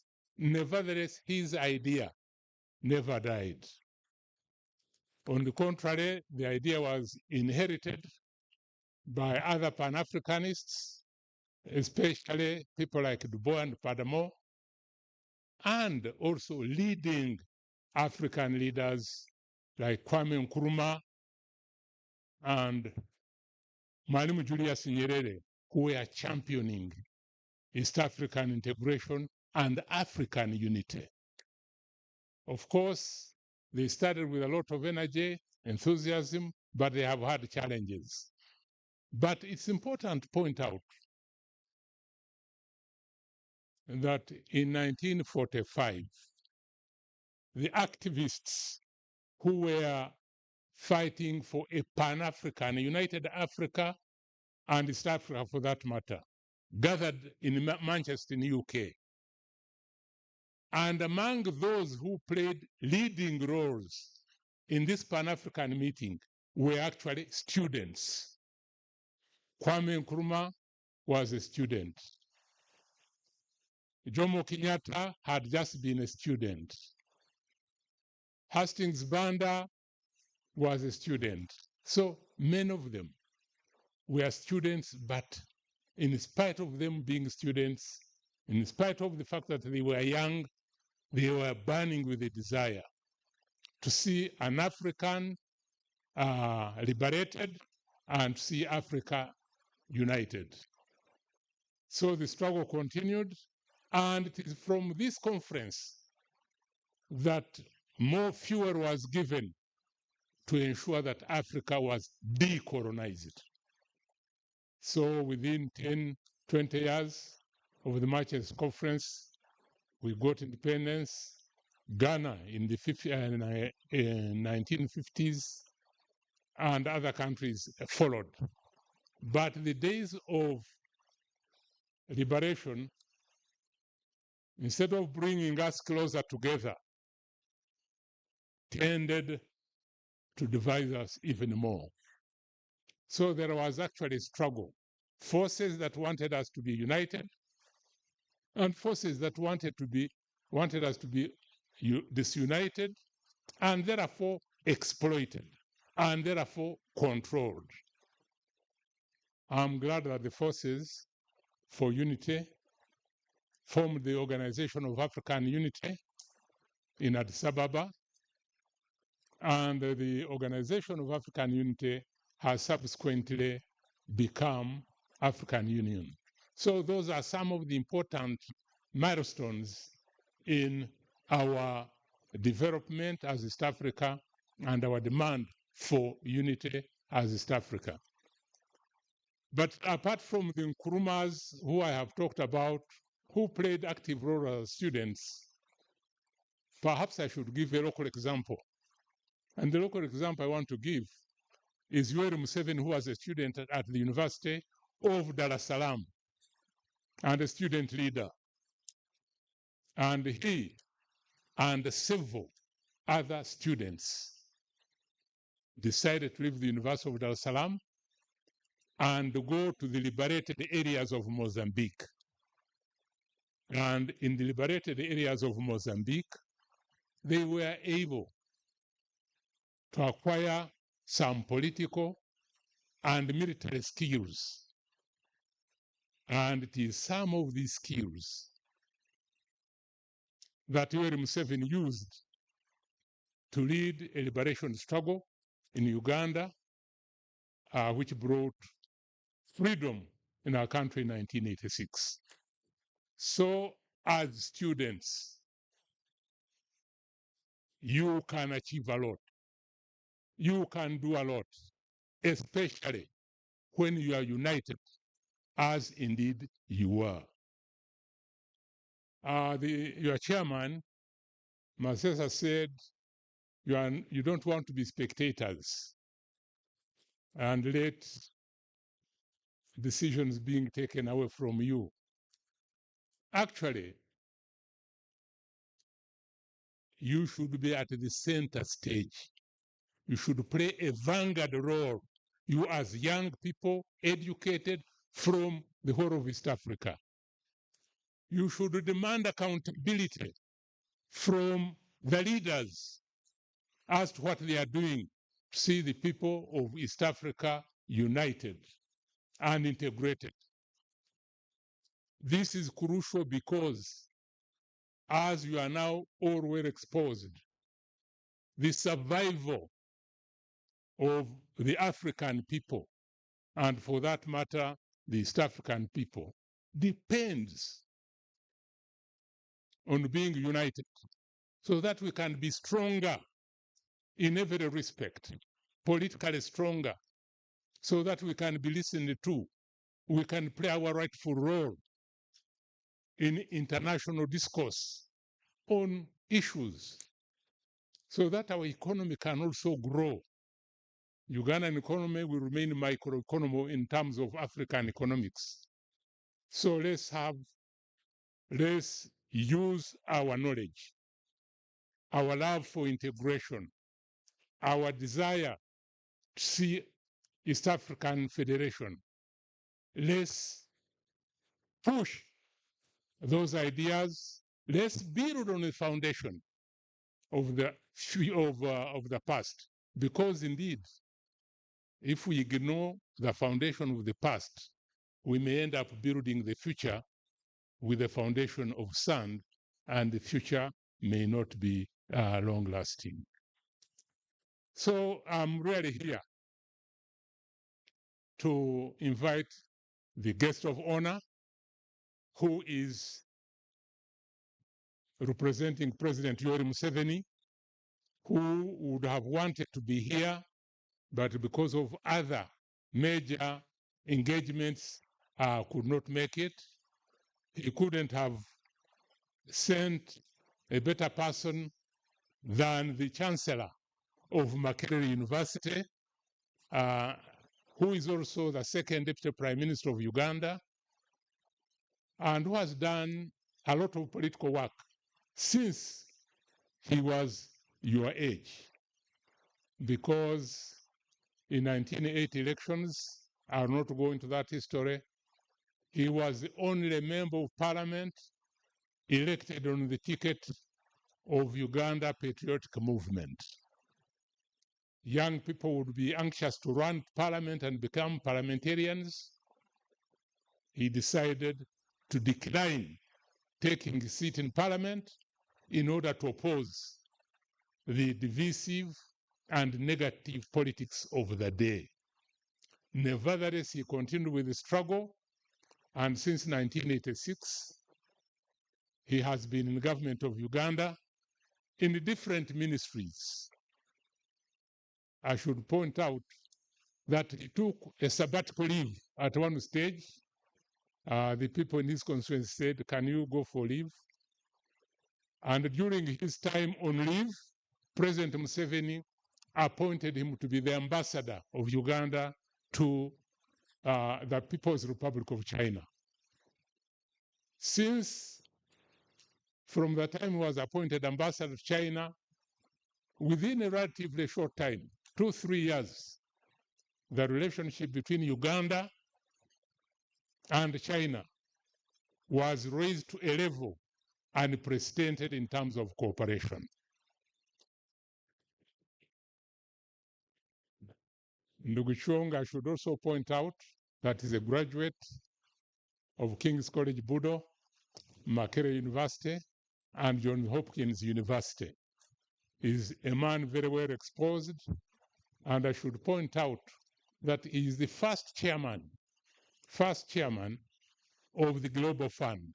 And I'm sure when I say the Global Fund, you know what I mean. It was set up by the by WHO, fight against HIV, and Dr. Chonga led that organization very well. He mobilized the resources and laid the foundation on which the fight against HIV globally has been resting. It's therefore my great pleasure to request my brother Ndugu Kionga, who is representing the president, to come and make his statement. Welcome him more warmly.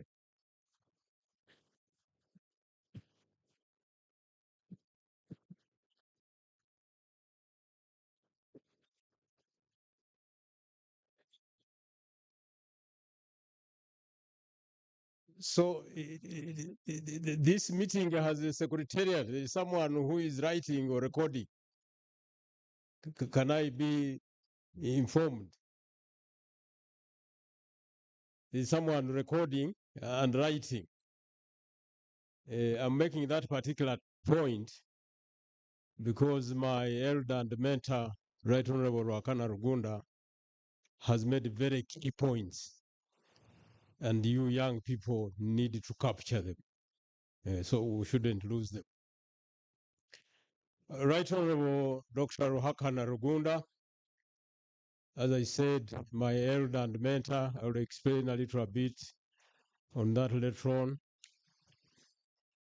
My young sister, the Honorable Minister of the Youth and the Children, my brother, Honorable Dong, Member of Parliament of the East African Assembly, distinguished leaders in your capacities, including you of the Guild, the Guild Summit, ladies and gentlemen. As you've heard, I'm here not in my own right, but to deliver to you the message from His Excellency President Yoweri Museveni. As Right Honorable Ruakana Rugunda has just said, he would very much have liked to be with you. You invited him, he accepted this invitation, but as you will appreciate, there's so much call on his time. Sometimes he wants to move one direction, then calls divert him to another direction. So what I will do is to read to you his message, and then after that I can say a few supplementary words. This is how the message goes. I want to thank the organizers of this annual summit of Guild leaders for inviting me to preside as chief guest. I have not been able to attend your event due to earlier scheduled national engagements. However, I have asked Right Honorable Crispus Kionga to represent me and deliver my remarks to the Guild leaders attending this summit. First, I welcome the Guild leaders and other distinguished guests that have traveled from outside our borders. I wish you a peaceful and profitable stay in Uganda. I encourage you to visit the countryside to explore Uganda's natural beauty and diverse cultures and interact with your Ugandan brothers and sisters who are hospitable.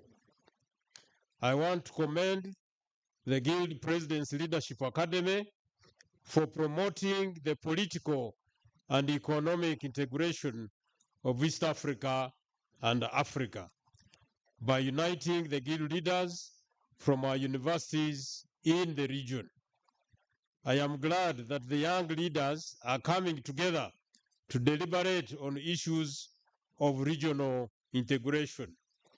As the guarantor of our competitiveness in a changing world order, as guarantors of our competitiveness in a changing world order. This has been the focus of the NRM Patriots since our student days in the 1960s. As the Guild leaders, you must know that a leader is like a doctor who tries to cure a disease. In order to treat a disease, you must first of all conduct a diagnosis. Once you have correctly diagnosed the patient, then you can make the prescription. If the diagnosis is wrong, the prescription cannot be right. And if the prescription is not right, the patient cannot be cured. Our student groups of the 1960s and later, when we joined the government, identified 10 bottlenecks to Africa's development. These include the following. 1, ideological disorientation, manifested through promoting politics of identity, e.g. tribes, religion, etc., instead of politics of interest. Number 2, a weak state, especially the army. Number 3, underdeveloped infrastructure, i.e. the railways, the roads, the electricity, the telephone, the piped water, etc. Number 4, the underdevelopment of the human resource, lack of education, and poor health for the population. Number 5, interfering with the private sector, either by policy or by corruption. Number 6, a fragmented African market on account of colonialism. Number 7, exporting unprocessed raw materials and therefore getting little money and losing jobs. This was caused by lack of industrialization. Number 8, the underdevelopment of the services sector, hotels, banking, transport, insurance, etc. Number 9, the underdevelopment of agriculture.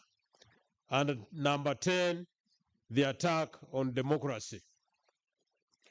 After many years of struggle, peaceful and armed, and analysis, the NRM evolved 4 principles to address the above challenges. These are: 1, patriotism, non-sectarianism of religion or tribe, no suppression of women, no marginalization of youth, the disabled, the underdeveloped areas such as Karamoja, etc. Number 2, Pan-Africanism, working for the Federation of East Africa and beyond, as well as the common market of Africa in order to guarantee greater prosperity and strategic security. The unity of the market of Uganda is not enough to guarantee our prosperity. A bigger market means greater prosperity and strategic security to defend our sovereignty against imperialists. Principle number 3, socio-economic transformation, so as to change Uganda from being a peasant society into a middle class, a skilled working class society, in order to benefit from Pan-Africanism and from Uganda's unity. The society must undergo a group metamorphosis, socio-economic transformation, that's to say. In our case, this means transitioning from the pre-capitalist or subsistence mode of life to the modern money economy and eliminating bystanders or spectators in the drive towards increasing household incomes and creation of jobs.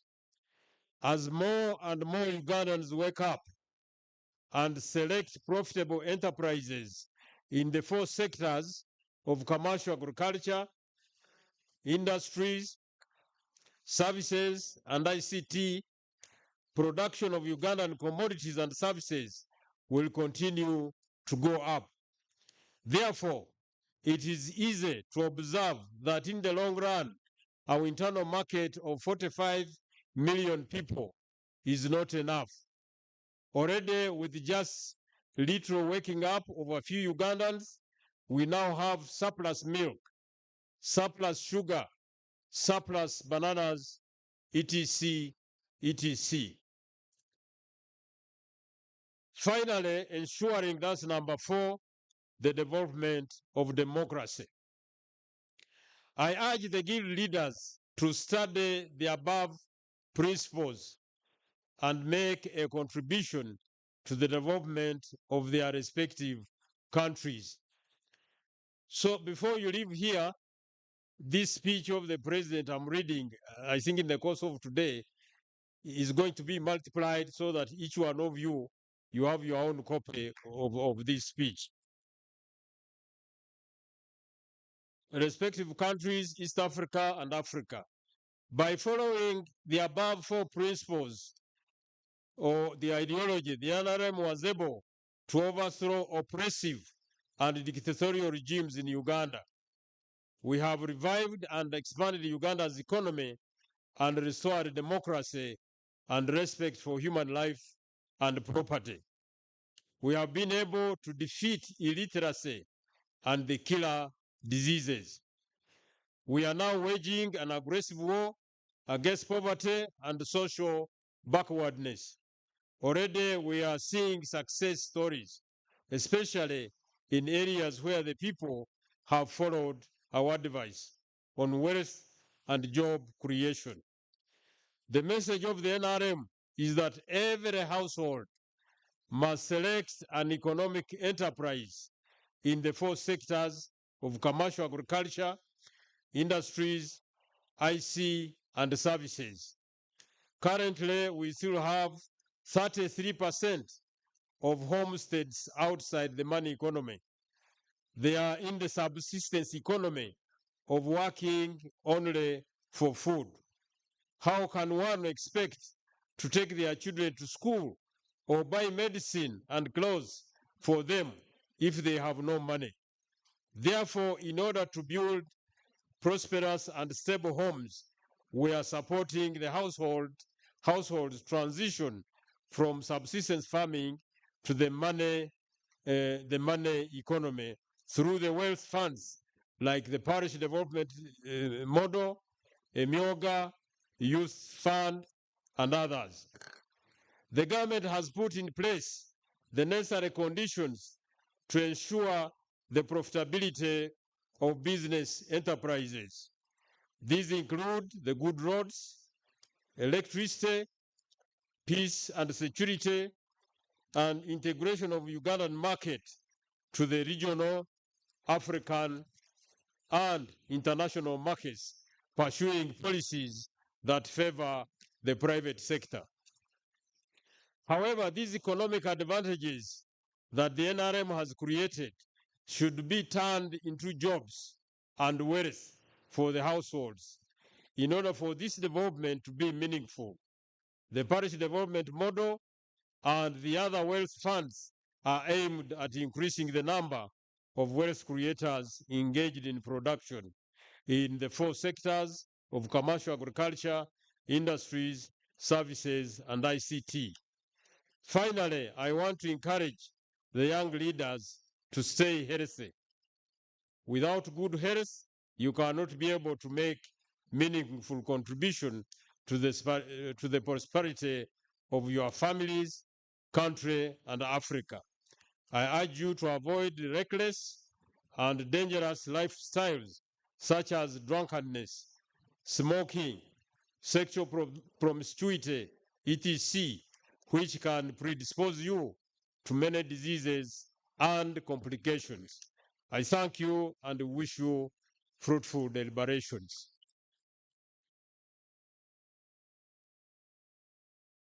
That is the message from His Excellency, the President, which is going to be distributed to all of you. So as I said, I just want to say a few things. You, the leaders of today, the guild leaders,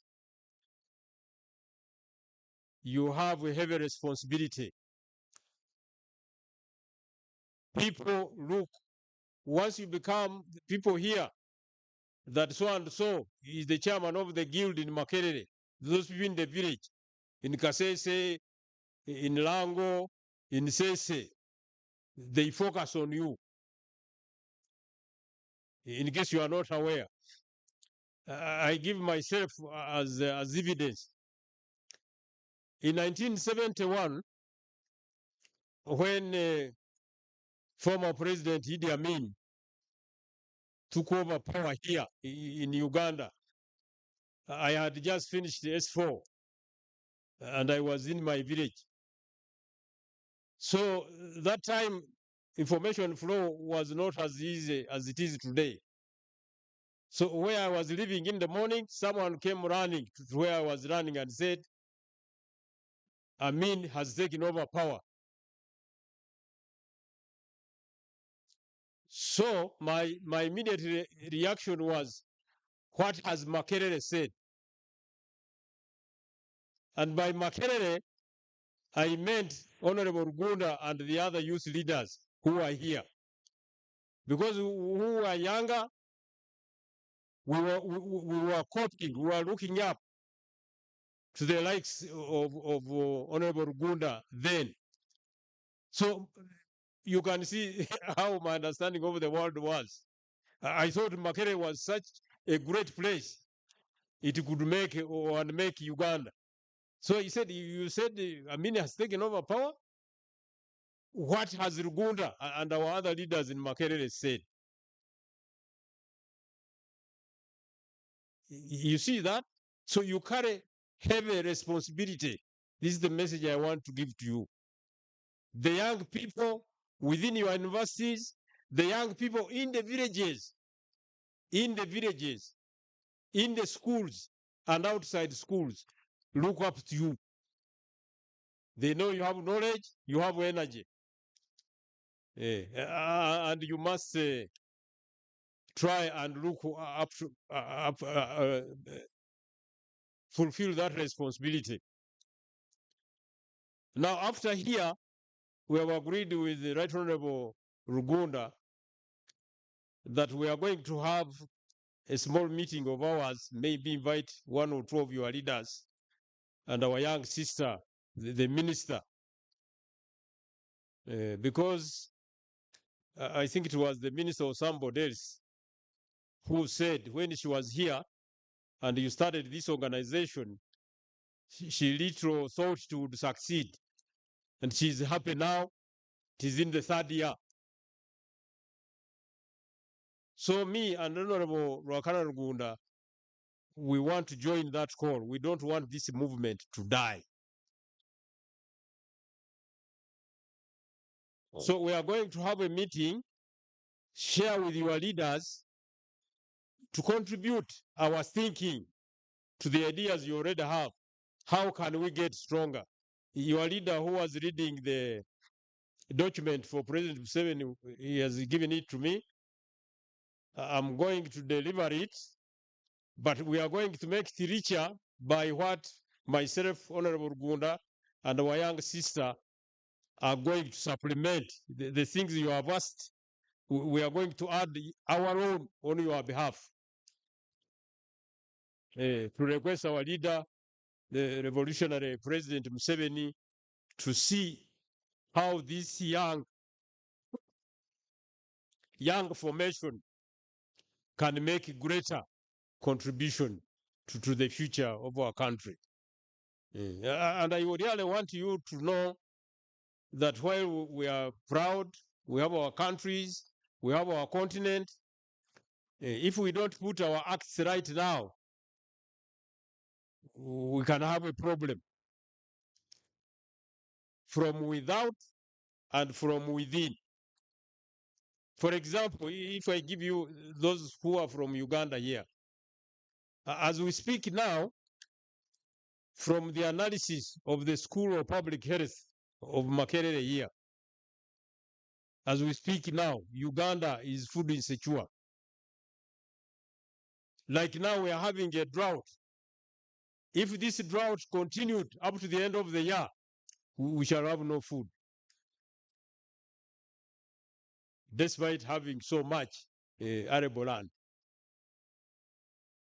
We have you, so many of you young people, some who have finished university, but you have no jobs. You are looking for jobs. In medicine, there is a disease called diabetes. We call that disease a disease of starving in the midst of plenty. You need sugar for your health, for your energy as a person. But when you have diabetes, you have that sugar in your body, but you can't use it properly. You are starving in the midst of plenty.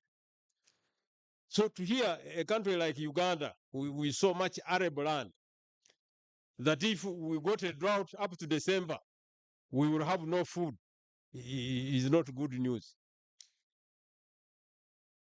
Some of the food, as you know, we are eating is coming from outside. But you hear what is going on around the world.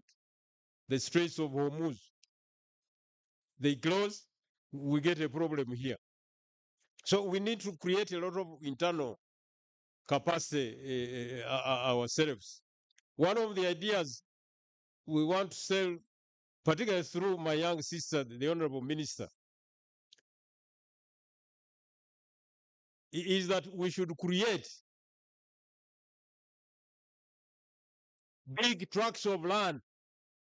We call them agro-industrial parks. A big piece of land, 5 square miles, 10 square miles. And we put tractors there. We put factories there. Then we take you young people in those areas. Those who can drive a tractor, you drive. Those who can run a machine, you run a machine. And we create another level of an economy which supplies jobs but also supplies our needs.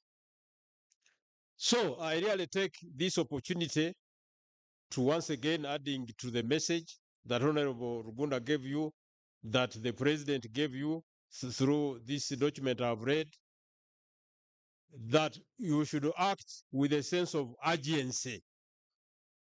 We need to fix certain things quickly, but in a coordinated way. My young brother, Honorable Dong, is here.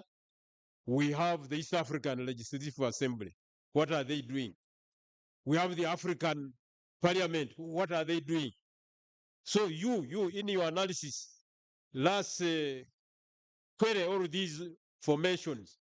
Let's link up with them so that everybody is playing their role, adding value to what we are pushing, and we go on. We can be attacked. That's why President Museveni talks about strategic security. People from outside can attack us as Africa and take over Africa. What they did before, we liberated ourselves, but if we are not strong, they can come back because they have problems. of different types. So, ndugu Rugunda, I am happy really that today I've had a forum to be able to say that ndugu Rugunda is my mentor. You help me, we clap for him. He's not from my village, but I saw him as a student leader in Makerere. The way he conducted himself guided me. Eventually, we linked up in government all these years. So you are the Rugundas of tomorrow. You need to be as serious as Rugunda. You keep asking him, how are you? How did you become so serious? And if all of us are serious, we can move our country, we can move our continent. So once again, thank you very much for this organization. Thank you very much for listening to us, me and Honorable Rugunda, and for listening to this message of HE, the president, which is going to be distributed to you. Now, your leader in another memo, he said, although you are organizing, that you have no money. I don't know how you organize that. You're organizing, but you have no money. Maybe even you're already in debts. So they have asked me that I should tell the president to help you, which I will tell him, but I'm not sure what the response will be and when it will come. But to begin the going, who is the chairman? Are you the overall chairman? On behalf of the office of the prime minister, I will give you a chairman 20 million. So you start. And if something else comes, then it will support. Asante sana.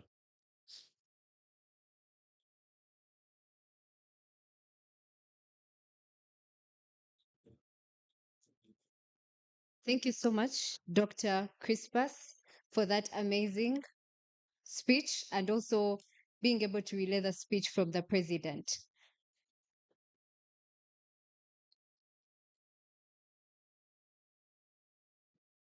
Okay.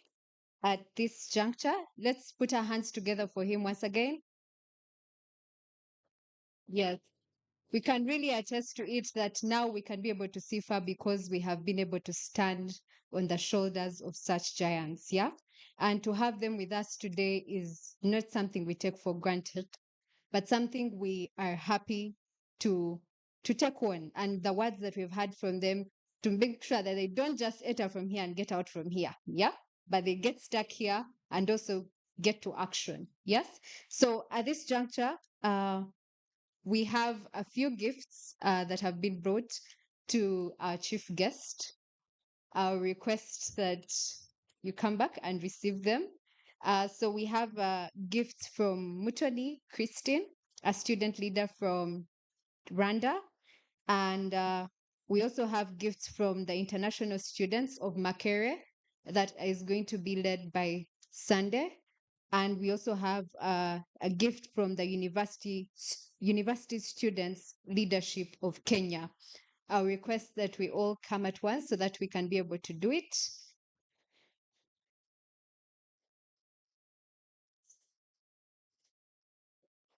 Okay.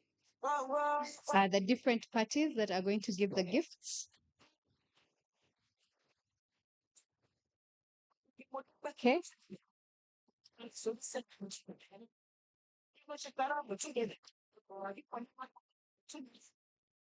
Yeah.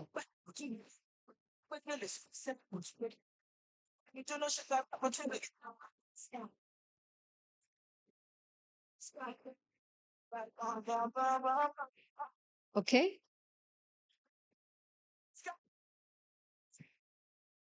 Also request the honorable member, Masi Kanyeste, to please come and join them.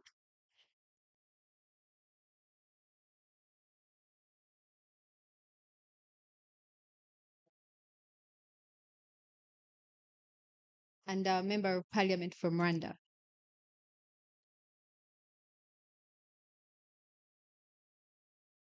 Right. So I request the international students of Makere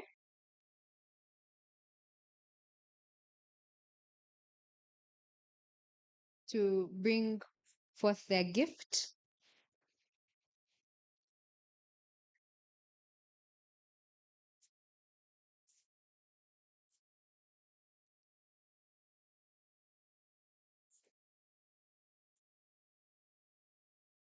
As they're getting ready, also the university's Students Leadership of Kenya to get ready.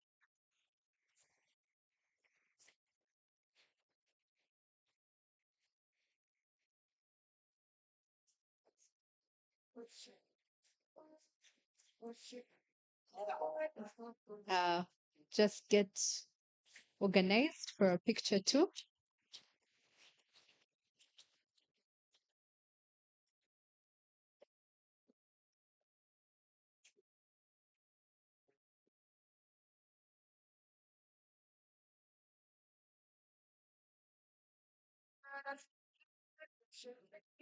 All right, are we done? Okay.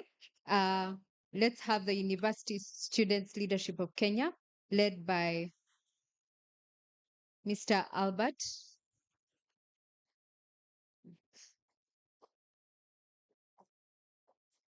Yeah, let's do it. Let's pass it. Um,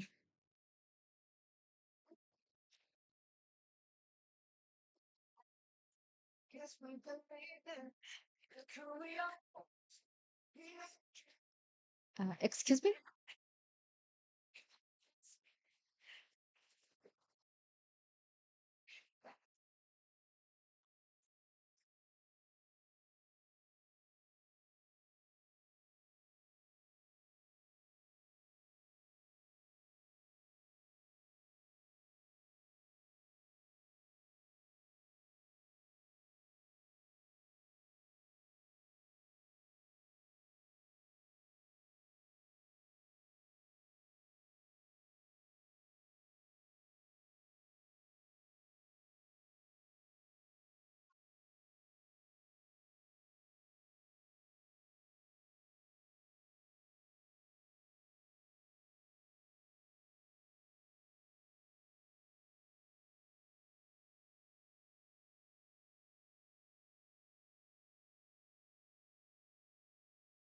Okay, thank you so much.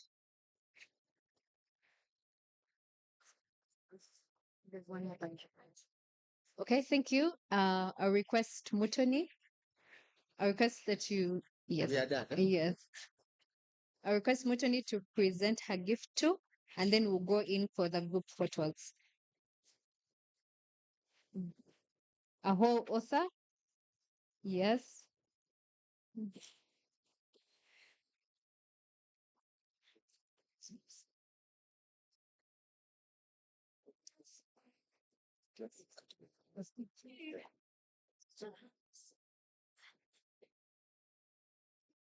All right, thank you for that thoughtful gift. So I request our dignitaries to just get ready for a picture. Just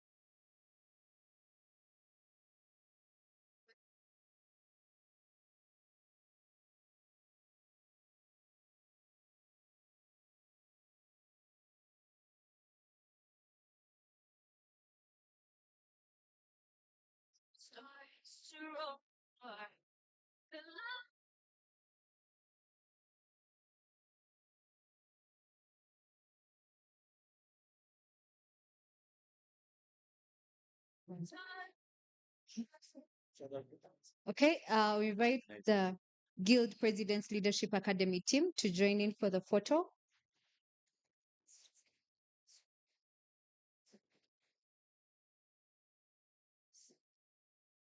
Okay. Okay, Her Excellency Sheila, please join.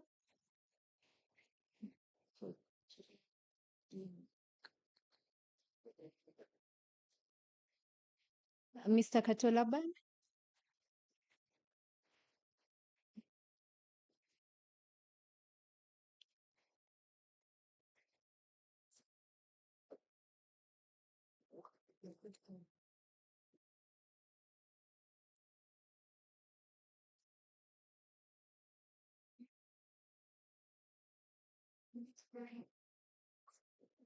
Let's push forward.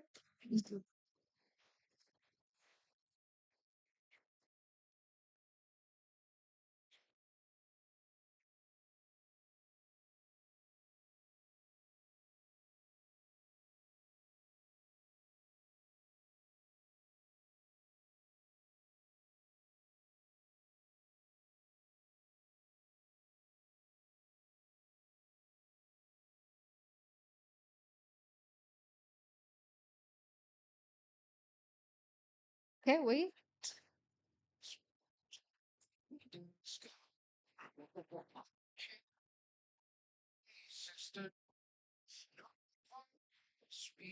All right. I think we'll have that for now. Yes. Thank you so much. Let's give them a round of applause as they step down.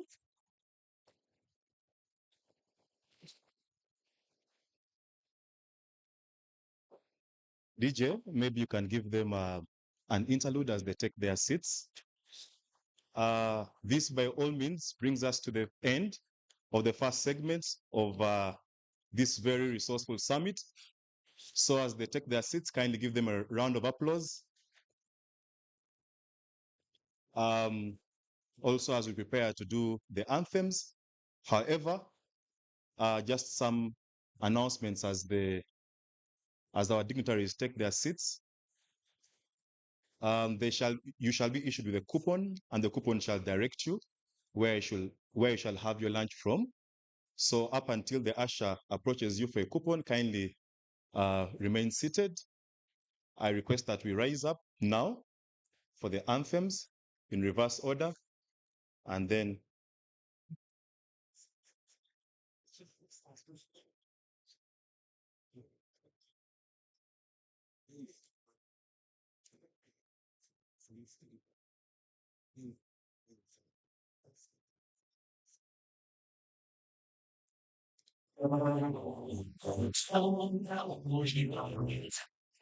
Jumuiya Afrika Mashariki, tuwezeshe kuishi kwa amani, tutimize na malengo yetu. Jumuiya yetu sote tulilinde, tuajibike, tuimarike, umoja wetu ni nguzo yetu, idumu jumuiya yetu. Uzalendo pia mshikamano viwe msingi wa umoja wetu, na tulinde uhuru na amani, mila zetu na desturi zetu. Jumuiya yetu sote tuilinde, tuajibike, tuimarike, umoja wetu ni nguzo yetu, idumu jumuiya yetu. Viwandani na hata mashambani, tufanye kazi sote kwa makini, tujitoe kwa hali na mali, tulijenge jumuiya bora. Jumuiya yetu sote tuilinde, tuajibike, tuimarike, umoja wetu ni nguzo yetu, idumu jumuiya yetu.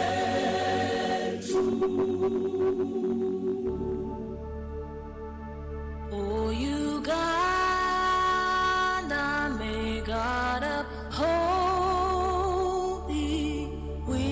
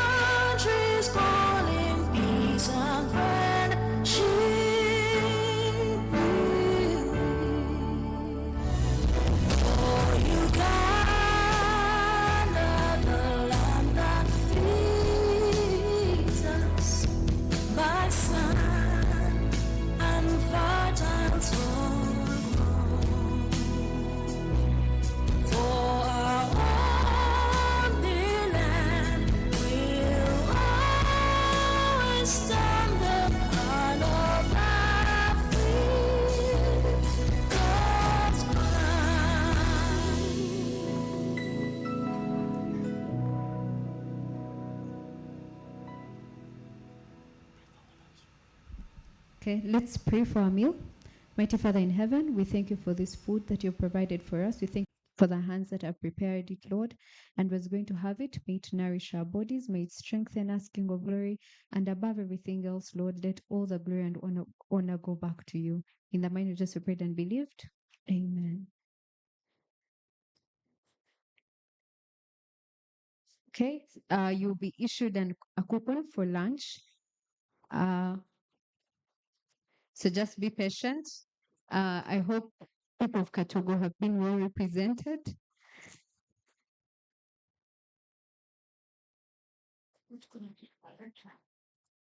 Good afternoon, everyone. Good afternoon, everyone. Yes, a few years back, I used to work as a foods prefect in primary. So today I come back as a foods prefect of the day. So the eating arrangement is going to be in a way that you'll be given a coupon wherever you are. There's a gentleman there with coupons for that coupon. Then we saw a representative giving out coupons, but which were everywhere. The people seated this side will just use that exit route, and these ones will use this exit route. There's a team that is going to come and pick you from where you are, but from Okay, well, we're represented there, and you're very happy. Yes. Okay.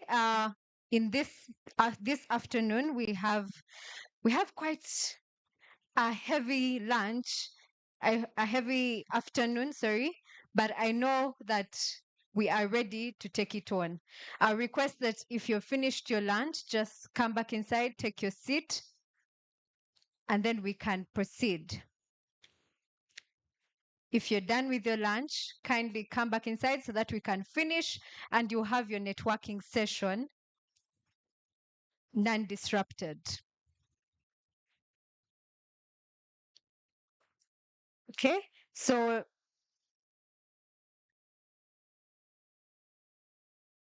as you're all taking your seats right now, I would like to recognize Aga Khan University.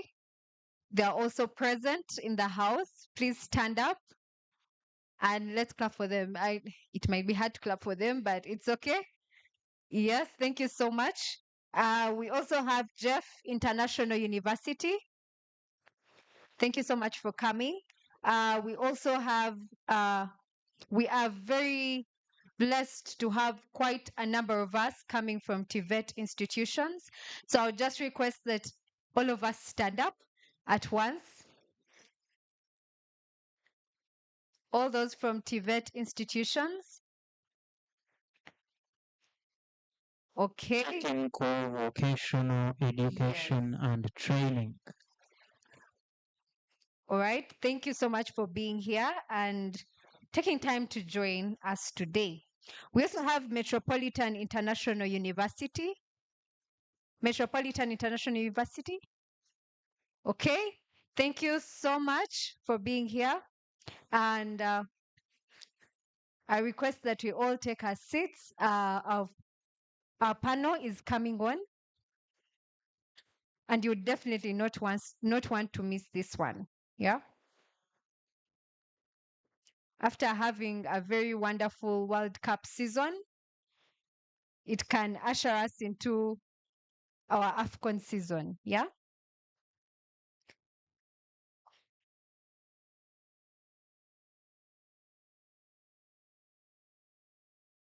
Okay. Make sure to say hi to your neighbor and check on them whether they are satisfied or they want more food.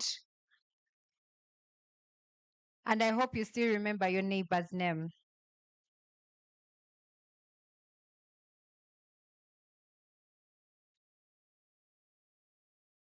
Okay, are we ready? Those are the photo booths. I know those pictures are really nice, but I will request that you come inside and take your seats.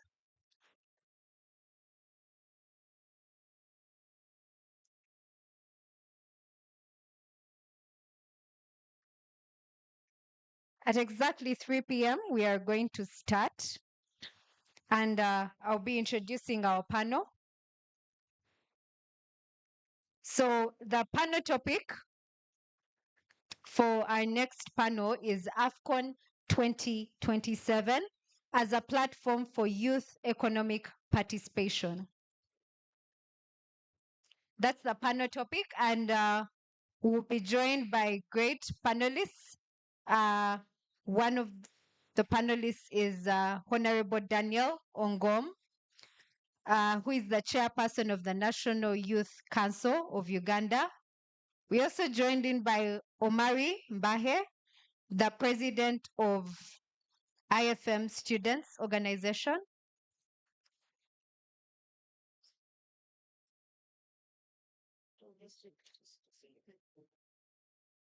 Then we're also joined by Marion Stechi, the 8th ESC Youth Ambassador for Kenya.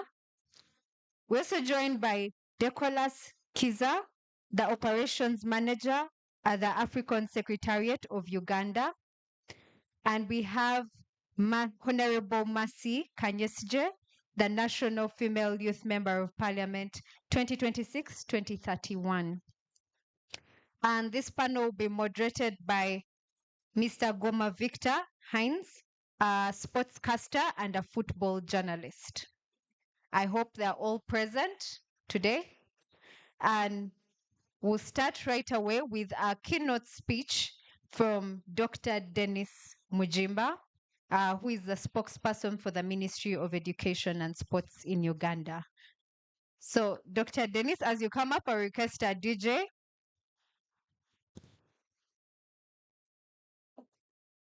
This is great sound. Yeah. Yeah. A legendary time that you wind up a stand in the bamba.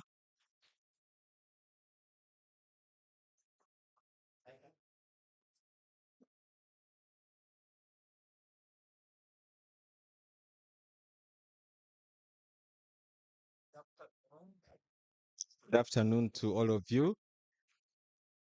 It's a pleasure to be here with this mass of leaders. And I really enjoyed the before lunch session. I think it's very amazing to have elders in our midst speaking wisdom and experience. The unique thing about elders is that they have seen everything we have gone through, but we have not seen everything they went through. So it is always important and a pleasure to sit at the feet of elders and listen to what they have to say. I not only work with the Ministry of Education as its spokesperson, but I serve as the chairperson of the Communications and Promotion Committee of AFCON here in Uganda. So it is my pleasure when Mr. Masesa reached out to me to share some insights with you through this keynote. I think whenever you think about a business opportunity, you need to answer the question, what is the big scheme of affairs you're playing within? We have just concluded the FIFA World Cup 2026 in the USA, Canada, and Mexico. That tournament generated globally about 40.9 billion shillings into the global GDP. 40.9 billion estimated, and that's a conservative estimate. The US alone, let's go to FIFA alone. FIFA, the organizers of the 26 World Cup, they estimated to get about 15 billion shillings in revenue. That is $billion, not shillings. Sorry. So the other one is $40.9 billion, and this is $15 billion. The United States alone, the businesses will get a minimum of $18 billion out of the FIFA 2026 World Cup. During this season of the World Cup, not just the tournament for 1 month, FIFA World Cup generated about 180,000 jobs, new jobs in the USA. Now, all these jobs were not government jobs, but they were actual opportunities within the private sector. So when we talk about the opportunities that AFCON 2027 is bringing to Pamoja, that is Kenya, Tanzania, and Uganda, our anchor is actually the private sector. The jobs that are going to be available for AFCON in Uganda alone, there will not be more than 30 jobs. And those jobs are within the local organizing committee. But the remaining over 5,000 jobs that shall be created will actually be playing within the private sector. And that is immediate tournament arrangements. So the private sector plays a huge role in providing youth employment opportunities during major sports tournaments like AFCON. AFCON is a small slice of a big pie called the global sports industry. To put it in perspective, the global sports industry, the market value is about $2.5 trillion. $2.5 trillion. And 40% of that pie, the $2.5 trillion, is actually football. So when we are hosting AFCON here with Kenya, Tanzania, we are trying to chip into a huge pie that has often eluded us. So we have to put up our best foot, our best hands, and our best heart. Our best foot, walking the distance, our best hand, the right skills, our best heart, the right attitude. In the year 2025, in the month of August, Pamoja, Kenya, Tanzania, and Uganda, we hosted what is called CHAN 2024, but hosted in 25. During that time, we mobilized young people to help us deliver the tournament here in Uganda, and I'm sure it also happened in Tanzania and Kenya. There is something we noticed. It is so important to have an attitude that is adaptable. Adaptability is not only a skill, but it is a highly desirable attitude if you're to benefit from such sports tournaments. The specialized jobs that come through such a tournament opportunities are less than 10%. Less than 10% of job opportunities that will come through AFCON will not be looking at what you studied in school. It's not about IQ. It is about what you have been able to learn when you're outside school or outside your lecture room. And there are two important intelligences you need, and you're very aware of them. One of them is cultural intelligence.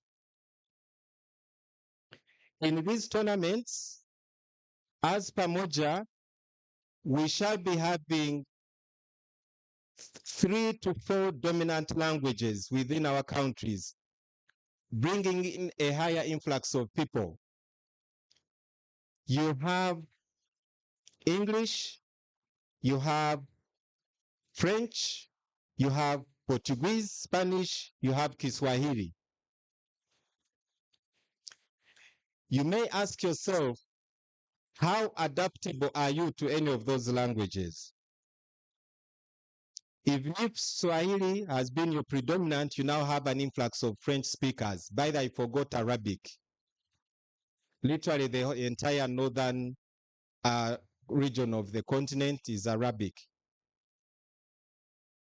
So when we talk about adaptability in the business landscape, the faster you cope with cultural diversity, it means that you have a higher level of cultural intelligence. We estimate AFCON 2025, which took place in Morocco between December 25 and January 26. It gave out 15,000 job opportunities, 15,000 job opportunities. But that was one country. So when you bring 3 countries, and because of the complexity of the facilities we have, we estimate that we shall need about 20,000 new jobs to work in AFCON 2026. Uganda will be having 2 competition stadiums, Hoima City Stadium and Nambole Stadium. Kenya has 2 stadiums. Tanzania has 3 competition stadia. So if we assume that the 20,000 jobs will be shared between the 3 countries, you may think Uganda can get around 6,000 jobs directly from AFCON. This has to do with the people who are hired to help implement the tournament. It does not take into consideration the jobs that come through the hotels that need to be run, transportation, etc. These are direct jobs of the tournament, about 6,000.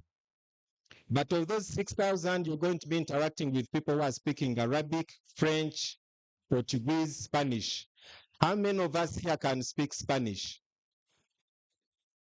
How many are fluent with Arabic? How many are fluent with French?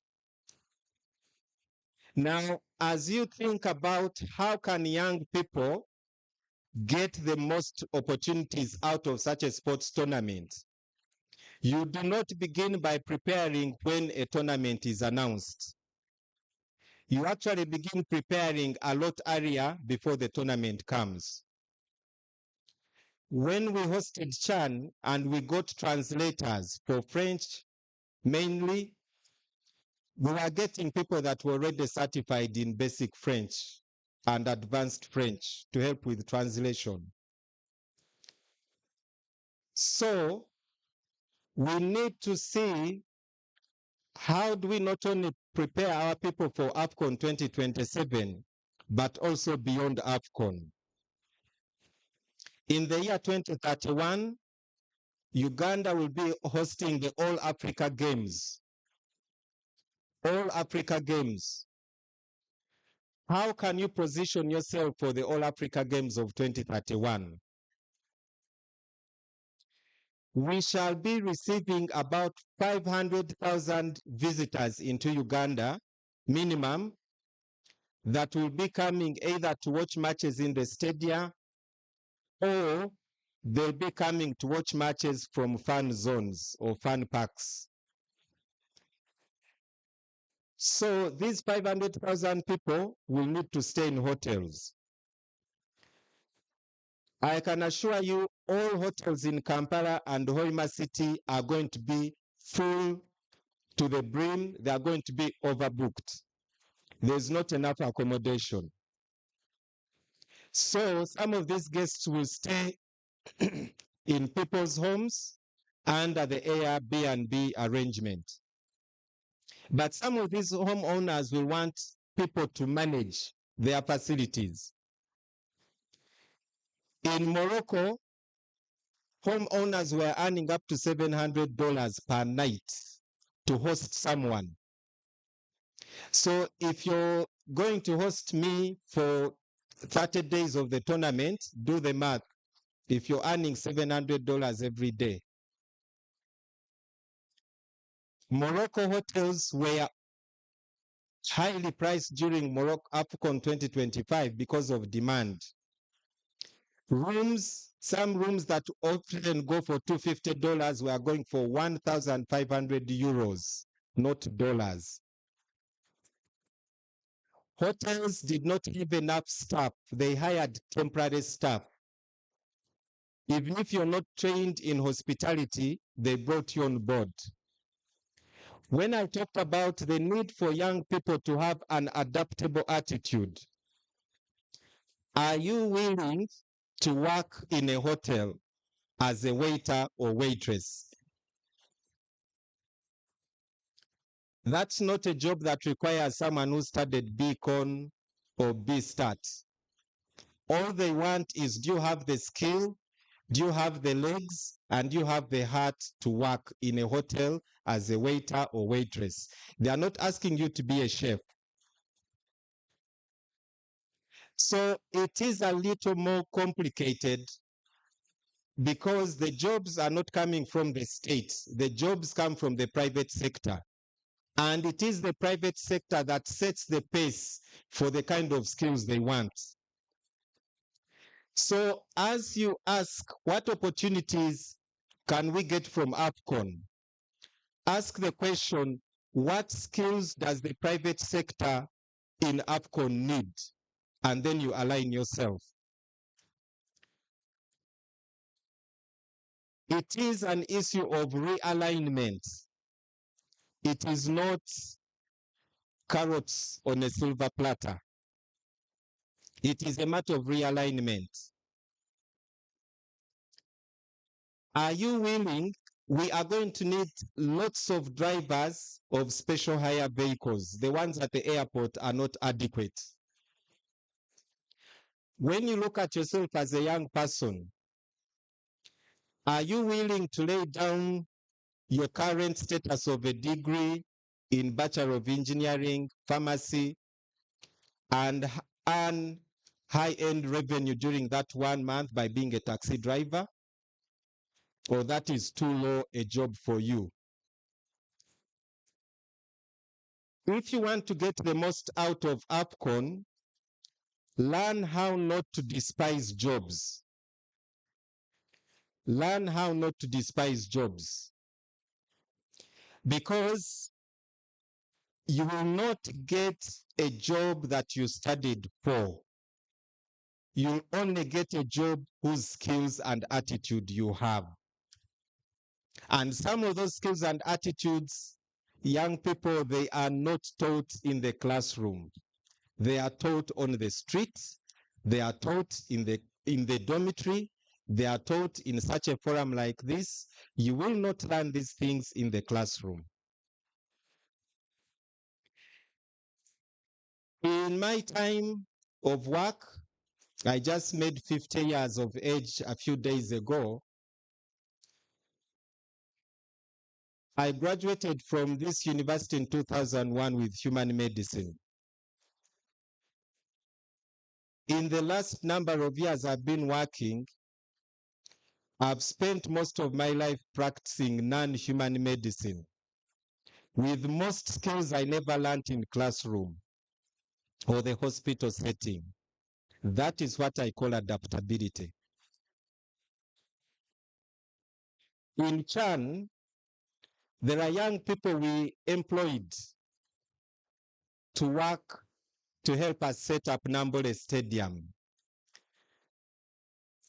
Mr. Masesa, these people would come at 9, they expected at 8, and at 2:30, 3:30, they are checking out. But the kind of work we are doing, we are leaving Nambole Stadium at around 3 a.m. And these young people were not present. Are you able to work in an environment that has highly unpredictable work schedules. That is the litmus test. Because you see, we are going to employ at least 10 companies to serve about 5,000 people every day. Now, these companies don't need chefs. They already have the chefs. They want waiters and waitresses. Are you willing to be in the stadium at 8 p.m.? So what we are dealing with about AFCON, it is not the kind of jobs that have a script. It is actually the unscripted jobs. But these are jobs required by the private sector. So rather than ask which jobs are there for AFCON, find out from the branding companies that are going to put up more than 5,000 billboards, that are going to put up more than 10,000 street poles. Find out from the catering company that is going to feed about 1,000 people every day. Find out from the tour company that is going to be shuttling accredited media from hotel to the airport. Find out from the airport shuttle drivers who will be bringing guests in and out. Find out from the hotel concierge services. Ask them, what skills do you need for someone to do this kind of job? And then put yourself on a weighing scale and ask yourself, do I have these skills? Do I have this heart? Do I have this attitude to do this kind of job? Ladies and gentlemen, welcome to the $2.6 trillion global sports industry, of which 40% is football, coming to East Africa. The population of AFCON countries is only going to be 184 million people, Kenya, Tanzania, and Uganda. Our highest industry for tourism gets about 9 billion revenue annually. Uganda, Kenya, and Tanzania, we are the highest revenue earners. We are the highest revenue earners for tourism. Are you able to work in the tourism industry? Are you able to work in the tourism industry? You're ready? Welcome on board. The jobs are there for you. Thank you.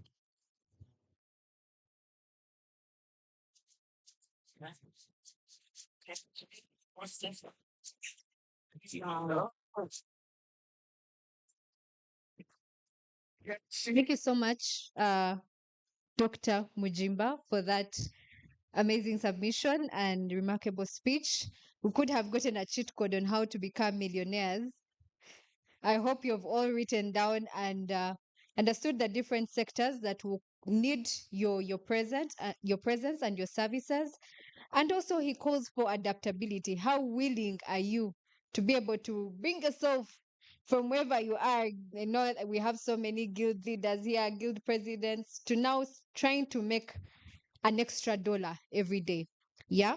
In this new economy, it calls for being able to be diverse, be versatile, be willing to do what helps you be able to survive.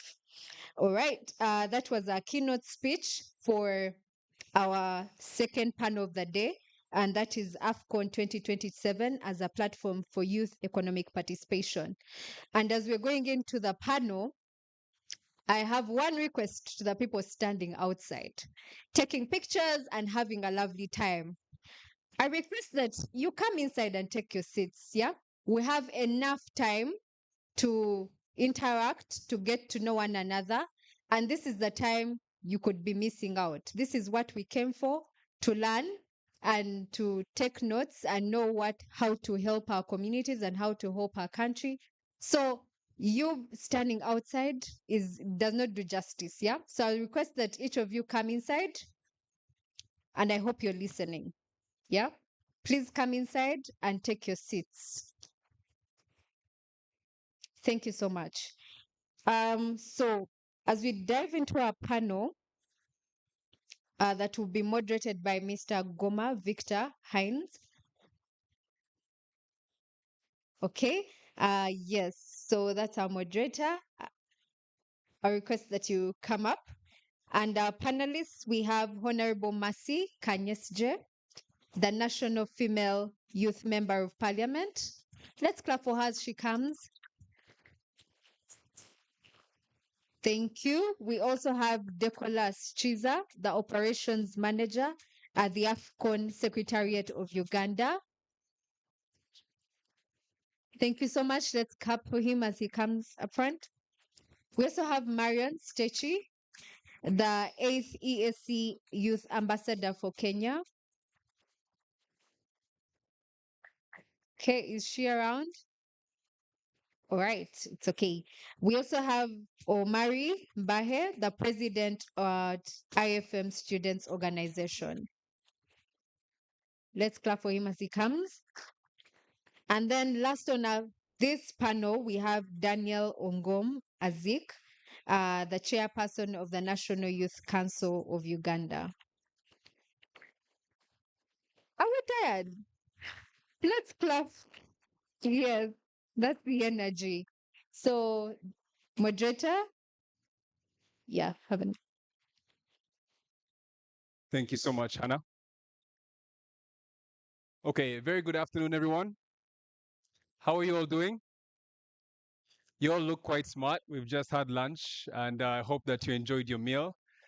Many thanks to the organizers for such a sumptuous meal. Good afternoon once again to my brothers, my sisters who were born and raised here in Uganda, who have Ugandan national IDs. It's very good to see you all.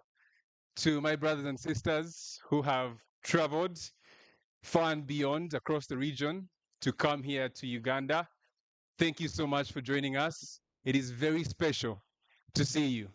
And I know we're going to have a very exciting time here. So far, we've had some very interesting conversations. My name is Goma Victor Gracious Hines. As introduced by Hannah, I'm a sportscaster. I work with FUFA TV, and I'm also an online sports content creator. So this is a very interesting topic that I'm excited about. Thank you so much to Dr. Mujimba for setting the stage there.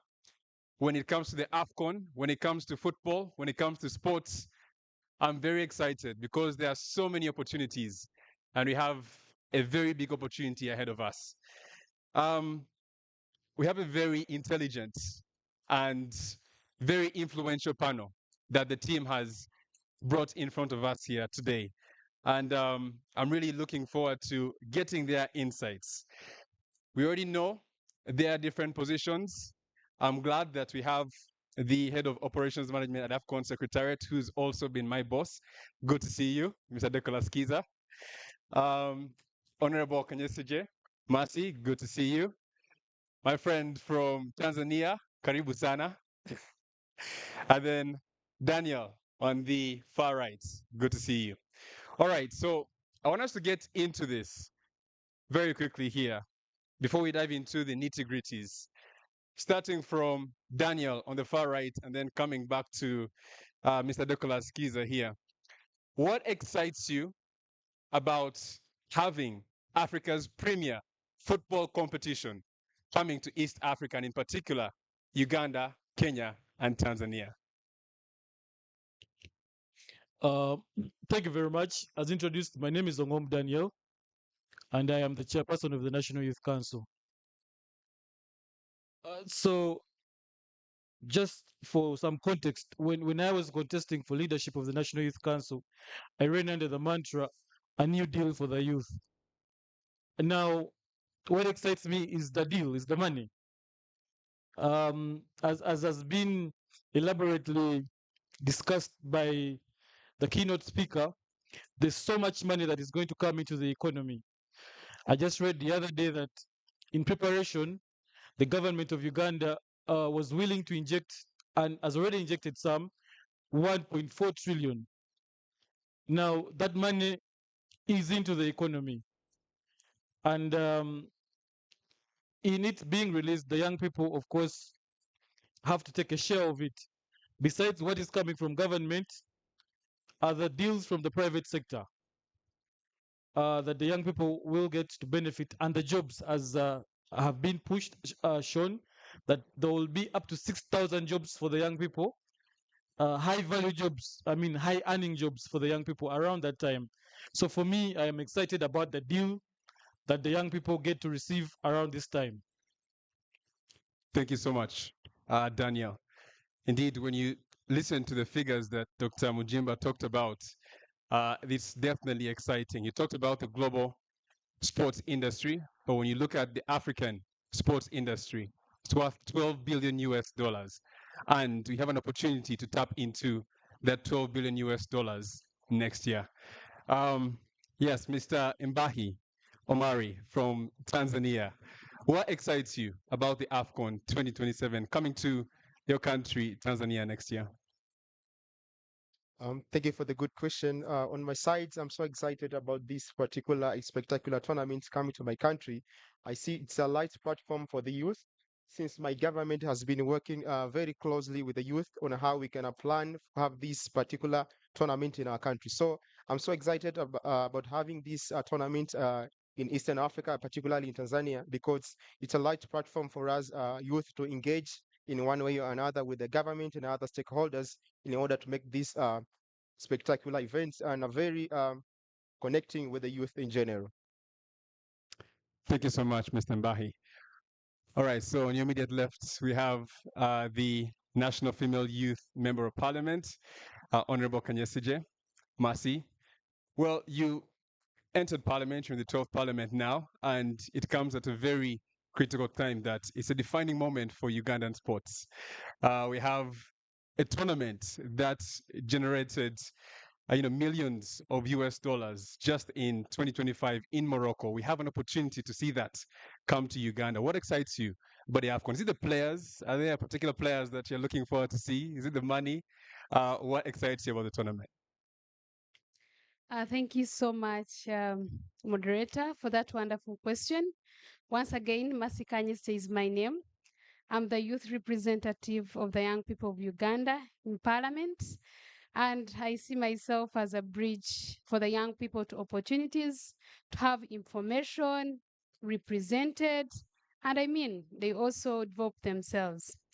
Back to the question, I am extremely excited for this. One is it is strengthening our integration. Trust me, after AFCON, yes, we've been doing business and everything. After AFCON, a lot is going to change. For example, when I was reading the newspaper for the local organizing committee calling for companies, to contract. They didn't differentiate to say that have only Ugandan companies. It's across East Africa. So it is strengthening our integration. The people are going to come in Uganda. People are going to go to Tanzania, to Kenya, So at the end of the day, you find that we see ourselves as one people. So that really excites me. And of course, the part of money, as the chairperson said, especially to the young people. The truth is, we, the young people, when I was still back to the point reading the newspaper about what we can do, I realized that young people, most young people, we don't have the capacity to contract by now. But as he said, our speaker, the spokesperson of Ministry of Education and Sport, we have to target the private sector. So the young people that are organized, the young people with the information, and I believe in this room, you're going to leave this room, you go and try out because you've been guided. Let's just not sit in this room. Let's get the information, go and put into action.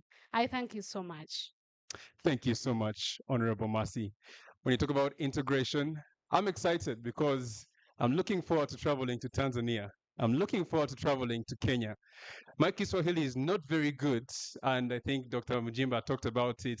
I'll be looking for an interpreter. Maybe I'll have a couple of shillings that I'll hand out to some of the Kenyans there. But I'm looking forward to traveling to the East African countries and building the bond with my other brothers and sisters in the other countries. Mr. Decolas Kiza, how about you? You've worked with the Federation, you're in the AFCON Secretariat. I know you have your boots on the ground. What's exciting you about the tournament coming up next year? Thank you so much. My name is Kiza Nicholas Antali. Antali is an important part of my name because it belonged to my late dad. And when I understood the meaning, I decided it is supposed to be part of my name, and I did all the deeds to ensure that Antali is part of my name. On another day, I'll try to explain what that means. But as Nicholas, I'm excited in so many ways. First of all, I've walked the journey of AFCON right from Arusha in the interministerial meeting that decided that the three countries are willing to come together to prepare a bid in 2 months for us to be able to beat the deadline of CAF. So that way I became part of the bid preparation committee. So for me to see that dream come true is a very, very wonderful opportunity for me. But most importantly, for the rest of us, the economic stimulus. The economic stimulus. If you have been in Uganda for quite a time, you must have realized that in the history of the Ministry of Education and Sports, it is because of AFCON that it has received the highest government funding. Dr. Mujimba has told you about the tournament and our expectations, but I also want to tell you that whereas AFCON 2025 generated $778 million, it is projected that Pamoja will generate in excess of $900 million. We don't look rich. We seem not to be as rich as Morocco, but the projections from the football income is much more than maybe a 15% increment from that of Morocco. So this economic stimulus, all sporting infrastructure is up and booming throughout the country because of what has been constructed for us to be ready for AFCON. The excitement of receiving visitors in the country, His Excellency the President has also alluded to the statistics that we will not have less than 500,000 visitors in Uganda during that tournament, and all of us will have to be part of that particular excitement. So we need to position and place ourselves. So I'm excited because of the economic stimulus, but also because of being part of the entire journey myself. Thank you so much. Thank you so much, Mr. Decolas. Well, I think as we celebrate the AFCON coming next year, he's one of the people that we can look at and appreciate for coming up with a very good bid that has us, for the first time since Ethiopia a couple of years ago, hosting the AFCON. Mr. Decolas, I'm going to stay on you for the next question. Dr. Mujimba talked about the private sector and also the opportunities that are there, but you are the operations manager. You are operating from the inside. The youth out here would want to get to know, where are the biggest doors opening for the youth? Where are the jobs, the contracts, the services, the innovation that they can take up next year and earn from the tournament? Dr. Mujimba did bring it out very, very clearly. As operations manager, I am in charge of how the football will move, what will happen in the stadiums, how teams will be received, how teams will reside, how teams will be positioned on the pitch. That is my job. So the entire Africa is looking at that particular office of operations. So we have to set ourselves very early. We have set ourselves very well, and we have to put everything in place. Dr. Mujimba talked about something which happened in the African Nations Championship, CHAN, whereas our sleep time was past midnight. The number of workers that we did have could not sustain themselves. They couldn't endure up to the time. Those times sometimes would be very rough because if a football match has kicked off at 8, it will roughly end 2 hours later at 10 p.m. So for you to disengage all the logistics around, you need another 2+ hours for you to be able to get in. So the attitude, Nicholas is a chartered accountant, for your information. A very humble member of the bull roasting community of Makerere University. I was in Micho around 1985, 86, my first year, but crossed over to Bachelor of Commerce, graduated in the Bachelor of Commerce Accounting, went on to train as a chartered accountant of the UK, held a series of positions in the finance departments of key parastatals in Uganda. But the passion in me, when I was called to serve football, I went to serve football. Although I'm still the same Nicholas, the chartered accountant, holding the position of finance director for the Federation of Uganda Football Association for some time. But now, I do not practice the accounting day in, day out. I administer and manage football. And you would be surprised to know that the last time I was in a competitive match, it was way back in senior one at Duhaga Secondary School.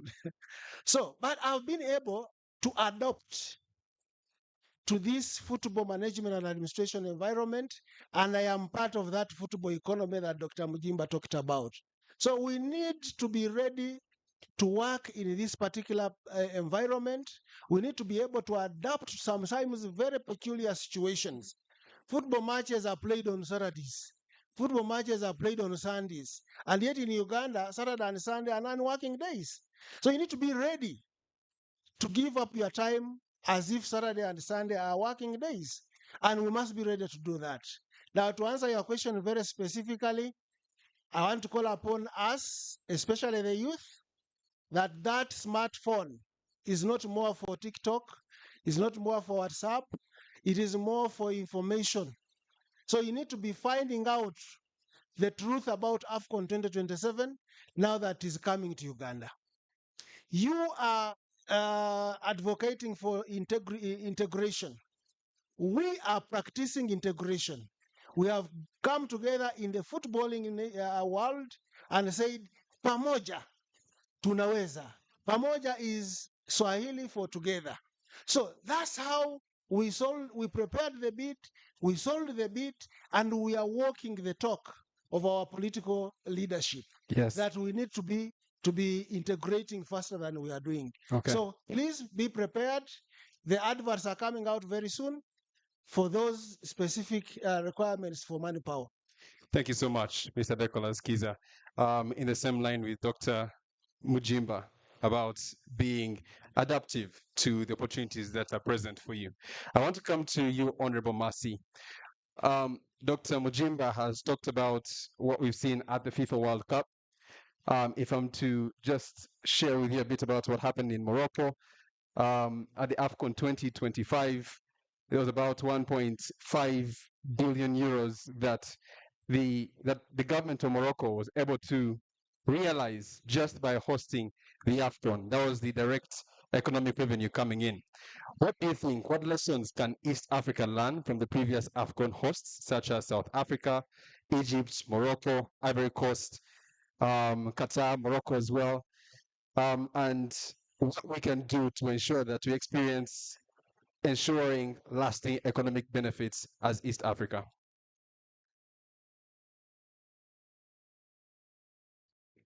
Thank you so much, moderator, for that wonderful question of what East Africa can do to see we keep on benefiting from what AFCON would have left behind.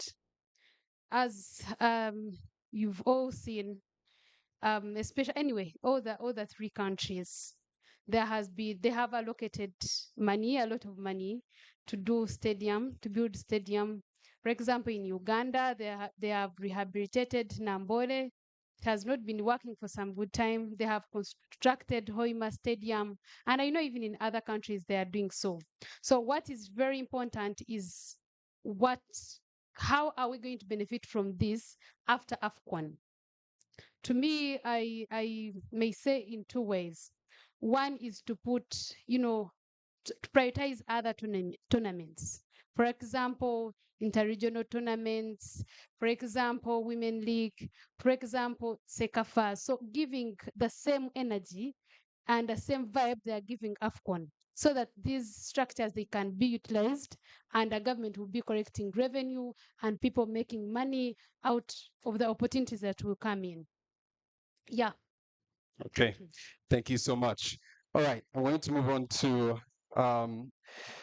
Mr. Mbahi, we have very little time left, but we're going to try and go through some of the critical questions here.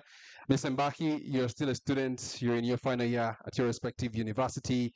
How can universities and student leaders, we know we have a few here, contribute to the success and legacy of the AFCON 2027? Thank you, moderator, for the very nice question. As we all know, for the very first time in history, 3 countries holding this particular tournament, and more than 3,045 people around East Africa is going to watching this tournament. It's not going to be only the history in football, but it's going to be East African history, especially for the youth.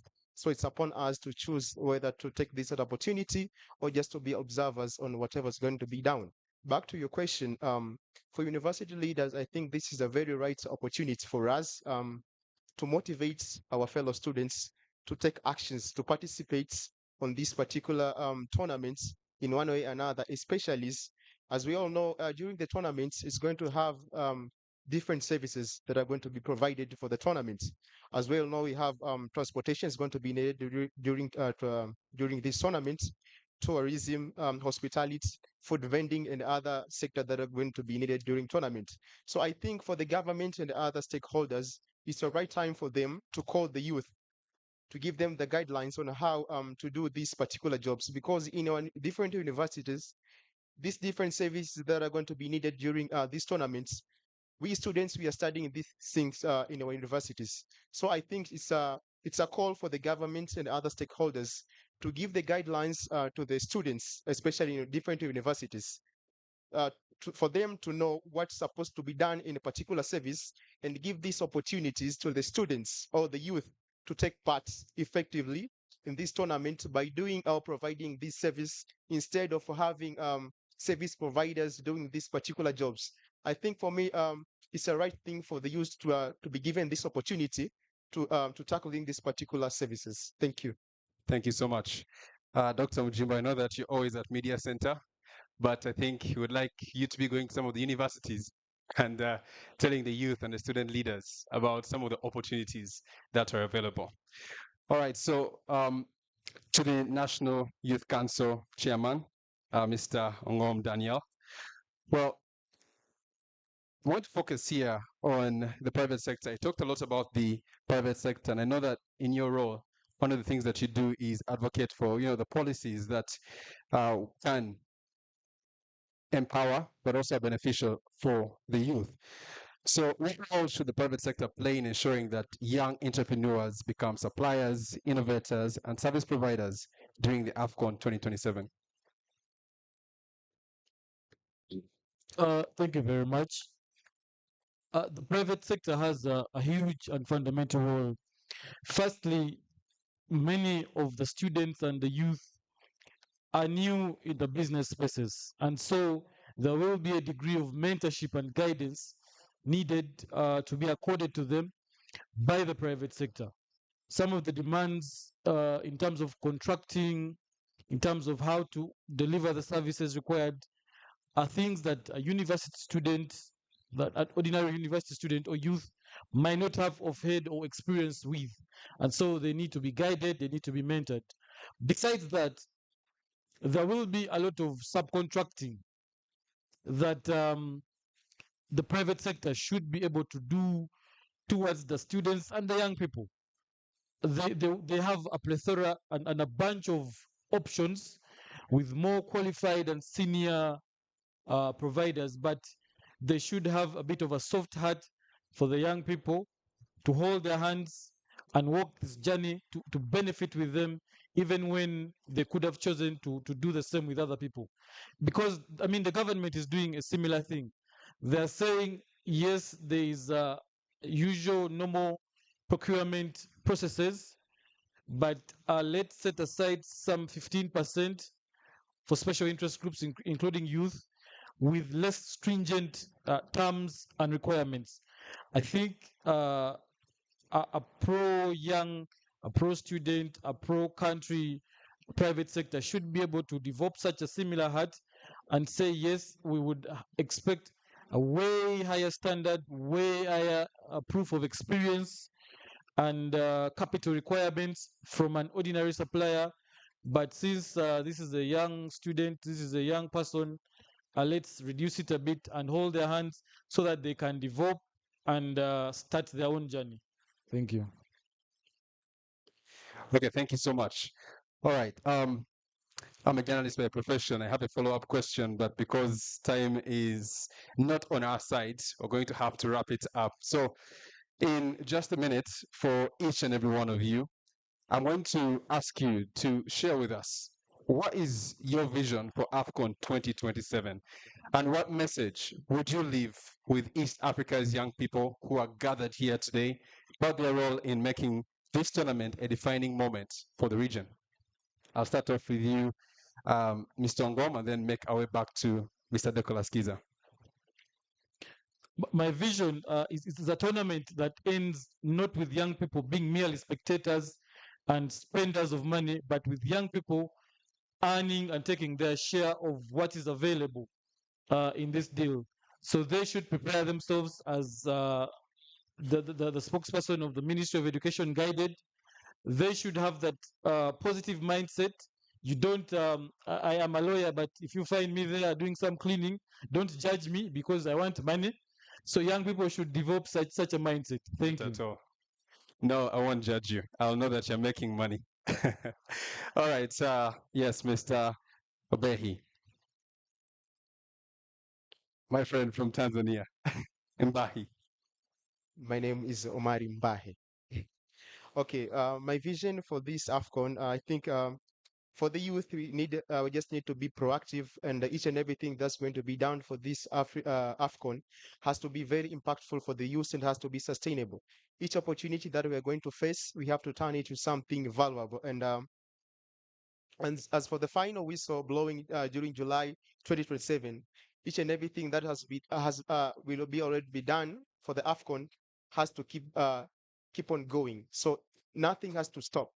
And for my fellow youth, we need to remember always, before anything, East Africa is the only constituency that we have.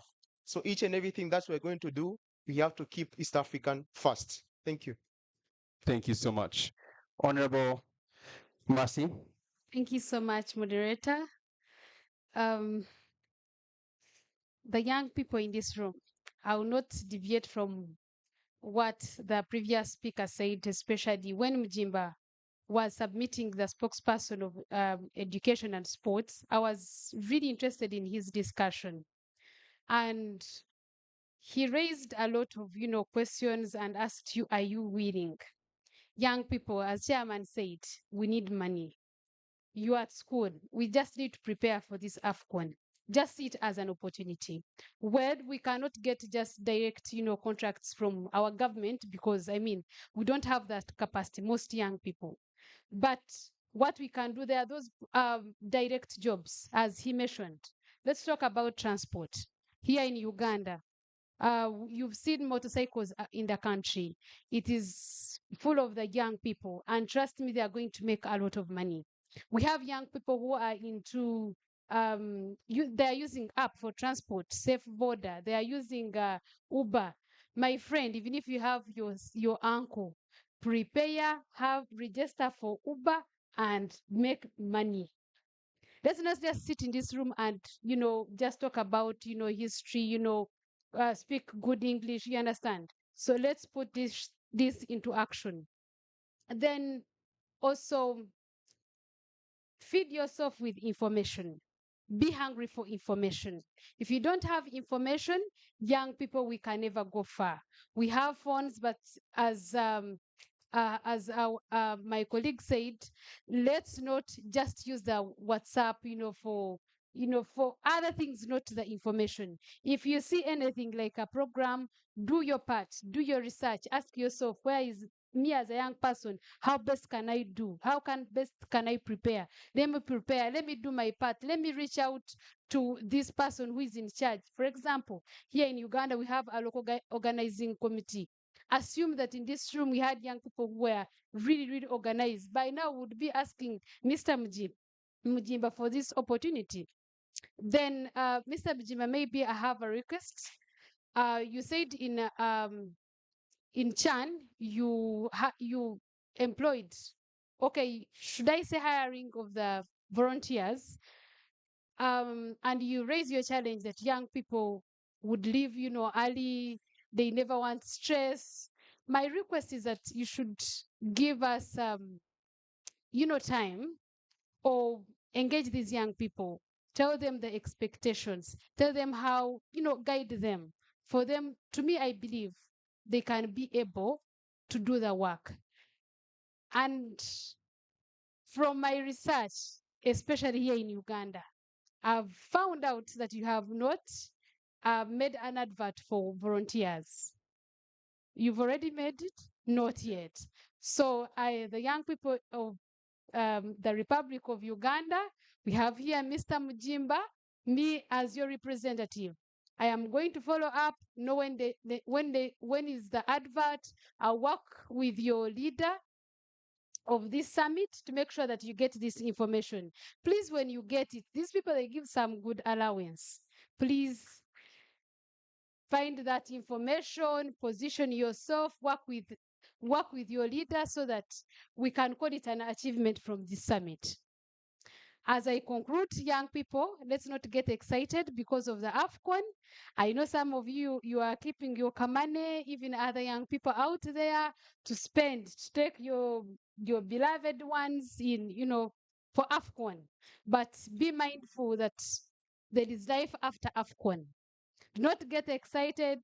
When I was in high school, most times when students used to get issues, teenage pregnancy, HIV, and other diseases, it would be the time of the excitement. You go take alcohol, you sleep with someone, before you know it, you have HIV. So young people, let's not get too much excited, but let's calculate what we are going to get from this. I don't want to meet you and say, may I got HIV during the what? The AFCON. Please be mindful of your life, protect yourself, and push for positive things from this AFCON. I thank you Thank you. so much. Thank you so much, Honorable Mercy Kanyesije. Beautiful words there. All right, Mr. Nicholas Kiza, 1 minute. What's your vision for AFCON for the young people here?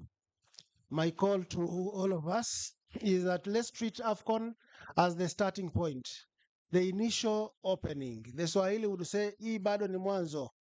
We are just starting. The infrastructure that has been developed is here to stay. Find a placing, position yourself, keep in touch with all the literature around AFCON, talk about AFCON. Right now, there is a request for expression of interest going on. Please, if you have a colleague, if you have a family business, if you have anybody, go in there, register the firm as one of those prospective suppliers of goods and services. Keep in touch, discuss AFCON, ask about AFCON, propagate information about AFCON. Thank you so much. Thank you so much. Everybody, let's give a hand of applause to our panel. And I hope that there are plenty of insights that you've taken from here. But from that, please pay attention to the opportunities. Next year, I know that we are one block, but my hope is that Uganda goes further than Kenya and Tanzania. All right, good afternoon. Back to you, Hannah. Thank you so much. Thank you, moderator. Thank you, the panelists, for having such a fruitful discussion. And as I request the DJ to play something as you step down. Let's give them a round of applause as they go down. Oh, sorry. Let's have a group photo back. If you buy the finger where they finger you, how I want to do transfer. Okay. And if you my love, if they enter you, why you come they do me younger? Say, I'm gonna show you true love, you know the cho. Because you too fine, you don't need the control. I give you all the love, you go ask Thank for. you so much. But you too fine, like to Let's clap for them as they go down. Too fine. On the show, my love. I'm sure there's been a lot to learn, especially around the opportunities surrounding AFCON. And to us who do not know much about football, I'm sure now you know at least that AFCON is going to be played in Uganda, in Kenya, in Rwanda. So this is a time we're going to get to collaborate with one another, work as a team, yeah?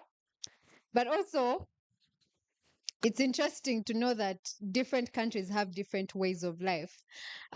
Recently, I listened to Uncle Mo's video around AFCON, and it was such an interesting one. I encourage all of you to go and watch it.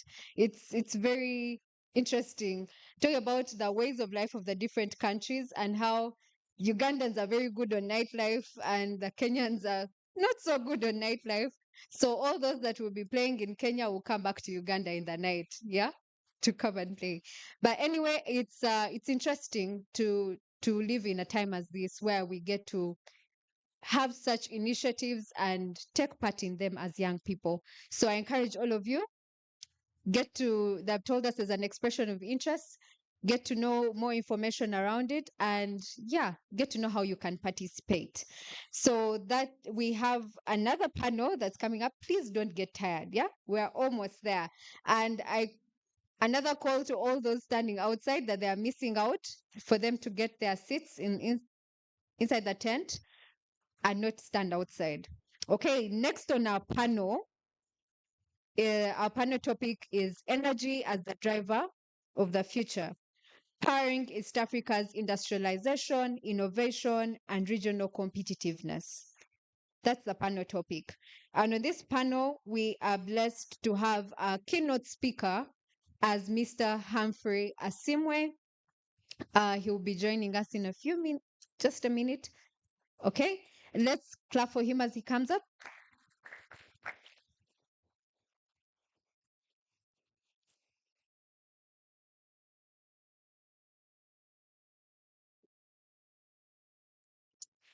All protocol observed. Good afternoon, ladies and gentlemen.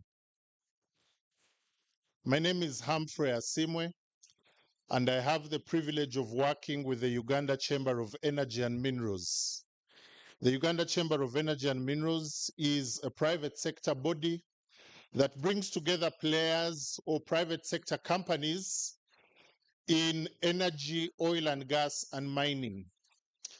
And for this particular event, we have our sister company or our subsidiary, which is the Junior Chamber of Uganda Energy and Minerals, the Junior Uganda Chamber of Energy and Minerals, which is led by my colleague right here, Ronia, who will be joining in the panel.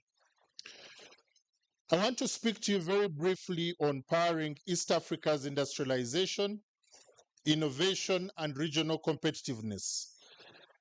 But before I begin, I want to ask each and every one of you one simple question. If you happen to charge your phone this morning, I want you to hold it up in the air. If you happen to charge your phone this morning, just hold it up in the air. Anyone? Most of the people here. Most of us in this room did take time to charge our phones today.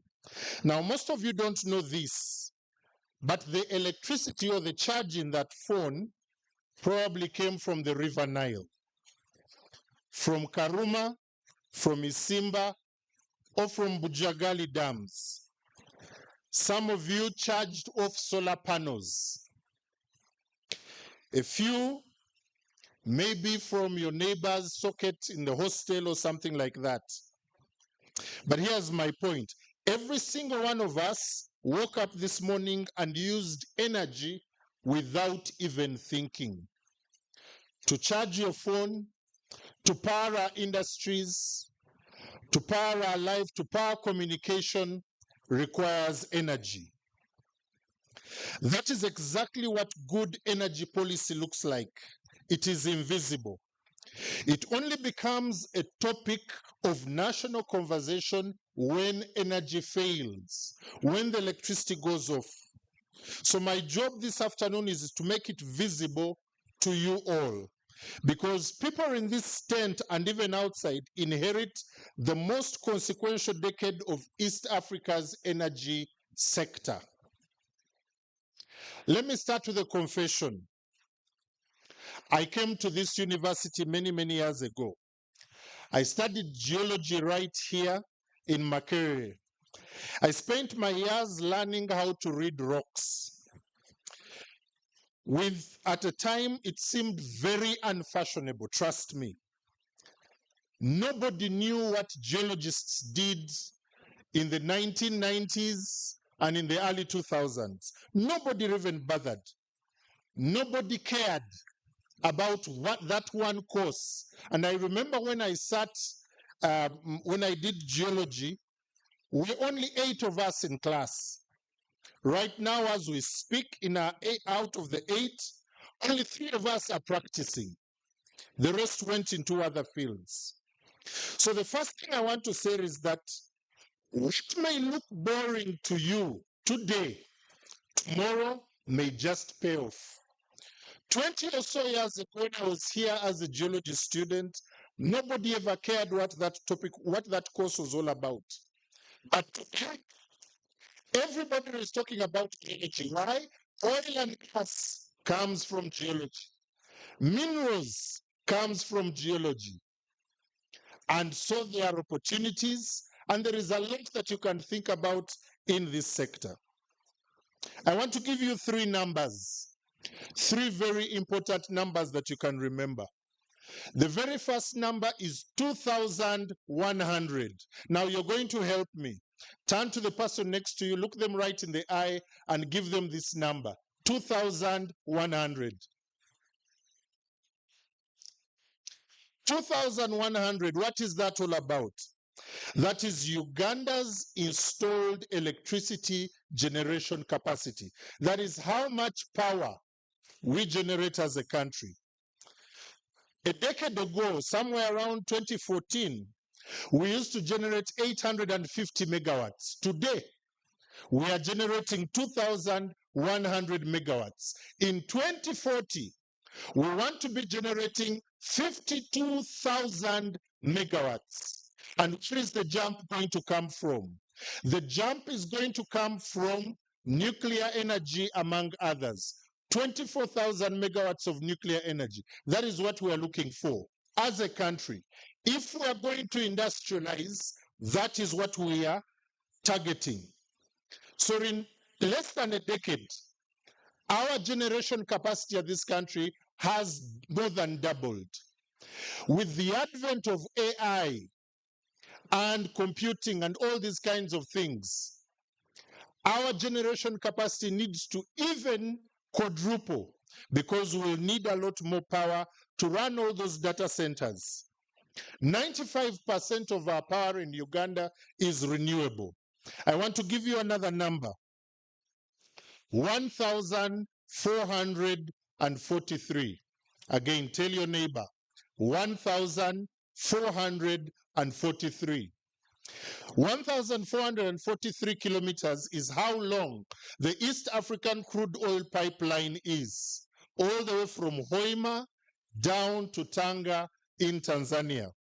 This is the length of the longest heated oil pipeline in the world, operated by Total, Sinopec, UNOC, TPDC, that is the Tanzanian petroleum company, and it is going to be carrying about 190,000 barrels per day of oil.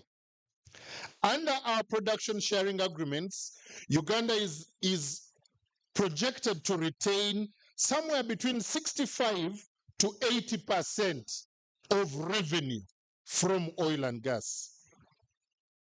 Those, by global standards, are very competitive terms. You and I live in a very exciting time that we are going to see the East African crude oil pipeline come live this year. Now, this is the last number that I want to give you. So turn to your neighbor and tell them 16.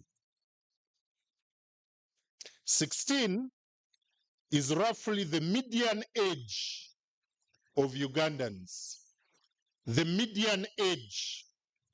Sit with that for a second. It means that the median Ugandan life today was born after most of our commercially significant oil was produced. You did not inherit this industry from your parents. You are arriving in the room at the precise moment when the oil is turned on, when the electricity is turned on, at a time when energy is becoming a hot topic. Karuma Power Project produces 600 megawatts, our single largest dam. Broke ground in 2013, was commissioned in 2024. That is 11 years. A student who enrolled at Makerere University or any university the year Karuma Dam broke ground would today be past 30 years of age, probably married, maybe in their own home, and complaining about the price of fuel. Energy takes time. And that's the point I'm trying to make. It's unglamorous. It took 11 years for us to build Karuma, but energy does take time. Which brings me to my most honest warning to us as leaders. Your generation is good at momentum, but weak at endurance. Can you endure the time it takes for us to build the energy infrastructure we need? Where are the opportunities? I want to break with what normally goes around, with people asking where are the opportunities, where are the jobs? I know the previous speakers talked about all the opportunities that exist in AFCON and other endeavors. But I want to say this to you. The people that founded Facebook were not looking for opportunities, they were looking to innovate. Right now, they are trillionaires.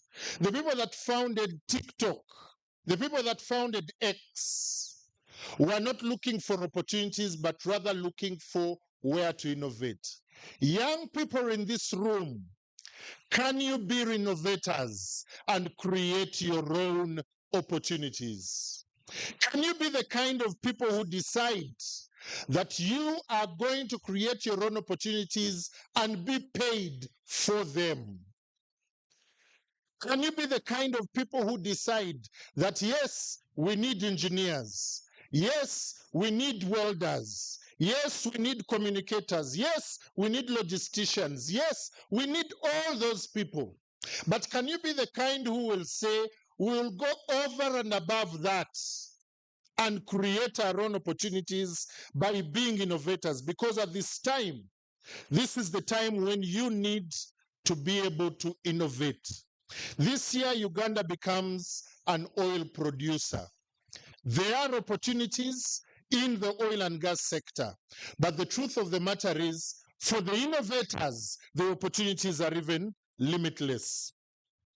Access is not the same as capacity. Today, we have 2,100 megawatts of power. We are looking for 52,000 megawatts by 2040. What can you do as a young person to bridge that gap? Innovation. Innovation. The third aspect that I want to leave with us is simply this. Our market is regional. Integration is the way to go. Young people, as you grow up to take on places in government, always remember to think East Africa, because together we work better. We have what is called the East African Power Pool. We share electricity across the East African countries. But in order for us to share that electricity, one generates, another consumes, another makes money.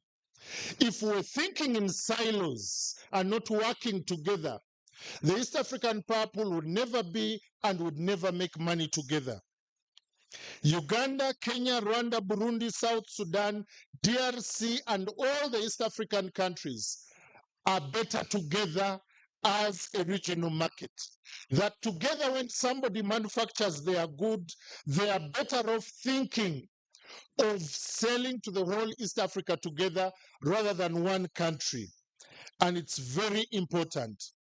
The energy economy, friends, is not here in Kampala or in the cities alone. It is out there in the field looking for minerals. It is out there in the field looking for opportunities, looking for innovations. It is out there for you and I to think critically, what can we innovate and what can we bring to the energy spectrum so that we can power this nation. 900 million Africans live in energy poverty. And in order for us to solve energy poverty, we don't need more dams, we don't need more solar panels, but we need more innovators, more people to think and help us understand how can we get Africans out of energy poverty. For where we are today, somebody did the work, but for the future, you are going to do the work.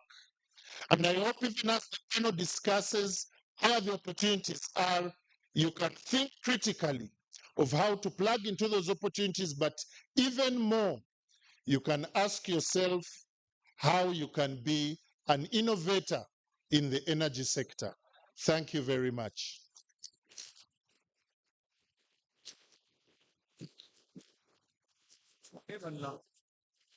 Another round of applause for Mr. Humphrey Asimwe. We are better. Louder. We are better. Guys, we just had lunch. We are better. Now more energy. We are better. Excellent. So we have an amazing panel with distinguished guests, and the moderator of this panel is none other than Angela Kampi. She's a process engineer at the Petroleum Authority of Uganda. Let's clap for her as she comes. All right. Joining her on the panel is Honorable Alionzi Lawrence, the mayor of Arua City and the 88th Guild President of Makerere University. Is he present? Okay. On this panel, they're also joined by Miss Ronya Tukamhebwa. She's the head of projects at the Uganda Chamber of Energy and Minerals. Let's clap for her as she comes. I need more energy, guys. Yeah? Okay, thank you. We also have Tony Ocheng, the Secretary General of the University of Nairobi. Yes, let's clap for him. And this panel is also joined by Mutoni Christine, a student leader at the University of Kigali in Rwanda. Okay. And then lastly, we have Right Honorable Mutatina Travis Muhwezi, the 92nd Guild Speaker at Makerere University. Okay, so the panel topic is energy as the driver of the future, powering East Africa's industrialization, innovation, and regional competitiveness. Okay, you ready? Thank you very much for that warm welcome. A good afternoon to you all. You're very welcome to this panel session, especially our panelists that have already been introduced. I'll start by introducing myself. My name is Angela Kampi, and I'm a former student at the Makerere University, where I also served as the 86th Guild Speaker of the university. I was pursuing a Bachelor's of Science in Petroleum Geoscience and Production, and I graduated with a first-class degree. When it comes to my profession, I'm a petroleum engineer by profession, particularly dealing in processing engineering in the oil and gas sector, currently serving at the Petroleum Authority of Uganda. I picked something quite interesting from the previous panel speakers, as well as the keynote speaker, Dr. Mujimba, who encouraged us to pick interest in other industries and sectors. So I'm looking forward to picking some interests in the AFCON sector. And hopefully I don't sound so greedy when it comes to that, because I'm already heavily involved in the oil and gas sector. So with that said, I want to welcome you to this panel session from our keynote speaker's key powerful speech. We have realized that East Africa is blessed with abundant energy resources that are basically running all the way from oil and gas to hydropower, geothermal, solar, wind, name it. So the opportunity before us today is to harness these resources into responsible industrialization, foster innovation and create jobs, and so as well as strengthen regional competitiveness. So today's discussion is giving us an opportunity to explore how collaboration, investment, and smart energy policies are going to help us achieve full potential and benefits from East Africa's oil and gas, as well as energy-related sources. So just to kick it off, you're very welcome, the panelists on this panel. And as you've been introduced, I'll not go through that. We shall just kick it off with our session.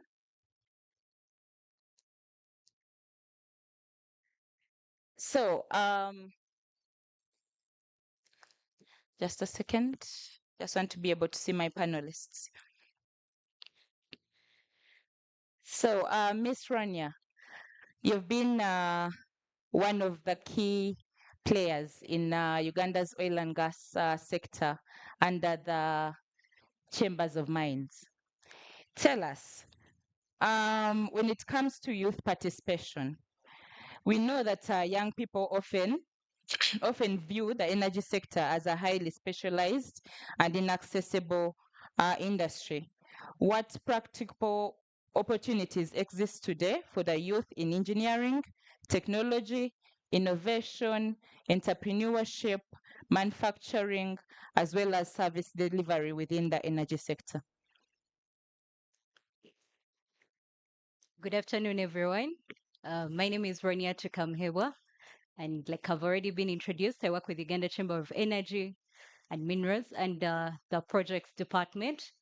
And we are very privileged under Uganda Chamber of Energy and Minerals to have a junior chamber, which is a youth arm that oversees our youth to ensure they fit all they know the opportunities in the oil and gas sector, the energy sector, and the mineral sector.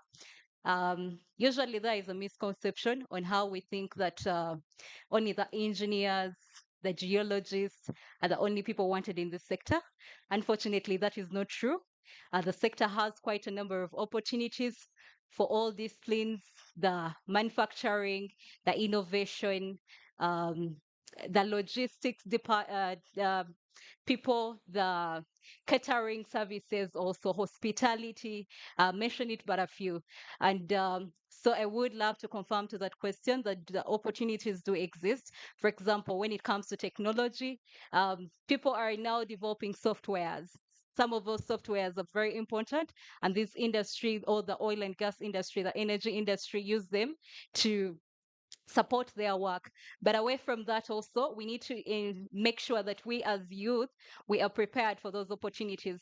We shouldn't wait for adverts to come out, and then that is when you start thinking of, this is what I need to now do, or this is the skills I need to have for me to get these opportunities. So some of these things, we as the youth also need to make sure we are positioned for them. Take opportunities, like we are very lucky we do get such sessions where we are organized, we all come together, and you have different people like Angela in the room to take you through, or they are the ones that have the opportunities.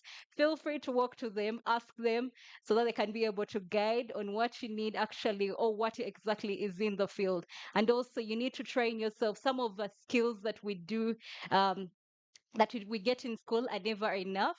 So we as youth need to take the initiative of training ourselves. The small skills, soft skills. Junior Chamber usually takes on such mandate to train us, the youth, in those small soft skills: how to communicate, how to write an email, how you present yourself for an interview, how you brand yourself, so that when you get there, you're in front of panelists, you actually do not know how to talk to the people there or how to address yourself. Or when you're given this job, you do not even know how to address it. Then also, we need to take opportunity of the small things that we usually ignore, things like volunteering. It's some of these spaces where we are recognized or we are seen, and then these employees decide to take us on. So we need to also take note of those things and practice them and do them, much as there is no pay. But as long as your parents are still willing to facilitate some of these things, I think it's time that we take opportunity of them.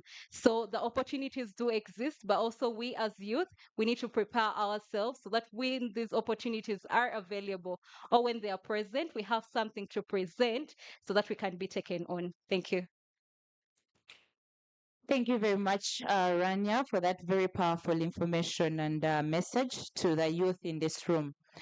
When you were speaking, you mentioned or hinted on something that we shouldn't wait for the adverts to come out in the newspapers, on social media, and you also indicated that at least when it comes to the youth under the chambers of mines, they have an opportunity to get skills training and competence building. However, for a youth that is within Makerere University, the University of Tanzania, the University of Nairobi, Nkumba University, Chambogo University, what skills should these universities be developing today to prepare these young people for the future energy economy? So one of the things I think the universities should look up to is, first of all, the curriculum needs to be revised. Some of the things that we are studying in school or in university are really not applicable when we come to studying or to the work environment. So some of those things need to be revised. Unfortunately, I do not know if we have any of the academia in the room. They will be the best people to address some of these challenges. But also things like soft skills. Those are the small skills that we can teach ourselves, or the small things that are important that move us forward. And these are courses that you can get even online. And also, as Junior Chamber, we are here to support you and to take you on so that we can guide you on some of these opportunities or some of these trainings so that you can be ready. Then also, we are looking at digital transformation. Those are some spaces that we also need to heavily invest in. AI, GIS, those are some of the soft skills, or those are some of the skills or the trainings that we really need to invest in. Yeah, thank you. Thank you very much for those brilliant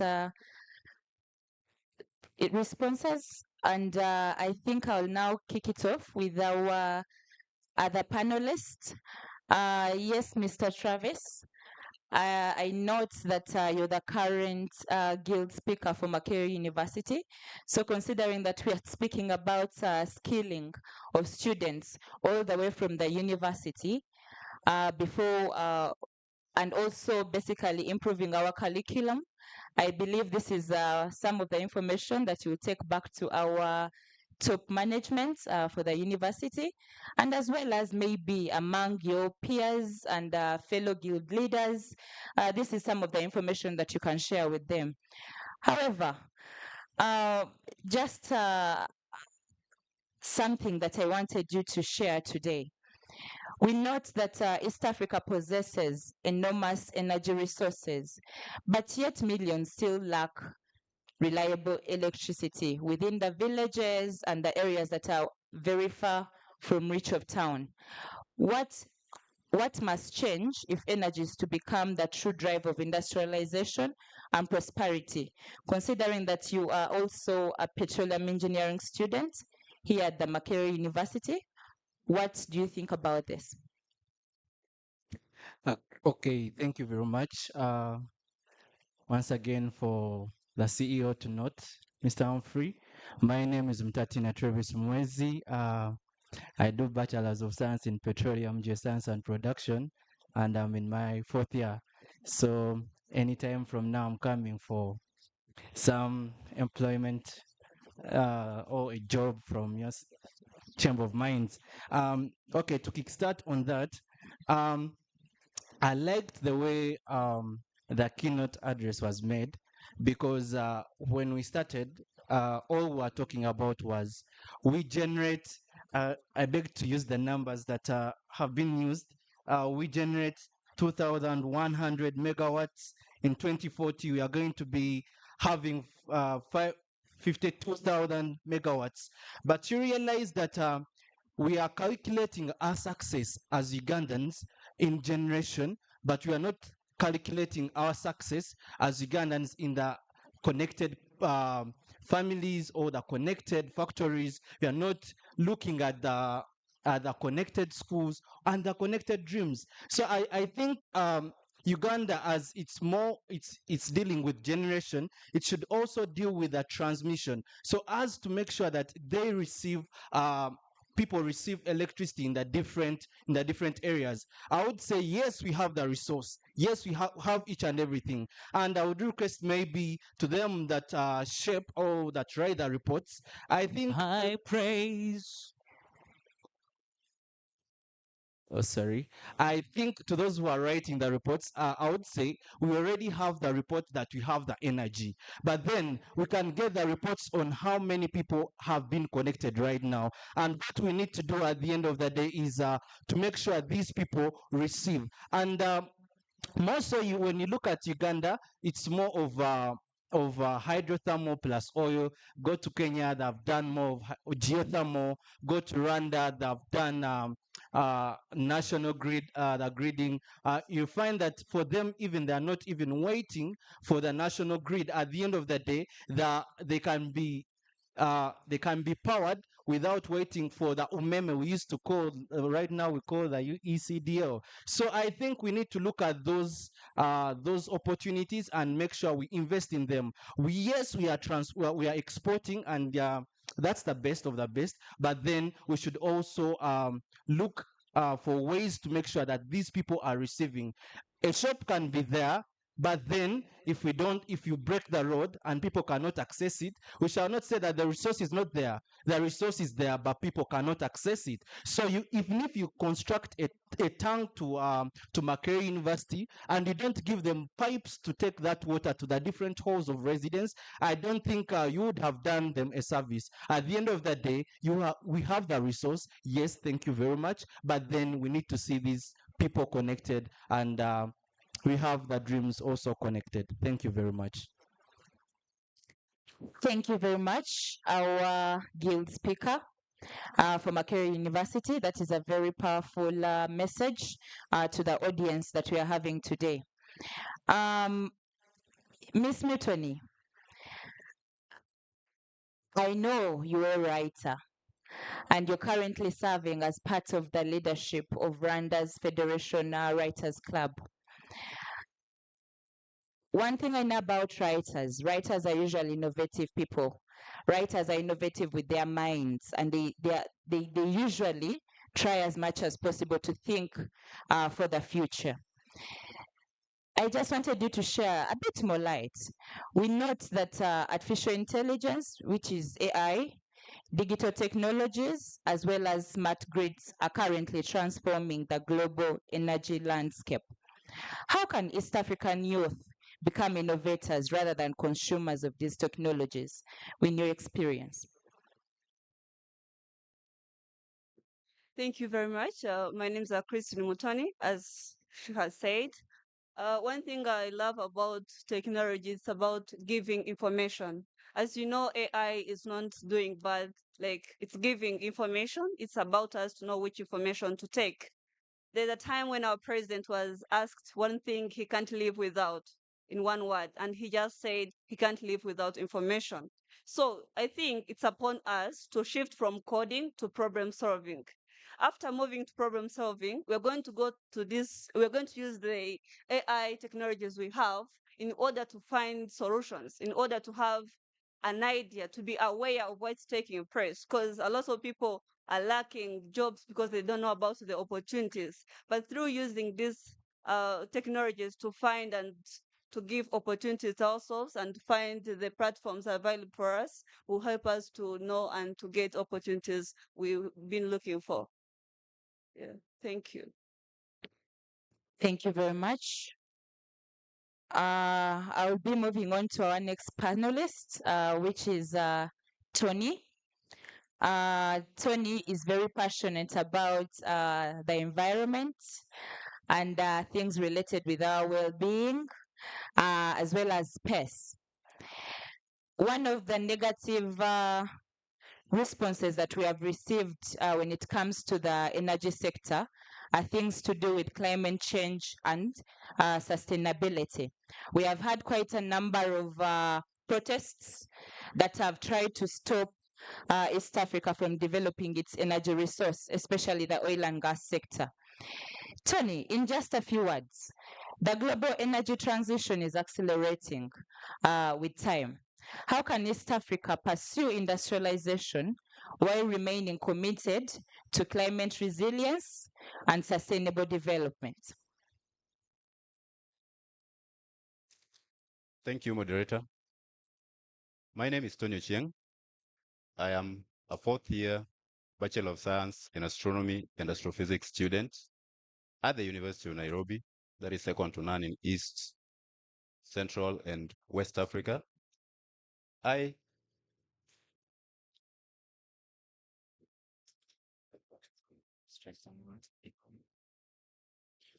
also serve as the 8th Secretary General of the University of Nairobi Student Association, which is also second to none in East, Central, and West Africa. I'll use my country as a case study because Kenya is Africa's leader in renewable energy. 45% of our power generation comes from geothermal. So you'll hardly find conflicts or geopolitics playing so much with our energy production because we are not big in oil and gas. We are not big in other forms of energy production that brings conflict and puts geopolitics at the center of development. And most of the African countries, if not East Africa, can do a benchmarking from my country, Kenya, just to be up to speed. And I also believe that in other countries like Rwanda and Uganda, where they also have renewable sources of energy like hydropower, if I'm not wrong, I believe Uganda is also big on hydropower, and that is a very good source of energy. So the question in East Africa is not how we can keep up with energy production, but it is on how we can use the much abundant energy that we produce. Because I believe scarcity is not an issue in Africa. We have more than enough energy to do production. But what puts us behind are the unfair policies that these governments make when it comes to energy production and energy consumption. In my country, Kenya, one more time, we have an energy policy that is called the last mile connectivity, where the government seeks to light up the rural areas. In Kenya, we have so much energy that can sustain the people who are living in the rural areas, because that is where the majority of the population is. And so when one of these 5 days you get an opportunity to travel to Kenya and visit the most rural parts of Kenya, where what they do is basically farming, it would be very interesting to see electricity lines over tea plantations, over coffee plantations, electricity lines over sugar plantations. So it tells you that there is no scarcity. It is a matter of how do we utilize the the amount, the resources that we have to put our countries on the global map? I submit. Thank you very much, Tony, for being an advocate for your country. You've actually enticed most of us to come for a benchmarking visit to Kenya just to see how things are done over there. And maybe we can pick a thing or two and bring back home. I wish we had more time, but I've been informed that our time is up. However, I'll just give my panelists a minute or two to wrap our session up by guiding us on how young people can become more effective advocates for responsible natural resource governance, considering that I had a panel that is richly embedded with either former guild speakers, former guild leaders, as well as the current ones. It would be nice that we take that home. So starting off with you, start from the last speaker, which is our current guild speaker. Over to you, Travis. Okay, thank you very much. In the Bible, in the word says in Genesis, when the creation was beginning, God said, "Let us make man." Remember, God is God the Father, the Son, and the Holy Spirit. And we realize even the same Bible, they talk about if 2 or 3 gather in my name, I'll grant their request. So meaning integration is very good. And at the end of the day, it can bring us, it can build something.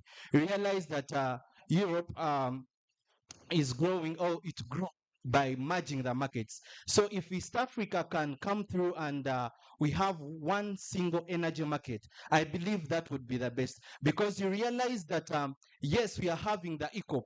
I would say that the East African oil crude pipeline, whereby Uganda is taking 15%, Tanzania is taking 15%, then the companies are taking the rest of the shares. You realize that we are sharing the oil that will be produced in Uganda, that will be produced.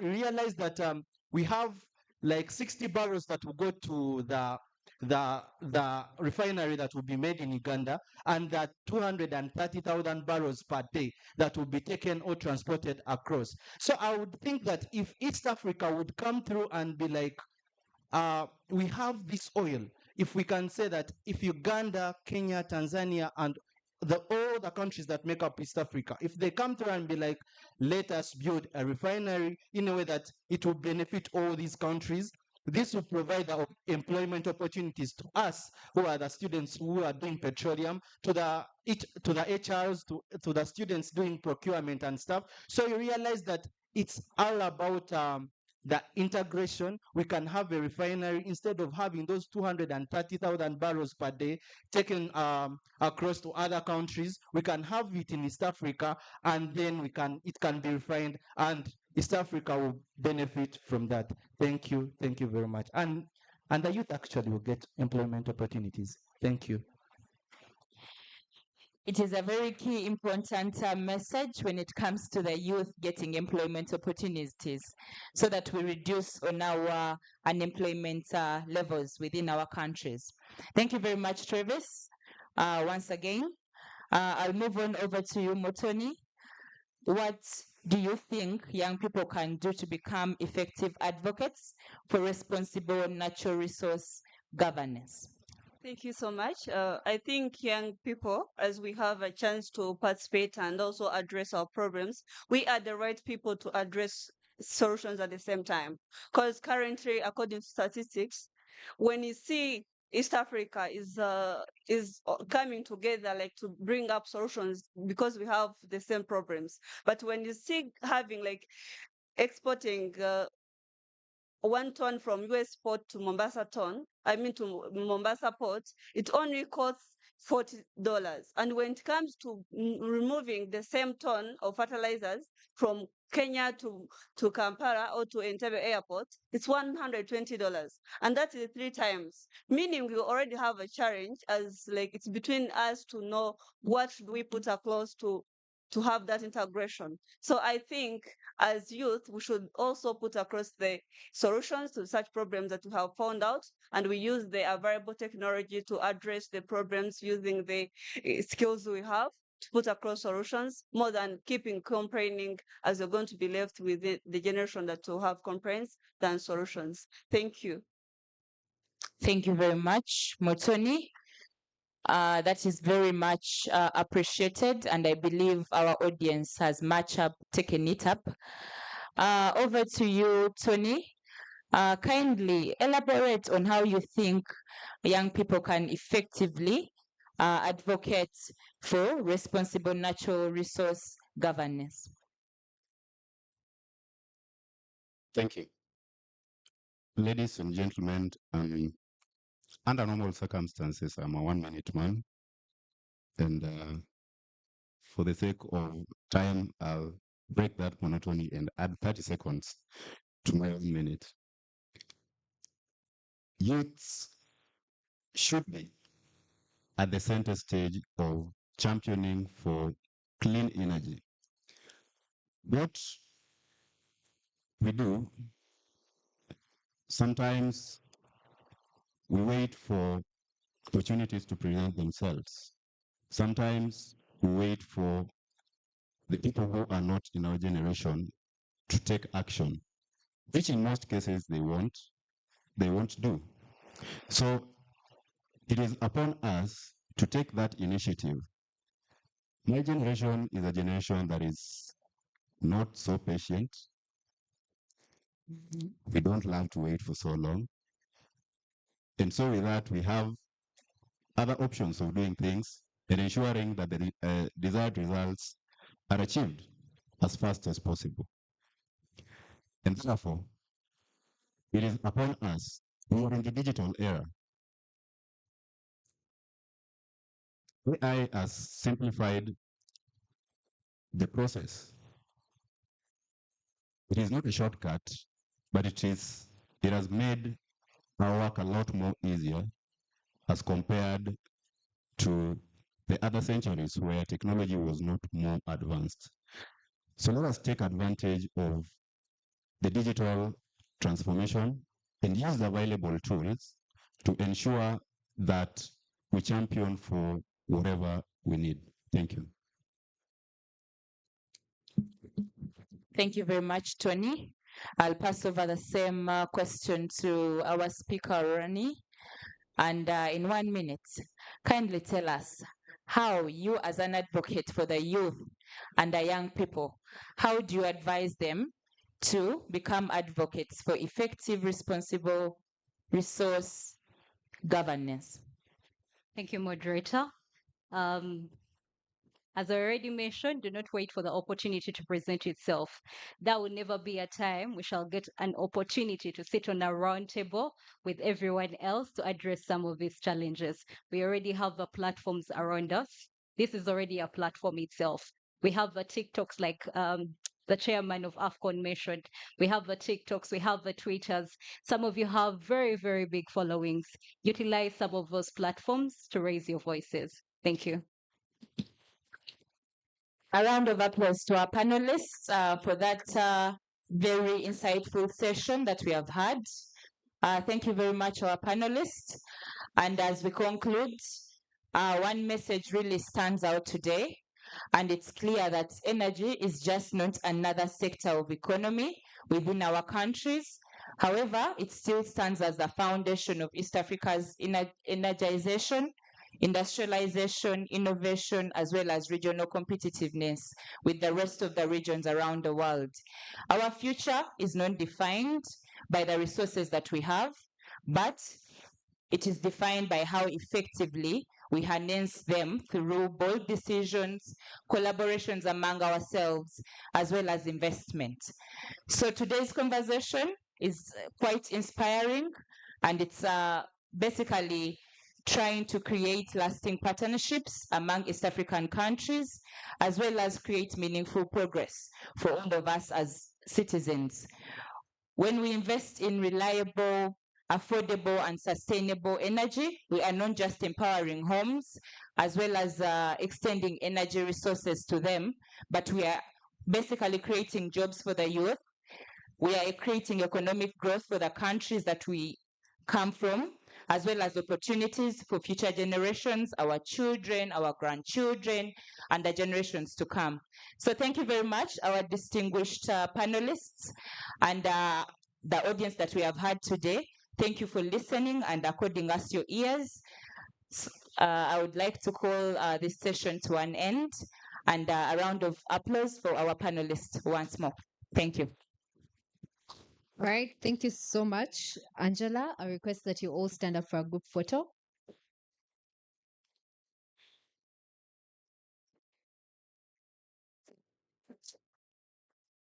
Okay.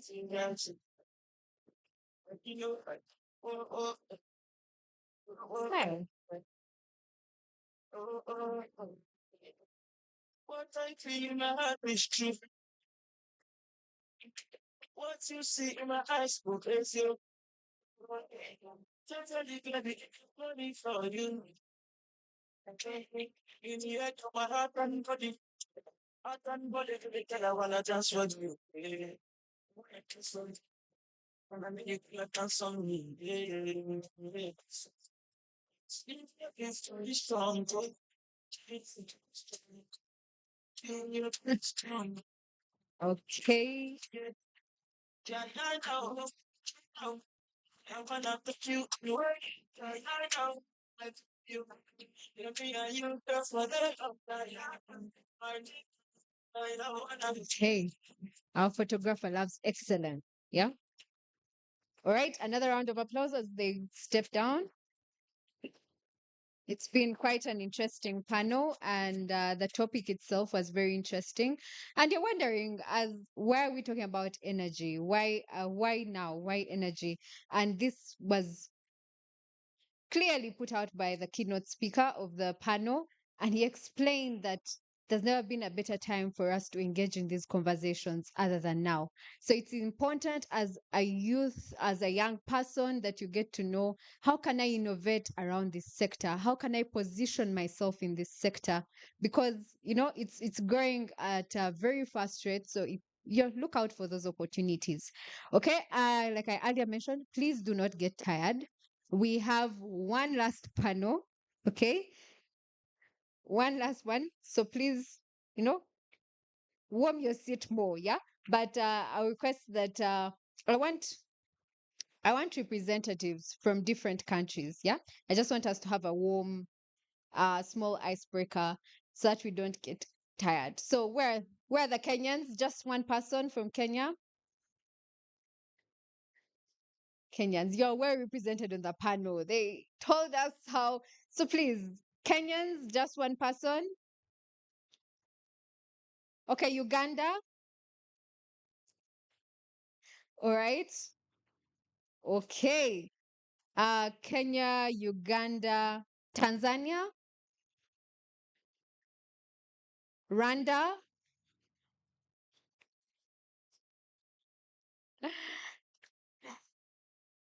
Which country is missing? South Sudan? Yes. Yeah, just walk up and represent your country. We have Kenya, we have Uganda, we have Tanzania, we have South Sudan, we have. Do we still have DRC around? Somalia? Burundi? Has Rwanda been represented? We have 3 people missing. Yeah. Okay, we'll go with these ones. I hope you're very energetic and happy to represent your country. Yeah. So we're just going to do something fun. Yeah. It's not like the early morning session of having to come up with a sentence. So now we're just going to simply,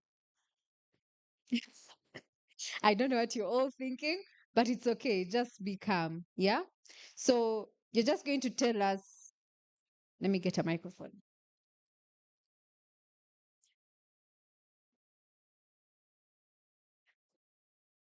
Yes. You're just going to tell us one interesting fact, sir. One interesting fact about your country. Like, what's that one thing you find interesting about your country? One interesting thing about Kenya is the zeal that we have to just ventilate about our issues without fear of those in authority. So that's so true, right? We can't deny that, right? Yes. I'm Elua Nawasa from Kauri University. So but one facts, the most interesting fact about Uganda is in Uganda I can never be bored. Yes. Secondly, every Ugandan, every Ugandan has a dream. So people here are dreamers. Thank Okay. you. Yes. That's so if you're from Kenya, Rwanda, Tanzania, if you're here, you can never be bored. Yeah. There's always something to laugh about. Okay. Yeah. And the first thing to laugh about is that we are two Ugandans on the stage. And we called for one. Yes. Yes. So away from that, a fact in Uganda is that we are a state or we are a country of freedom, that most people that come to Uganda get freedom beyond their other states where they come from. That is a good fact here in Uganda. Like Kenyans, once you come to Uganda, you never feel like going back. I don't know if it's the same with you. Do you feel like going back? Let me. Ah, Well, thank you so much. Now, speaking of freedom, we are three Ugandans actually. wow. So sorry. But one thing I would say I love about Uganda is the nightlife. I know if you've experienced the nightlife in Uganda, you wouldn't really want to go back. Is that you communicating what they should ask about this evening? Yeah, sure. Before you go back, make sure you ask around for the people, the delegates that are international. Ask around that how is the nightlife in Uganda? Thank you. People here don't sleep. Okay. One thing I know about my country is South Sudan, but it has the tallest majority in East Africa. Thank you. You can see me, right? The next thing is our people are very nice. In the country, even one second, is the leading for producing country in East Africa. These are the time after the country. Thank you. Well, thank you. He just mentioned about them being tall. Rwanda is one of the country with most beautiful and handsome people. Yeah, you know, you say I have even a. So, Rwanda is the most peaceful, cleanest country in Africa. Rwanda, actually, I need a panel. Thank you. Okay, you guys work in line, right?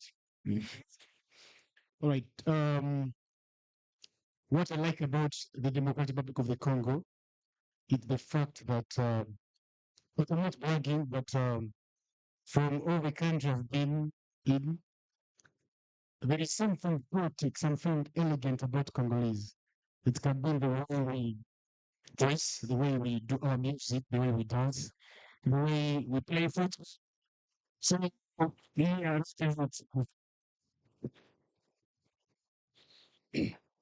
The one thing that I would like my country, Somalia. Somalia has the longest coastal in whole of Africa. Also, Somalis, most of them, they are good for business. On that part of business, we can't deny, right? You're very good business people. Okay, let's clap for them as they go down. Thank you so much for representing your country. And we thank the Ugandans for taking it personal.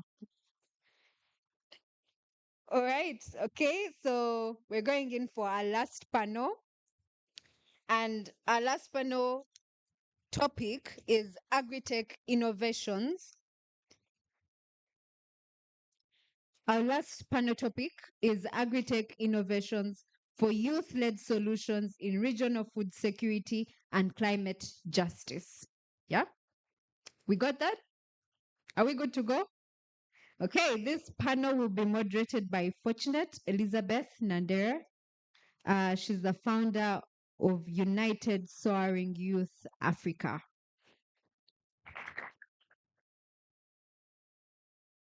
And on her panel, she will be joined by Dr. Matia Mukama, who is a lecturer, Department of Food, Science and Technology at Chambogo University.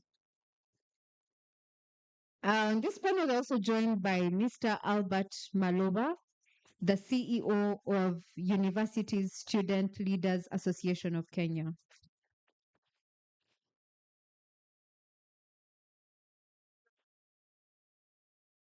Then we're also joined by Eloma Boni Abraham, the 28th Guild President of Uganda Christian University. Let's clap for him as he comes. Don't get tired of clapping, yeah? Be energized. Energize your fellows, okay? Then we're also joined by Miss Grace Moroki, a youth senator of Muranga County in Kenya. Wow, thank you for joining us. And last on this panel is Karangwa Semwanga Marie, yeah, the Guild President, University of Kigali. Let's clap for him as he comes. Okay. As they're about to start, I would like to announce something. If you've seen a key, yeah, a key, having a key holder with Uganda Parliamentary Circle, a key with a key holder of Uganda Parliamentary Circle, please just bring it forward, okay? Someone is in deep need of it and they have lost it. And this is also a request that you keep your property well, okay? Thank you. Thank you so much, Hannah. In most cases, when I'm scrolling through TikTok, there is a comment that I always see, especially when someone is trying to bring out their talent and to show it to the world. There is one comment that always stands out and people laugh about it. They say, Ojakulima Osaga. And for those that do not know Luganda, that means that you shall dig, you're joking. So that only means that what you're trying to bring out is not very, very welcomed by the public. So you should just go and dig. So when we are talking about farming, people look at it as something that is very backward and the last resort for young people. Although it has been stated from our previous speakers that it is the sector that employs most young people in East Africa. My name is Fortunate Elizabeth Nandera, and I am the founder of United Soaring Youth Africa, which happens to be the focal point organization for Global Center on Adaptation in Uganda. Most importantly, I am a farmer, and I have a legal background and proudly associated with Cavendish University, Uganda.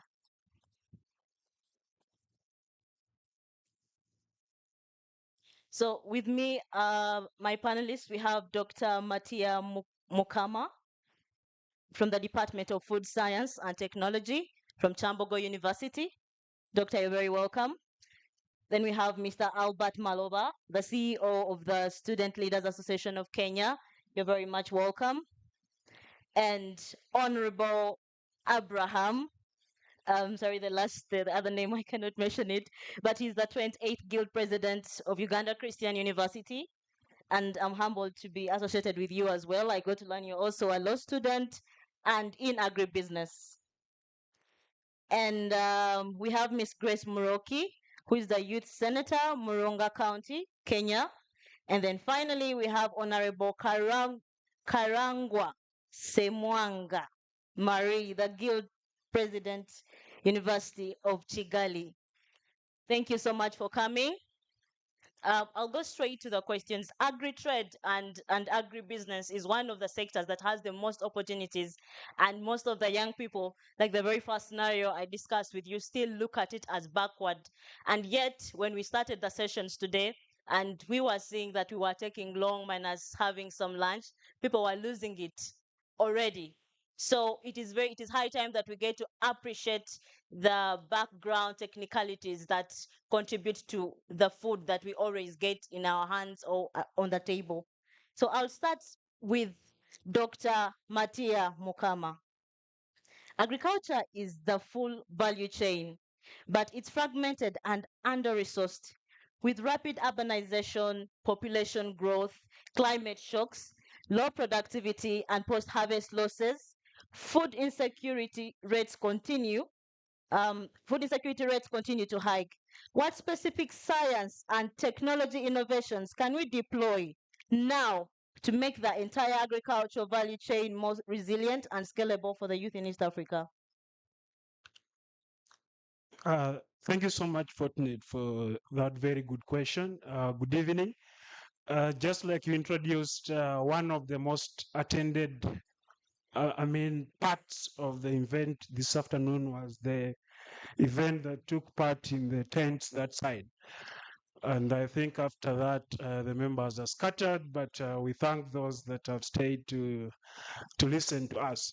Now, one aspect that even came out in Dr. Crispus Chionga's address to us this afternoon was that at the moment the country is food insecure, and that's true. Most of you have seen media stories of we've lost about 19 people in northeastern Uganda in the Karamoja region, and the issue is hunger. Now, when you're looking at food security, there are three main aspects. The first is production. The next is the post-harvest technologies. And the last is the marketability. Now, what is affecting food security in East Africa mostly is the production part of it, 70%. The post-harvest part of it, 30%. Now, to put it into context, is that as East Africans, and Uganda particularly, we have, I think, being blessed with 2 rain cycles made us blind that as a region, we still based on rain-fed agriculture, which is what is when we get shocks, especially due to climate change that we are seeing at the moment, we are less languishing with food insecurity and losing people. So one big aspect that we need to come into is rain harvesting. Annually, we receive about 1,200 mils of rainfall, but this comes now in originally it was in 2 cycles, now it's in 3 cycles. Now, away from the rain, we just see the rain wash off and dry away. None of us is harvesting rain. I've lived in rain-scarce countries. I lived in South Africa for 7 years. They receive only 550 mils of rainfall annually, but they're one of the biggest agricultural producing countries. And the reason is they invested in rainwater harvesting so that you don't depend on rain-fed agriculture, but you depend on irrigation. So until we irrigate the country, come up with schemes that we can produce food all year round, we are prone to food insecurities. The other aspect is the post-harvest now, is that we are losing much of what we produce. So for the sectors that investment has been done to minimize post-harvest, I think also from the address of Dr. Chionga, I told you that we have surplus of milk in Uganda at the moment. Do you know why? Because the government intentionally invested in the milk value chain. So they provided cooling centers where farmers collect their crops, their cooperatives in the milking chain. But when it comes to these other foods, we are still everyone for himself and God for us all. So until we invest in post-harvest handling, giving cooling centers, not only for milk, but also for fruits and vegetables, extension services so that we handle our maize properly, prevent it from getting spoiled, prevent it from being infected by aflatoxins. So from the production bit, irrigation. then also inputs, fertilizers and all that. The post-harvest, let's invest in the cold chain. Let's invest in educating our farmers on post-harvest handling, like what they did in the coffee value chain. So I'll end there for now, just because we have limited time. Okay, thank you so much, Professor. I really want to go to Honorable Karangwa from Rwanda, and I want to take up from what our former speaker has just stated. You know, matters with agriculture lately, it's not just about adapting the technology because the cause of it, but we are looking at the idea of it being in position to impact, because we are looking at how do we get the value out of the technology that we're trying to bring on board. Professor discusses really technical technologies, like things like irrigation. Those are not things that can be adapted or adopted by a local farmer. Myself, I'm a lawyer, but I'm not in position to afford the irrigation systems. How about those farmers that are deep in the village? Then he talks about the aspect of rain harvesting. Now, agriculture has become very, very expensive to sustain, because the idea of rain harvesting, that means that the farmer has to be 24/7 at the farm to be in position to track the rainwater during the rainy seasons, right? But then Professor you maybe have something to say before I go to Honorable. So ideally, the easiest way of rain harvesting, and this was done in Karamoja some years back, only that the money was stolen. Creating dams, basically. Once you have dams in the lowland, they'll collect water during the rainy season. Okay, thank you very much, Professor. So, Honorable Karangwa, Yes. kindly let us know what technology ideas the young people in Rwanda are doing to be in position to address the aspect of food insecurity. Thank you so much. Your Excellencies, honorable members here. They say when you're in Rome, you have to do as Romans do. As a way to even get rid of my university, allow me to try to welcome you the Makerere way. So if I say a Makerere way, I think you say oi. Yes? Correct? Yeah. Makerere oi. Makerere oi. Kigali oi. Kampala oi. Tanzania oi. South Sudan oi. Juba oi. Give president oi. Losing Zam. Losing Zam. Thank you very much. I wanted to a bit distract the conversation in another way. What I have found to be one of the biggest issues is the problem of image, how we perceive farming and agriculture in general. This is what I mean. In Rwanda, of course, I study law, so I had to study administrative law and so on. One of the basic function or basic administrative entities is a village. So by definition, we're all villages somewhere. Do we understand where I'm going? Can you say it with me? I am a villager somewhere. I'm a villager. I am a villager. But by definition, if you are all Africans, like I assume you are, you know, a villager means something a bit backwards. If I tell you, you are a villager, it comes with another definition. When you look at agriculture, specifically farming, people do not expect to, pardon my words, slay and plow fields. You don't expect to be fashionable while farming. We look at tech jobs as more innovative. We look at other fields like medicine and take away our regards to the art and science which keeps everyone alive. And that's where I think is one of the biggest issues, which at least East Africa as a whole, if not the world actually, is facing. The image that we have annocted specifically to agriculture, specifically to farming. What Rwanda has tried to do, we have a company, for example, called Zipline, which tries actually to bring into artificial seed fermentation and so on, and they also use the usage of AI and drones, because to the Rwandan people, at least to what I have been able to research, agriculture is not for somewhere. We believe that an Africa which can feed itself is an Africa which is powerful, an Africa which is independent. So with that being said, I hope I haven't taken too much of your time. No. And that I haven't distracted the conversation too far off. No. But I believe if we are to actually have value in whatever technology we want to implement, specifically in agriculture, then we must first change the value we see in agriculture. We must change agriculture into something our brightest minds put forth. Because agriculture, like I said, I believe it is the art and science into keeping human beings alive, and we should see it as such. Thank you, I submit. Thank you so much, Honorable. I should love to go to Mr. Albert Malova. Yes, please. So one thing that I know about Kenya is that they have been in position to adapt to adopt their technology, and it is working for them as young people.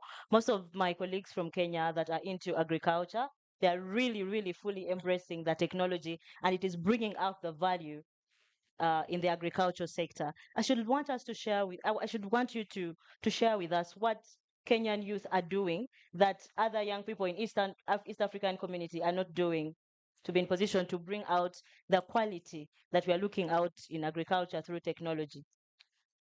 Thank you so much for your question. Good afternoon again, comrades. Comrades, power. Comrades, power. Comrades, viva. Viva Africa, viva. I'll introduce myself a bit. I was also a student president at Moi University in Kenya. And thereafter, that's when I was promoted to serve as the CEO of the University Student Leaders Association. But having said that, your question is very necessary.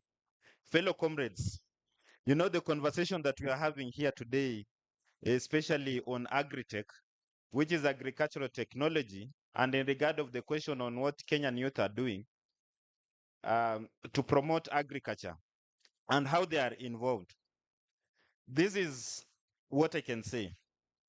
By 2050, we will be having at least one African amongst 4 people cutting across the globe. That tells you a lot. Secondly, we have a population of over 60% youth globally, and especially even in Africa. That tells you something. That is data. And you know one thing, data and numbers never lie. That takes us to our responsibility as young people on what is our role around agri-technology. As we are here as young people coming from different institutions, then the bigger question comes out that what are our universities doing at our level where we come from in each nation? From Rwanda, from Burundi, from Somalia, from Kenya, from Uganda. We intend that, or this will be my recommendation, that at least every university put up an agri-tech hub in every university to ensure that it motivates the young leaders and the young people who want to champion their leadership beyond the political leadership that we do as student leaders who are here.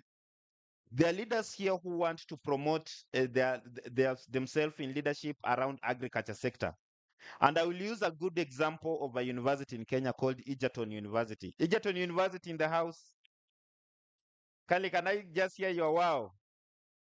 Yeah, agree. Egerton University in Kenya is a very good example of what young people are doing in Kenya. And if you were to take time and visit the university and see what they are doing around agriculture, because it is not only around what we know about farming, the staple foods that we know in Africa. We have maize, we have bananas if you come here in Uganda, and other staple foods per country and regionally. Even in Egerton University, they are doing farming of kettles, where they produce dairy milk. And one of the greatest things that has come up, especially with the young people in Kenya, is that they have embraced the one statement that everybody repeats in every international conference called value addition. Value addition is the next game changer in everything that we're gonna do in agriculture, especially among the young people. Gone are the days when you used to produce milk by your grandfather or your family, and then they sell it directly. There are many things that you can do with that that comes from that cow. The skin can be used to make shoes like this. The milk can still be used to make cheese and other things. That is what I mean by value addition. So that your product can be marketable for export. And we thank our leaders who came up through African Union, the ACFTA. So some of the Kenyan youth, actually one of the richest young friend that I know personally, he works with Micro Small Enterprise Authority as a board member. This gentleman got an opportunity to do a tender with the ACFTA. And he has continued to do that tender as an individual because of one thing called value addition. All of us might be farmers.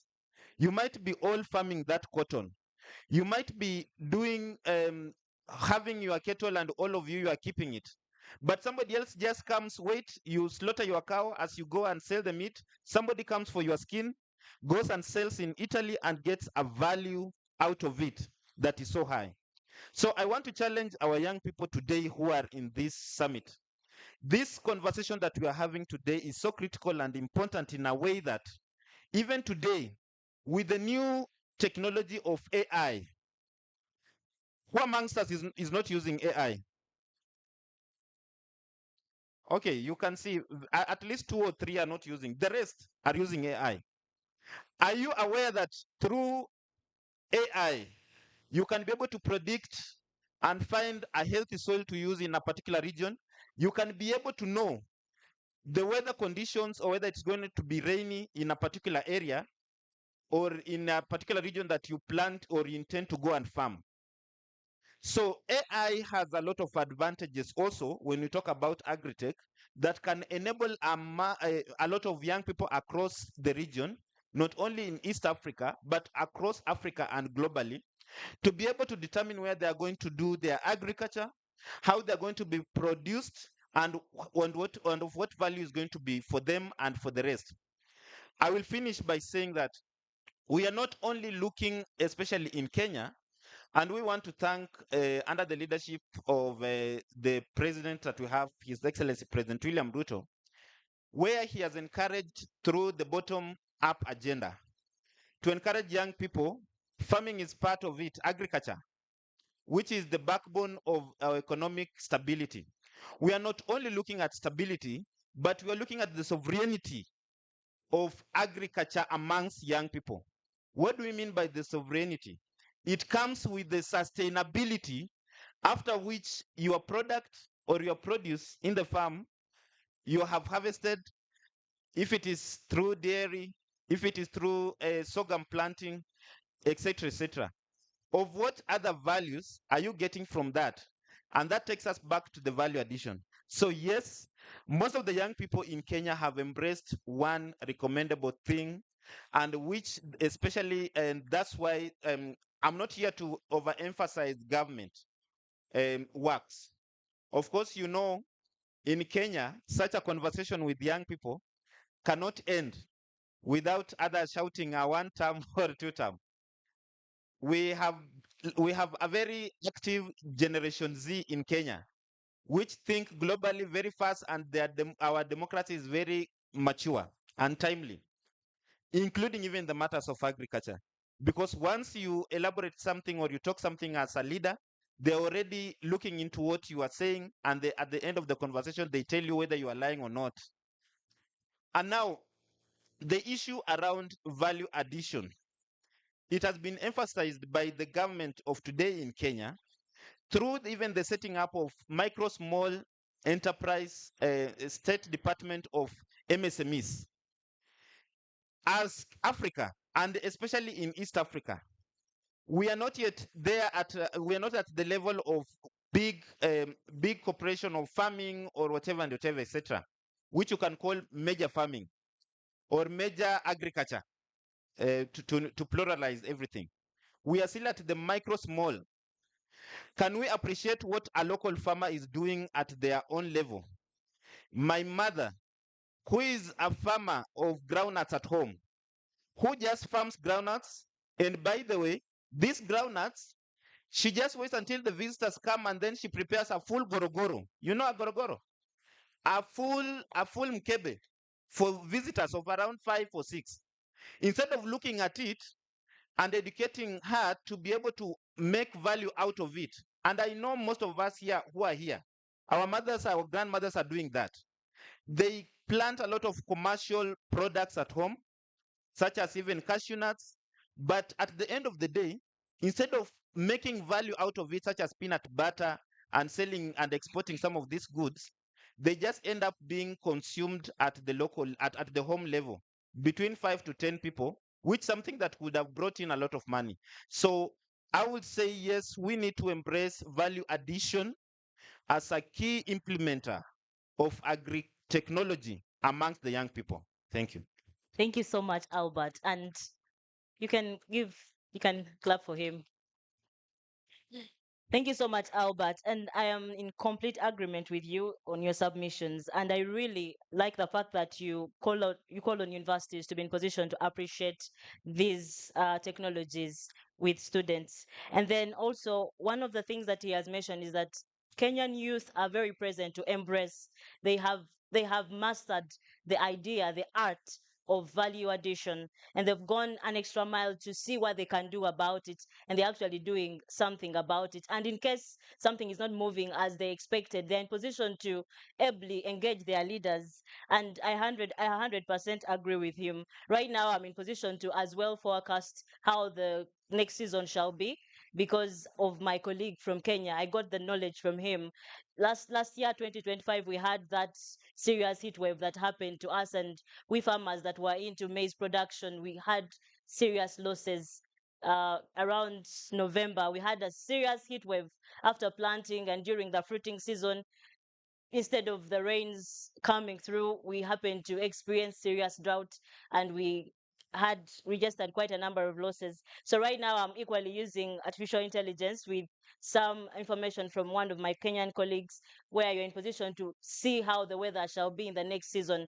Meanwhile, a certain farmer in a particular village is just waiting for a drop of rain, any sign of rain, and then they'll put a seed in the ground.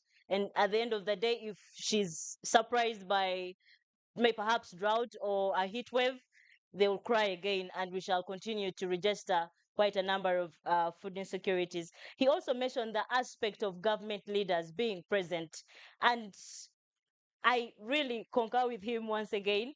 We had an engagement with COMESA in Kenya, and their government leaders were present when we were having these engagements with COMESA, and the young people that were available as well when we were done with the discussions and the dialogues. They were in position to immediately have a way forward with their government leaders, which is quite a bit different when it comes to my home country, because even right now our leaders have already left, yet we are discussing really intriguing matters in matters to do with food security for our country and for East Africa. And this takes me to Miss Grace Moroki. You are a senator in Kenya. I would really want to know what young leaders are doing to be in position to have their leaders be present during such dialogues, such that they're in position to help them realize their potential in agri-trade and climate change. Thank you so much. I'm Grace Muroki from Kenya. I'm a youth senator with Youth Senate Kenya, and I'm also an author and a publisher of books. And one of the things that has inspired me to do that is to write African stories in our own voice. And maybe to go to your question, I'd like to give a practical example, because I believe one of the challenges that youths are currently going through is there's so much theory lessons, but when it comes to practicality, it becomes very difficult to apply the same knowledge that we have informed from our theories. And one of the things that I have seen, I happened to have an opportunity to travel to one of the Asian countries, that is China. And one of the things that really intrigued me was their agriculture and their processing. And the thing is, one of the states that we happened to visit, it has a population of 57 million people. And that means that one state or one province, it has a population of more than an African country. True? Right? I think as of the statistics of our last census in our country, that population exceeds the number of people that we have in our country. But one thing that really intrigued me is that there's no, the food security in China is so much taken care of. And you find that in, let's say in one state, maybe they are known for rice. That is the only thing that they will plant. If another state is known for them, they do noodles. That is what they work on with their wheat. And it intrigued me to think, how can we apply that in our African country, in our African states? For example, we are here in Uganda. We are known, you're known for matoke. And we've had a sentiment today that in a few months' time, there could be an issue of lack of food. And one thing that I also saw is their innovation, their technology. They have a way of packing meat, vegetables, it's dried. And then if you're in a place where there's no water, there's no fire, they just put hot water and the food is ready to eat. And I was wondering, if you're in a desert place and you're in Uganda and there's no water and there's nothing, and you had planted matoke, what value addition could you do that could sustain that food in months to come and you'd still be able to eat? And for me, I think that is a place where, as young people, we need to think sharply, because I believe that there's no genius person. It is all about how we choose to use our minds. And if those young people, because majority of the people that are doing that back there, we are still much more better than, not in comparison, but I think we have much better food, we have better soils. Because something else that I also realized, their plants, they import all their plants from Africa. Funny thing, they also get their soil from Africa. When they come and go back, they carry our soil away. And you see, if they're able to carry our soil and they're able to feed such a huge population, how about us who have the same soil, yet we are crying of hunger? How about the same us who can dig up water and plant foodstuff, but we are still going through the same issues? I know it's difficult, and as you've asked the question about leaders, there's a huge problem that I have noticed with the systems that we have, because most of the traditional systems that we had did not have youths in mind. Talk of the maybe finance systems, because if I'm to ask an honest question, because we're talking of practicality, which youth right now would go to a bank and be financed today a tractor of in Kenya, I think it costs like 7 million. I don't know how much it is right now. If we are talking practicality, I think there's a huge problem with our systems, because if you go to, maybe say you've come from a place where there's land, but you need to plow it, which youth right now would enter the bank and be given 7 million shillings? Is it easy? No. But I think that, or maybe you're trying to hire resources, you're trying to hire people and to do it in a large scale. So I think as much as we'd like to assume things, I think there's that gap that still exists that needs to be bridged for young people to be included. There needs to be inclusivity, because as much of the conversations that were happening today, we realize that the huge population that we have right now in Africa at large and at East Africa is the youth. But the opportunity and the resources, are they readily available for youth? And you find that if you, I remember back then when I was in campus, there was opportunities to lease land, to do business, and maybe to plant crops for sale. But I can assure you, it was very difficult for you to even raise money to lease land. Did I happen to do it? I did not. It was very expensive. And you find that maybe you're in university and you go back to your parents and they're wondering, am I going to pay school fees? Or are you going to start planting potatoes? Are you going to start planting maize? And I think that is a real challenge, that if we are going to find solutions, we need to be real for once. Yeah. All right, thank you so much, Senate. I should love to go to Honorable Abraham, and as you wrap up, I see the moderator is the program's coordinator is here. So, Honorable Abraham, you are into agribusiness, and yet you have your background is in agri-tech. I mean, in law. You're a lawyer. I would like to know what really pushed you to be in the agriculture sector, and what challenges are you facing as a youth in agribusiness? Thank you. Praise God. Amen. I am Elomaboni Abraham. The first name was difficult for you. Okay. Yeah, but as she has mentioned, I'm into agribusiness, and currently in Uganda or in East Africa, we are battling with two types of economies, which eventually also affect the agriculture we do have. We have a traditionally driven economy and a technologically driven economy, whereby the traditionally driven economy is the traditional way of operating in agriculture. And that, by reality, pushes away the youth because of the vigorous activities in the process at the stage of cultivation, the post-harvest and pre-harvest, the processing, and maybe preservation. But when you look at the technologically driven economy, it is attractive to the youth because of the intellectual attractiveness and also the commercial attractiveness, that it is swift. It only relies on automated systems and maybe AI, both in smart agriculture and also modernized agriculture, that within a city you can actually grow vegetables that eventually you can sell off. And the challenge we are facing as the youth is the adoption of the technologically driven economy. And I think for the interest of the time, I can stop there. Yeah, thank you so very much. I think because of time, we shall wrap up from here. We shall not have any other conversations forward. Before Thank you you. wrap up, Okay. just to advertise something, I've also written a book called A Comrade Forever. It's a memoir on student leadership. You can get a copy at 25,000 Ugandan shillings. I think you can see what it means to be a Kenyan youth or someone from Kenya. They always use the opportunity when they see it, immediately they grab it. So thank you so much, moderator, and thank you, audience, for being very, very good, and have a very beautiful day. Where can we get the book from? You can get the book from Apple Store. You can still buy physically. That gentleman, our communication, Paul Odile, has several copies there. I'm sure you will like the book. Physically, when you are here, you can get with him, or in Nairobi at Nuria Bookstore, the biggest bookseller store in Kenya. Oh, wow. Hannah, Let's- just a minute. Okay. Sorry, just a minute. I have recalled something.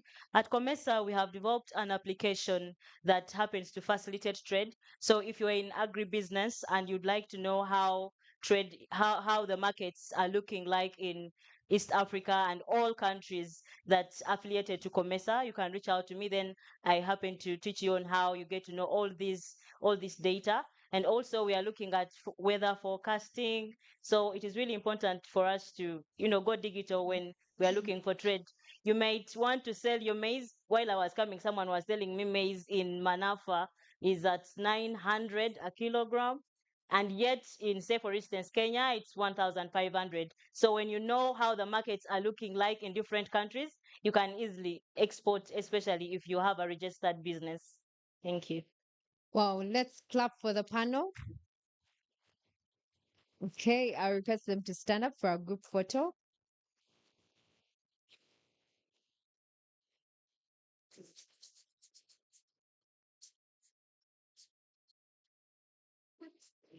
How many of us are farmers in the room? Like, you're a farmer. Oh, wow. Clap for yourself. Yes. It's amazing to know that there are young people within such a field who are not just there, but trying to innovate around it. So I encourage all of you to try to build systems within the agriculture sector, try to solve the problems that are currently there, and you position yourself better. So, okay, thank you so much. Let's give them a round of applause as we go down. This has been our last panel for the day. And to you who are in the room right now at this hour, at 7:30, 5:35, clap for yourselves for pushing this far, for remaining resilient and enduring. One of our keynote speakers said something interesting. He said, our generation is strong at momentum and weak at endurance. I don't know if you heard that, but it was very triggering to know that, okay, we have the momentum to start, but then when it comes to having to go through the fire, to go through what it takes for you to come to the end, it's very few that usually get there. So one thing you should know is endurance should be part of life. One time I was listening to a podcast where they hosted Elon Musk, and he said that one unique thing is for you to start, you don't need to be intelligent, you don't need to have all these resources, you just need to be willing to endure pain at some point. Yeah. So I encourage all of you, whatever you're starting, first of all, put aside the fear of starting and start with whatever you have, and also be willing to go through the pain that it takes for you to build that. So we are coming to a close of day 1 of the East African Guild Leaders Summit 2026, and this has been the 3rd edition. And once again, we want to thank the team that has put this together. Let's put our hands together for them. I'm sure it's not been easy. It's taken sleepless nights. It's taken hard decisions, but they had to see it come to fruition, and we don't take that for granted. So I'll invite the chairperson, Mr. Masesa Demiano, to come and take us through tomorrow's program, but also, what's next. Thank you. Thank you, Hannah, and the entire team that has been coordinating this. Colleagues out there, I see the best half of the afternoon, we spent it out of the tent, which I understand. But tomorrow, importantly, but let me mention that thank you so much for those that have been here today. Thank you for enduring. Because the reason why and the intention is to have us constantly share knowledge. From the previous summits, we've had a one-day summit, but for some of the reasons like what we experienced today, we thought we could have it as a 2-day summit. Then we have all these protocol, gymnastics pushing us and eating a lot of time. We thought then by 2 days, then we will have to manage time. If you look at your program, you'll see that we're supposed to have ended at 4. But those are some of the things that you cannot really avoid. And this brings me to the program tomorrow, which that's why I've been moving up and about, those that have been witnessing. I've been informed that our chief guest, as the president, might come tomorrow. I'm using might because I've been called from State House, and they were asking for what time do we expect him. So, and they've mentioned that in that case, all of us should be in the room early. So I hope that we start at 8. So when we start at 8, we'll have our conversations not interrupted. At least by the time he comes, because I mentioned to him that by 11, he should be here. So that by midday we are done and we're having lunch and probably departing at about 1 or 2 sharp. We'll be done. So if we started early, and also included, they mentioned that it will be a bit different, the security tomorrow. So the earlier we come in, the better. That is just some tip of what I've just gathered and I've been advised in case he's coming.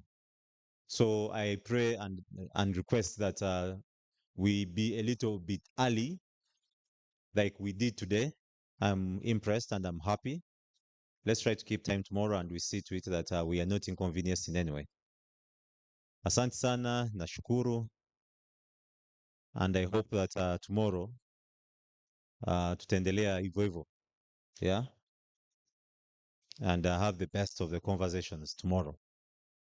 The speech that our guest today has shared will be shared on the platform. Or it must be already on the platform, but it will be shared on the platform. So that all of us are able to move with it on our phones and use it the way we want, than carrying a big of files. So kindly check out on the platforms that are coordinating us.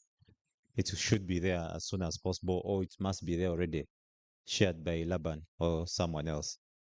So asanteni sana ya leo, tushikane kesho, and we proceed with the conversations. Shukran sana.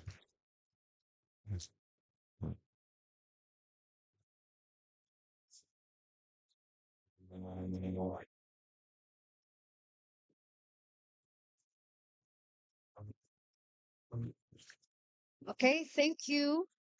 Thank you for being here. Thank you for coming.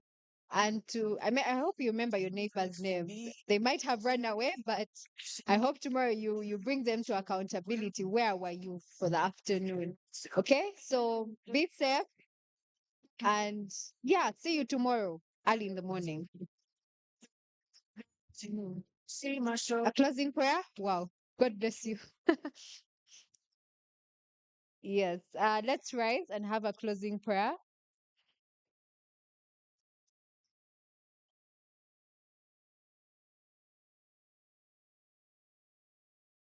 Would you love to lead it?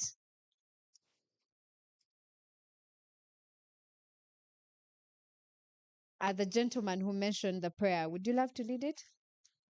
It's okay. Okay. All right, let's pray. Mighty Father in heaven, we thank you for this day that we have had. We thank you for the fruitful conversations and discussions that we have had. We pray that this shall not stop here, but rather will turn into action. And I know that you have called us into different places of work, into different ministries, oh God. And I pray that you give us the courage and the zeal to continue doing what we have to do, but also starting, King of Glory. And above everything else, Lord, let your will be done in our lives. In the mighty name of Jesus, we prayed and believed. Amen. Okay.